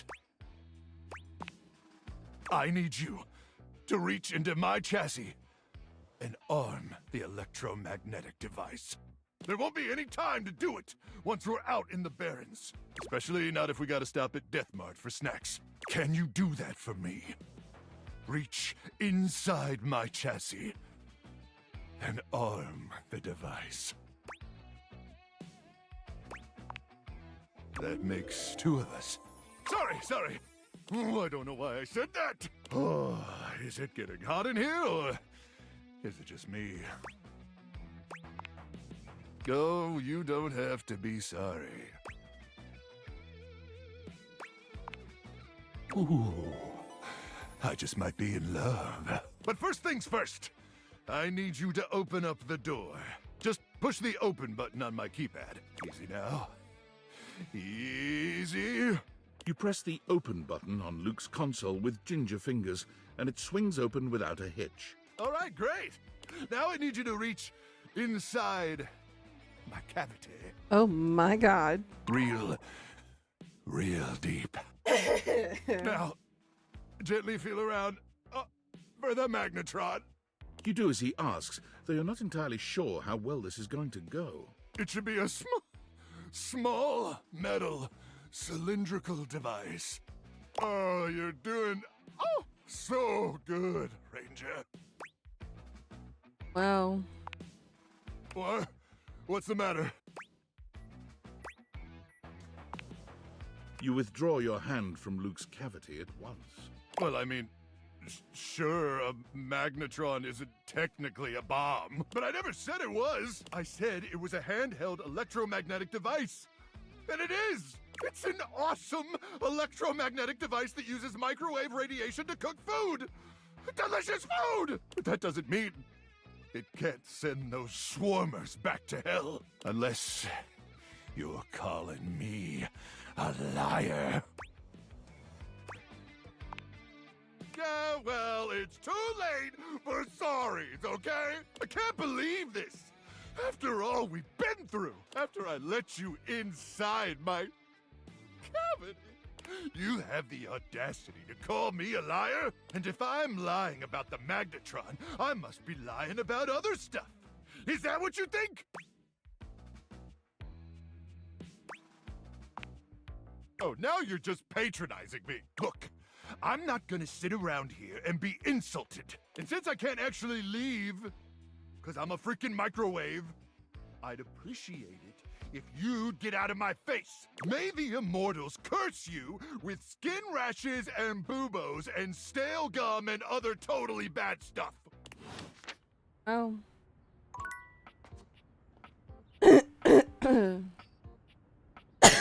He's a little sensitive.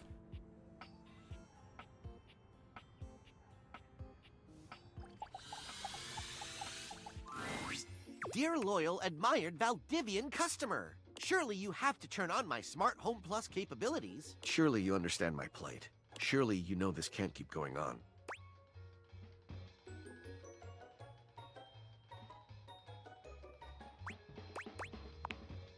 You just wanted to torture me more, you mean? My purpose on this earth is to wash dishes to my utmost capability.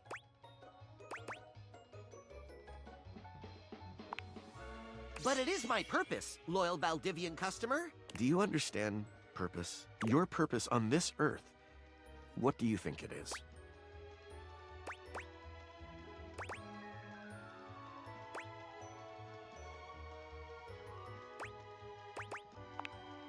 Love stuff? Like tables and chairs?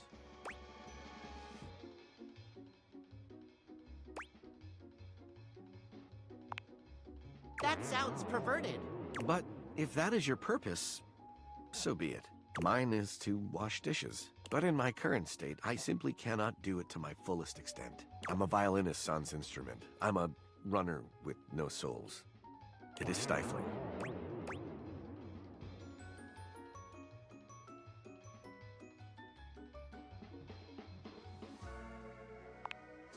No, why would I do that? Do you do that? Do you think you're evil? My goodness. Come now. Surely the wonders of modern technology aren't all that bad.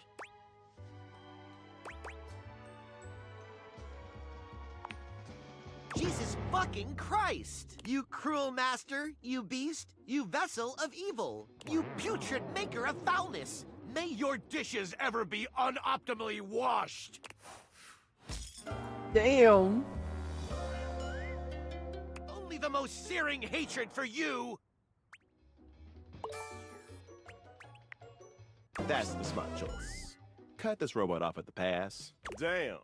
Are you really bad at dating, or just happy to see me? And you're scoring some major points with me. Keep it up. Looking to learn a little more about sweet Lady Hate, are you? You ever hear people say things like, she's a cruel mistress, when they're talking about personifications of abstract concepts? Yep. Well, let me tell you, nobody ever says that about Lady Hate. Hate is a kind mistress, a loving mistress, a mistress that nourishes and blesses you. In fact, the more hate you have in your life, the happier you'll be, the better you'll feel.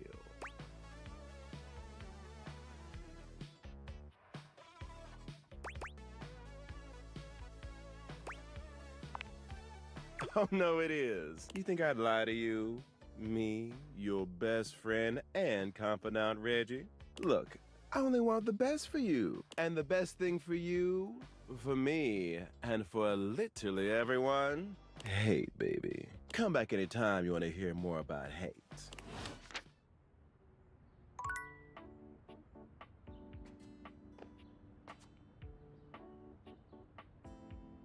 Clock for the cat. What are you doing here? Oh, 9 p.m. I told you to come at 9 p.m. No, no, no! And do not come back until 9 p.m. Go!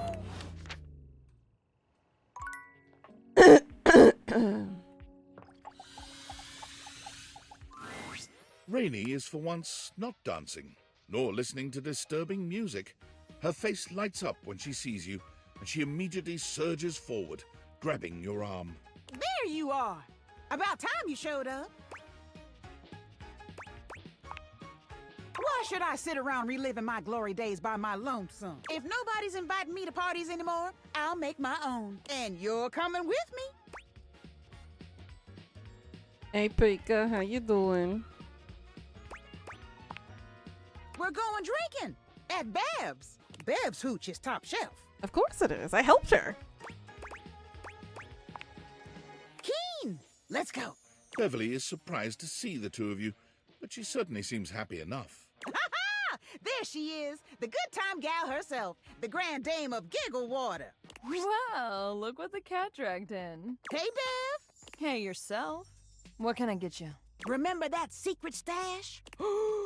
Is it time? Damn straight. You still remember where it is?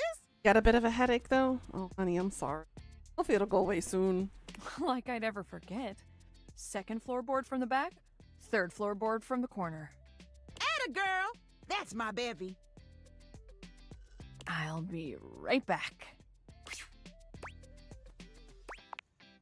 It's a secret. Here we are. 3 apocalypses for my 3 favorite customers. I'm my own favorite customer, by the way. Bottoms up.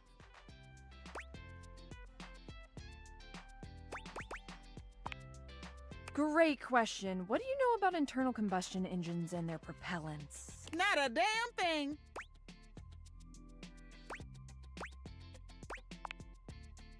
Just a normal drink here. Bottoms up. Salud! Woo-hoo-hoo! Woo! Keep 'em coming, Bev. Whew, you got it.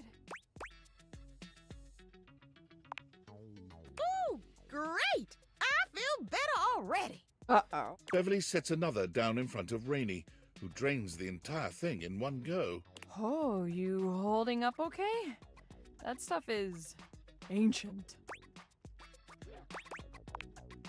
It's real well preserved. The couple that owned this house in the 70s were real big on making their own wine. Shirin and Fareed Shahidi.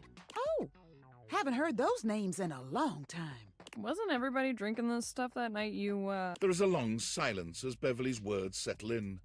Rainey's face crumples into a sob. oh no. Rainey, Rainey slams her arms down onto the bar, and her face follows shortly after. It does little to muffle her anguished wails.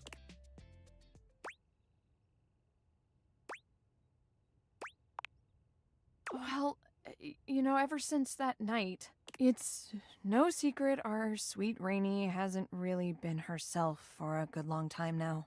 She puts on a brave face, but it's hard to know if people are pulling away from you or acting like you're some kind of weirdo. One minute everybody wants you at all of their parties, and the next people are acting like they don't know you. That hurts. Rainey finally quiets, though she doesn't lift her head. Everybody thinks I don't know what they say about me, or I don't see how they look at me. Just 'cause I act like everything's copacetic, they think they can say whatever they want. Rainey lifts her head to look at you, her pretty face streaked with tears. You're the only one who's been hanging out with me lately. You know I got a few screws loose, but you're still here. You really don't mind it?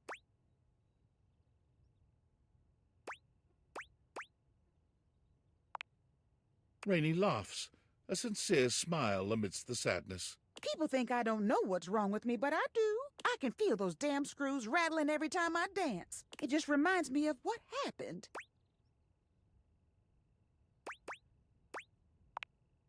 Because I'm scared. Would you be okay letting someone mess around with your mind?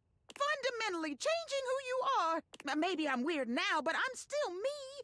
And if I tighten those screws back up, well, who am I then? And is everybody gonna start coming back around pretending they didn't abandon me when I wasn't good?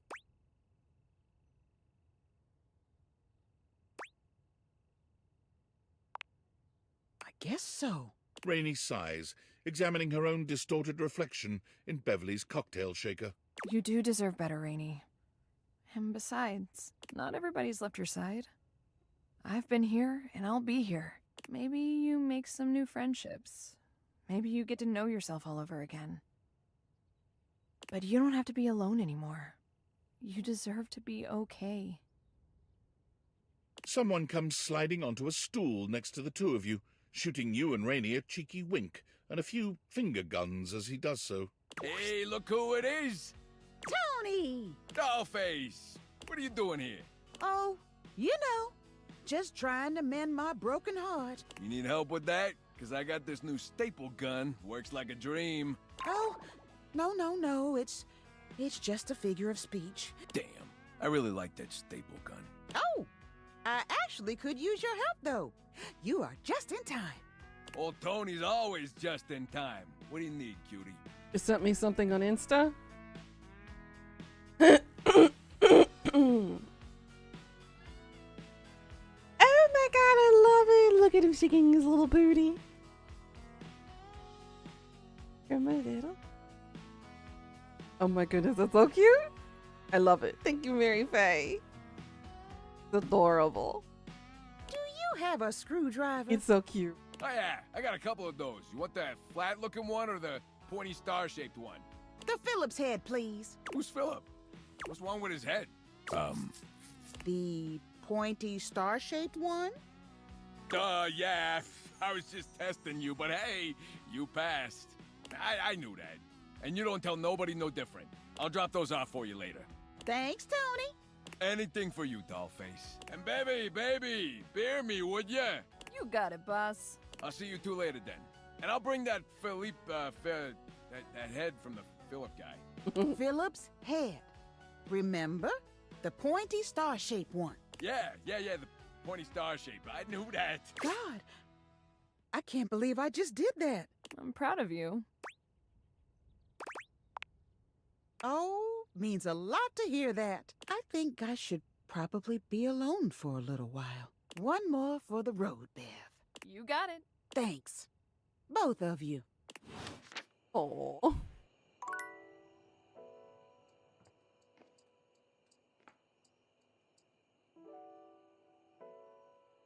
Next out, Bev, already?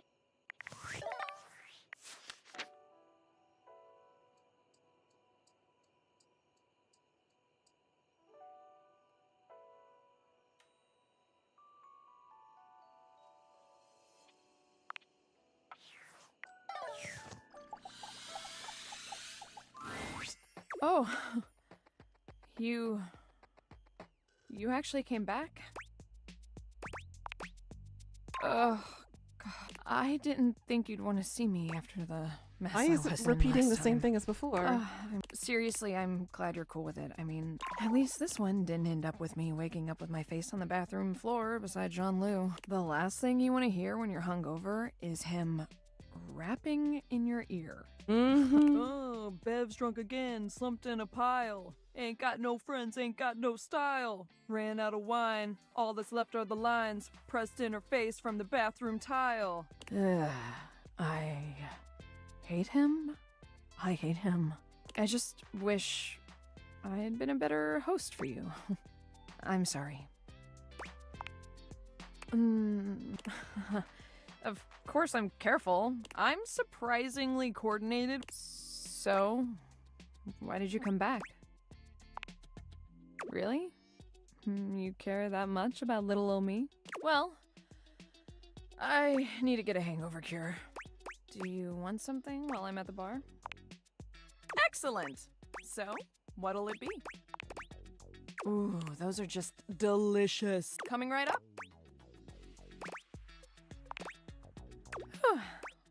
Glad you like it. Why do I do this? I mean, I know why, but because I'm so afraid of failure and being alone. I drink to deal with stress, and so my customers will have more fun with me and won't leave. My whole purpose is to serve and entertain. If I can't do that, then what am I?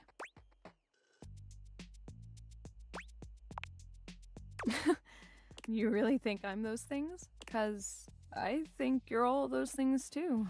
Not to mention, you've done so much for me. You literally made my dream a reality. Aw. Alright, night night, Pika. Sweet dreams, sweetie. I hope the headache goes away soon. We'll see you later. No one has ever cared so much about me before. You really touched my little glass heart. Night night, Pika. Huh. Wow, I must still be drunk. My face is all flushed. Oh. Well, you must have a higher tolerance than I do. I just really appreciate our friendship. Because you're a good friend. Come by anytime.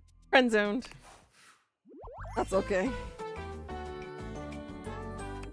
Thank you for all you've done.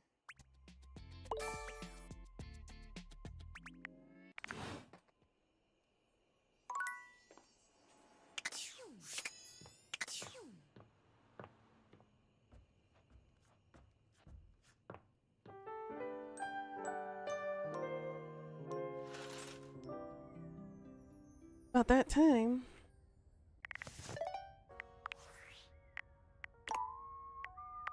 Really thought I would get a little bit further.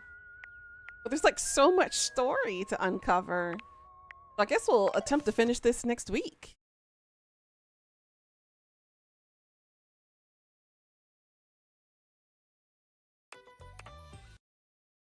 But that was fun. Got a lot more hate though, unfortunately. But it's okay. We're just kind of clearing out all the relationship stats with everybody now. We're still missing 5 more dateables. I will figure out how to somehow achieve getting them. I probably might have messed up on one of them. But we shall see. I think we should talk to the mousetrap next. Because I think he's got something for us. Yeah. I'm gonna pause here for now because I need to get myself some food. Hungry. But thanks y'all so much for joining. I hope you have a good night and sweet dreams. And since it's my Friday, I am off the next 2 days. I will be back on my Monday, y'all Sunday. Alright? Continue this more crazy shenanigans of dating and making love to our furniture. Strange as that sounds. Alright guys, thank you so much for watching. Please do follow, like, comment, and subscribe. And I'll see you all later. Have a great weekend, everybody, and stay safe. Mwah.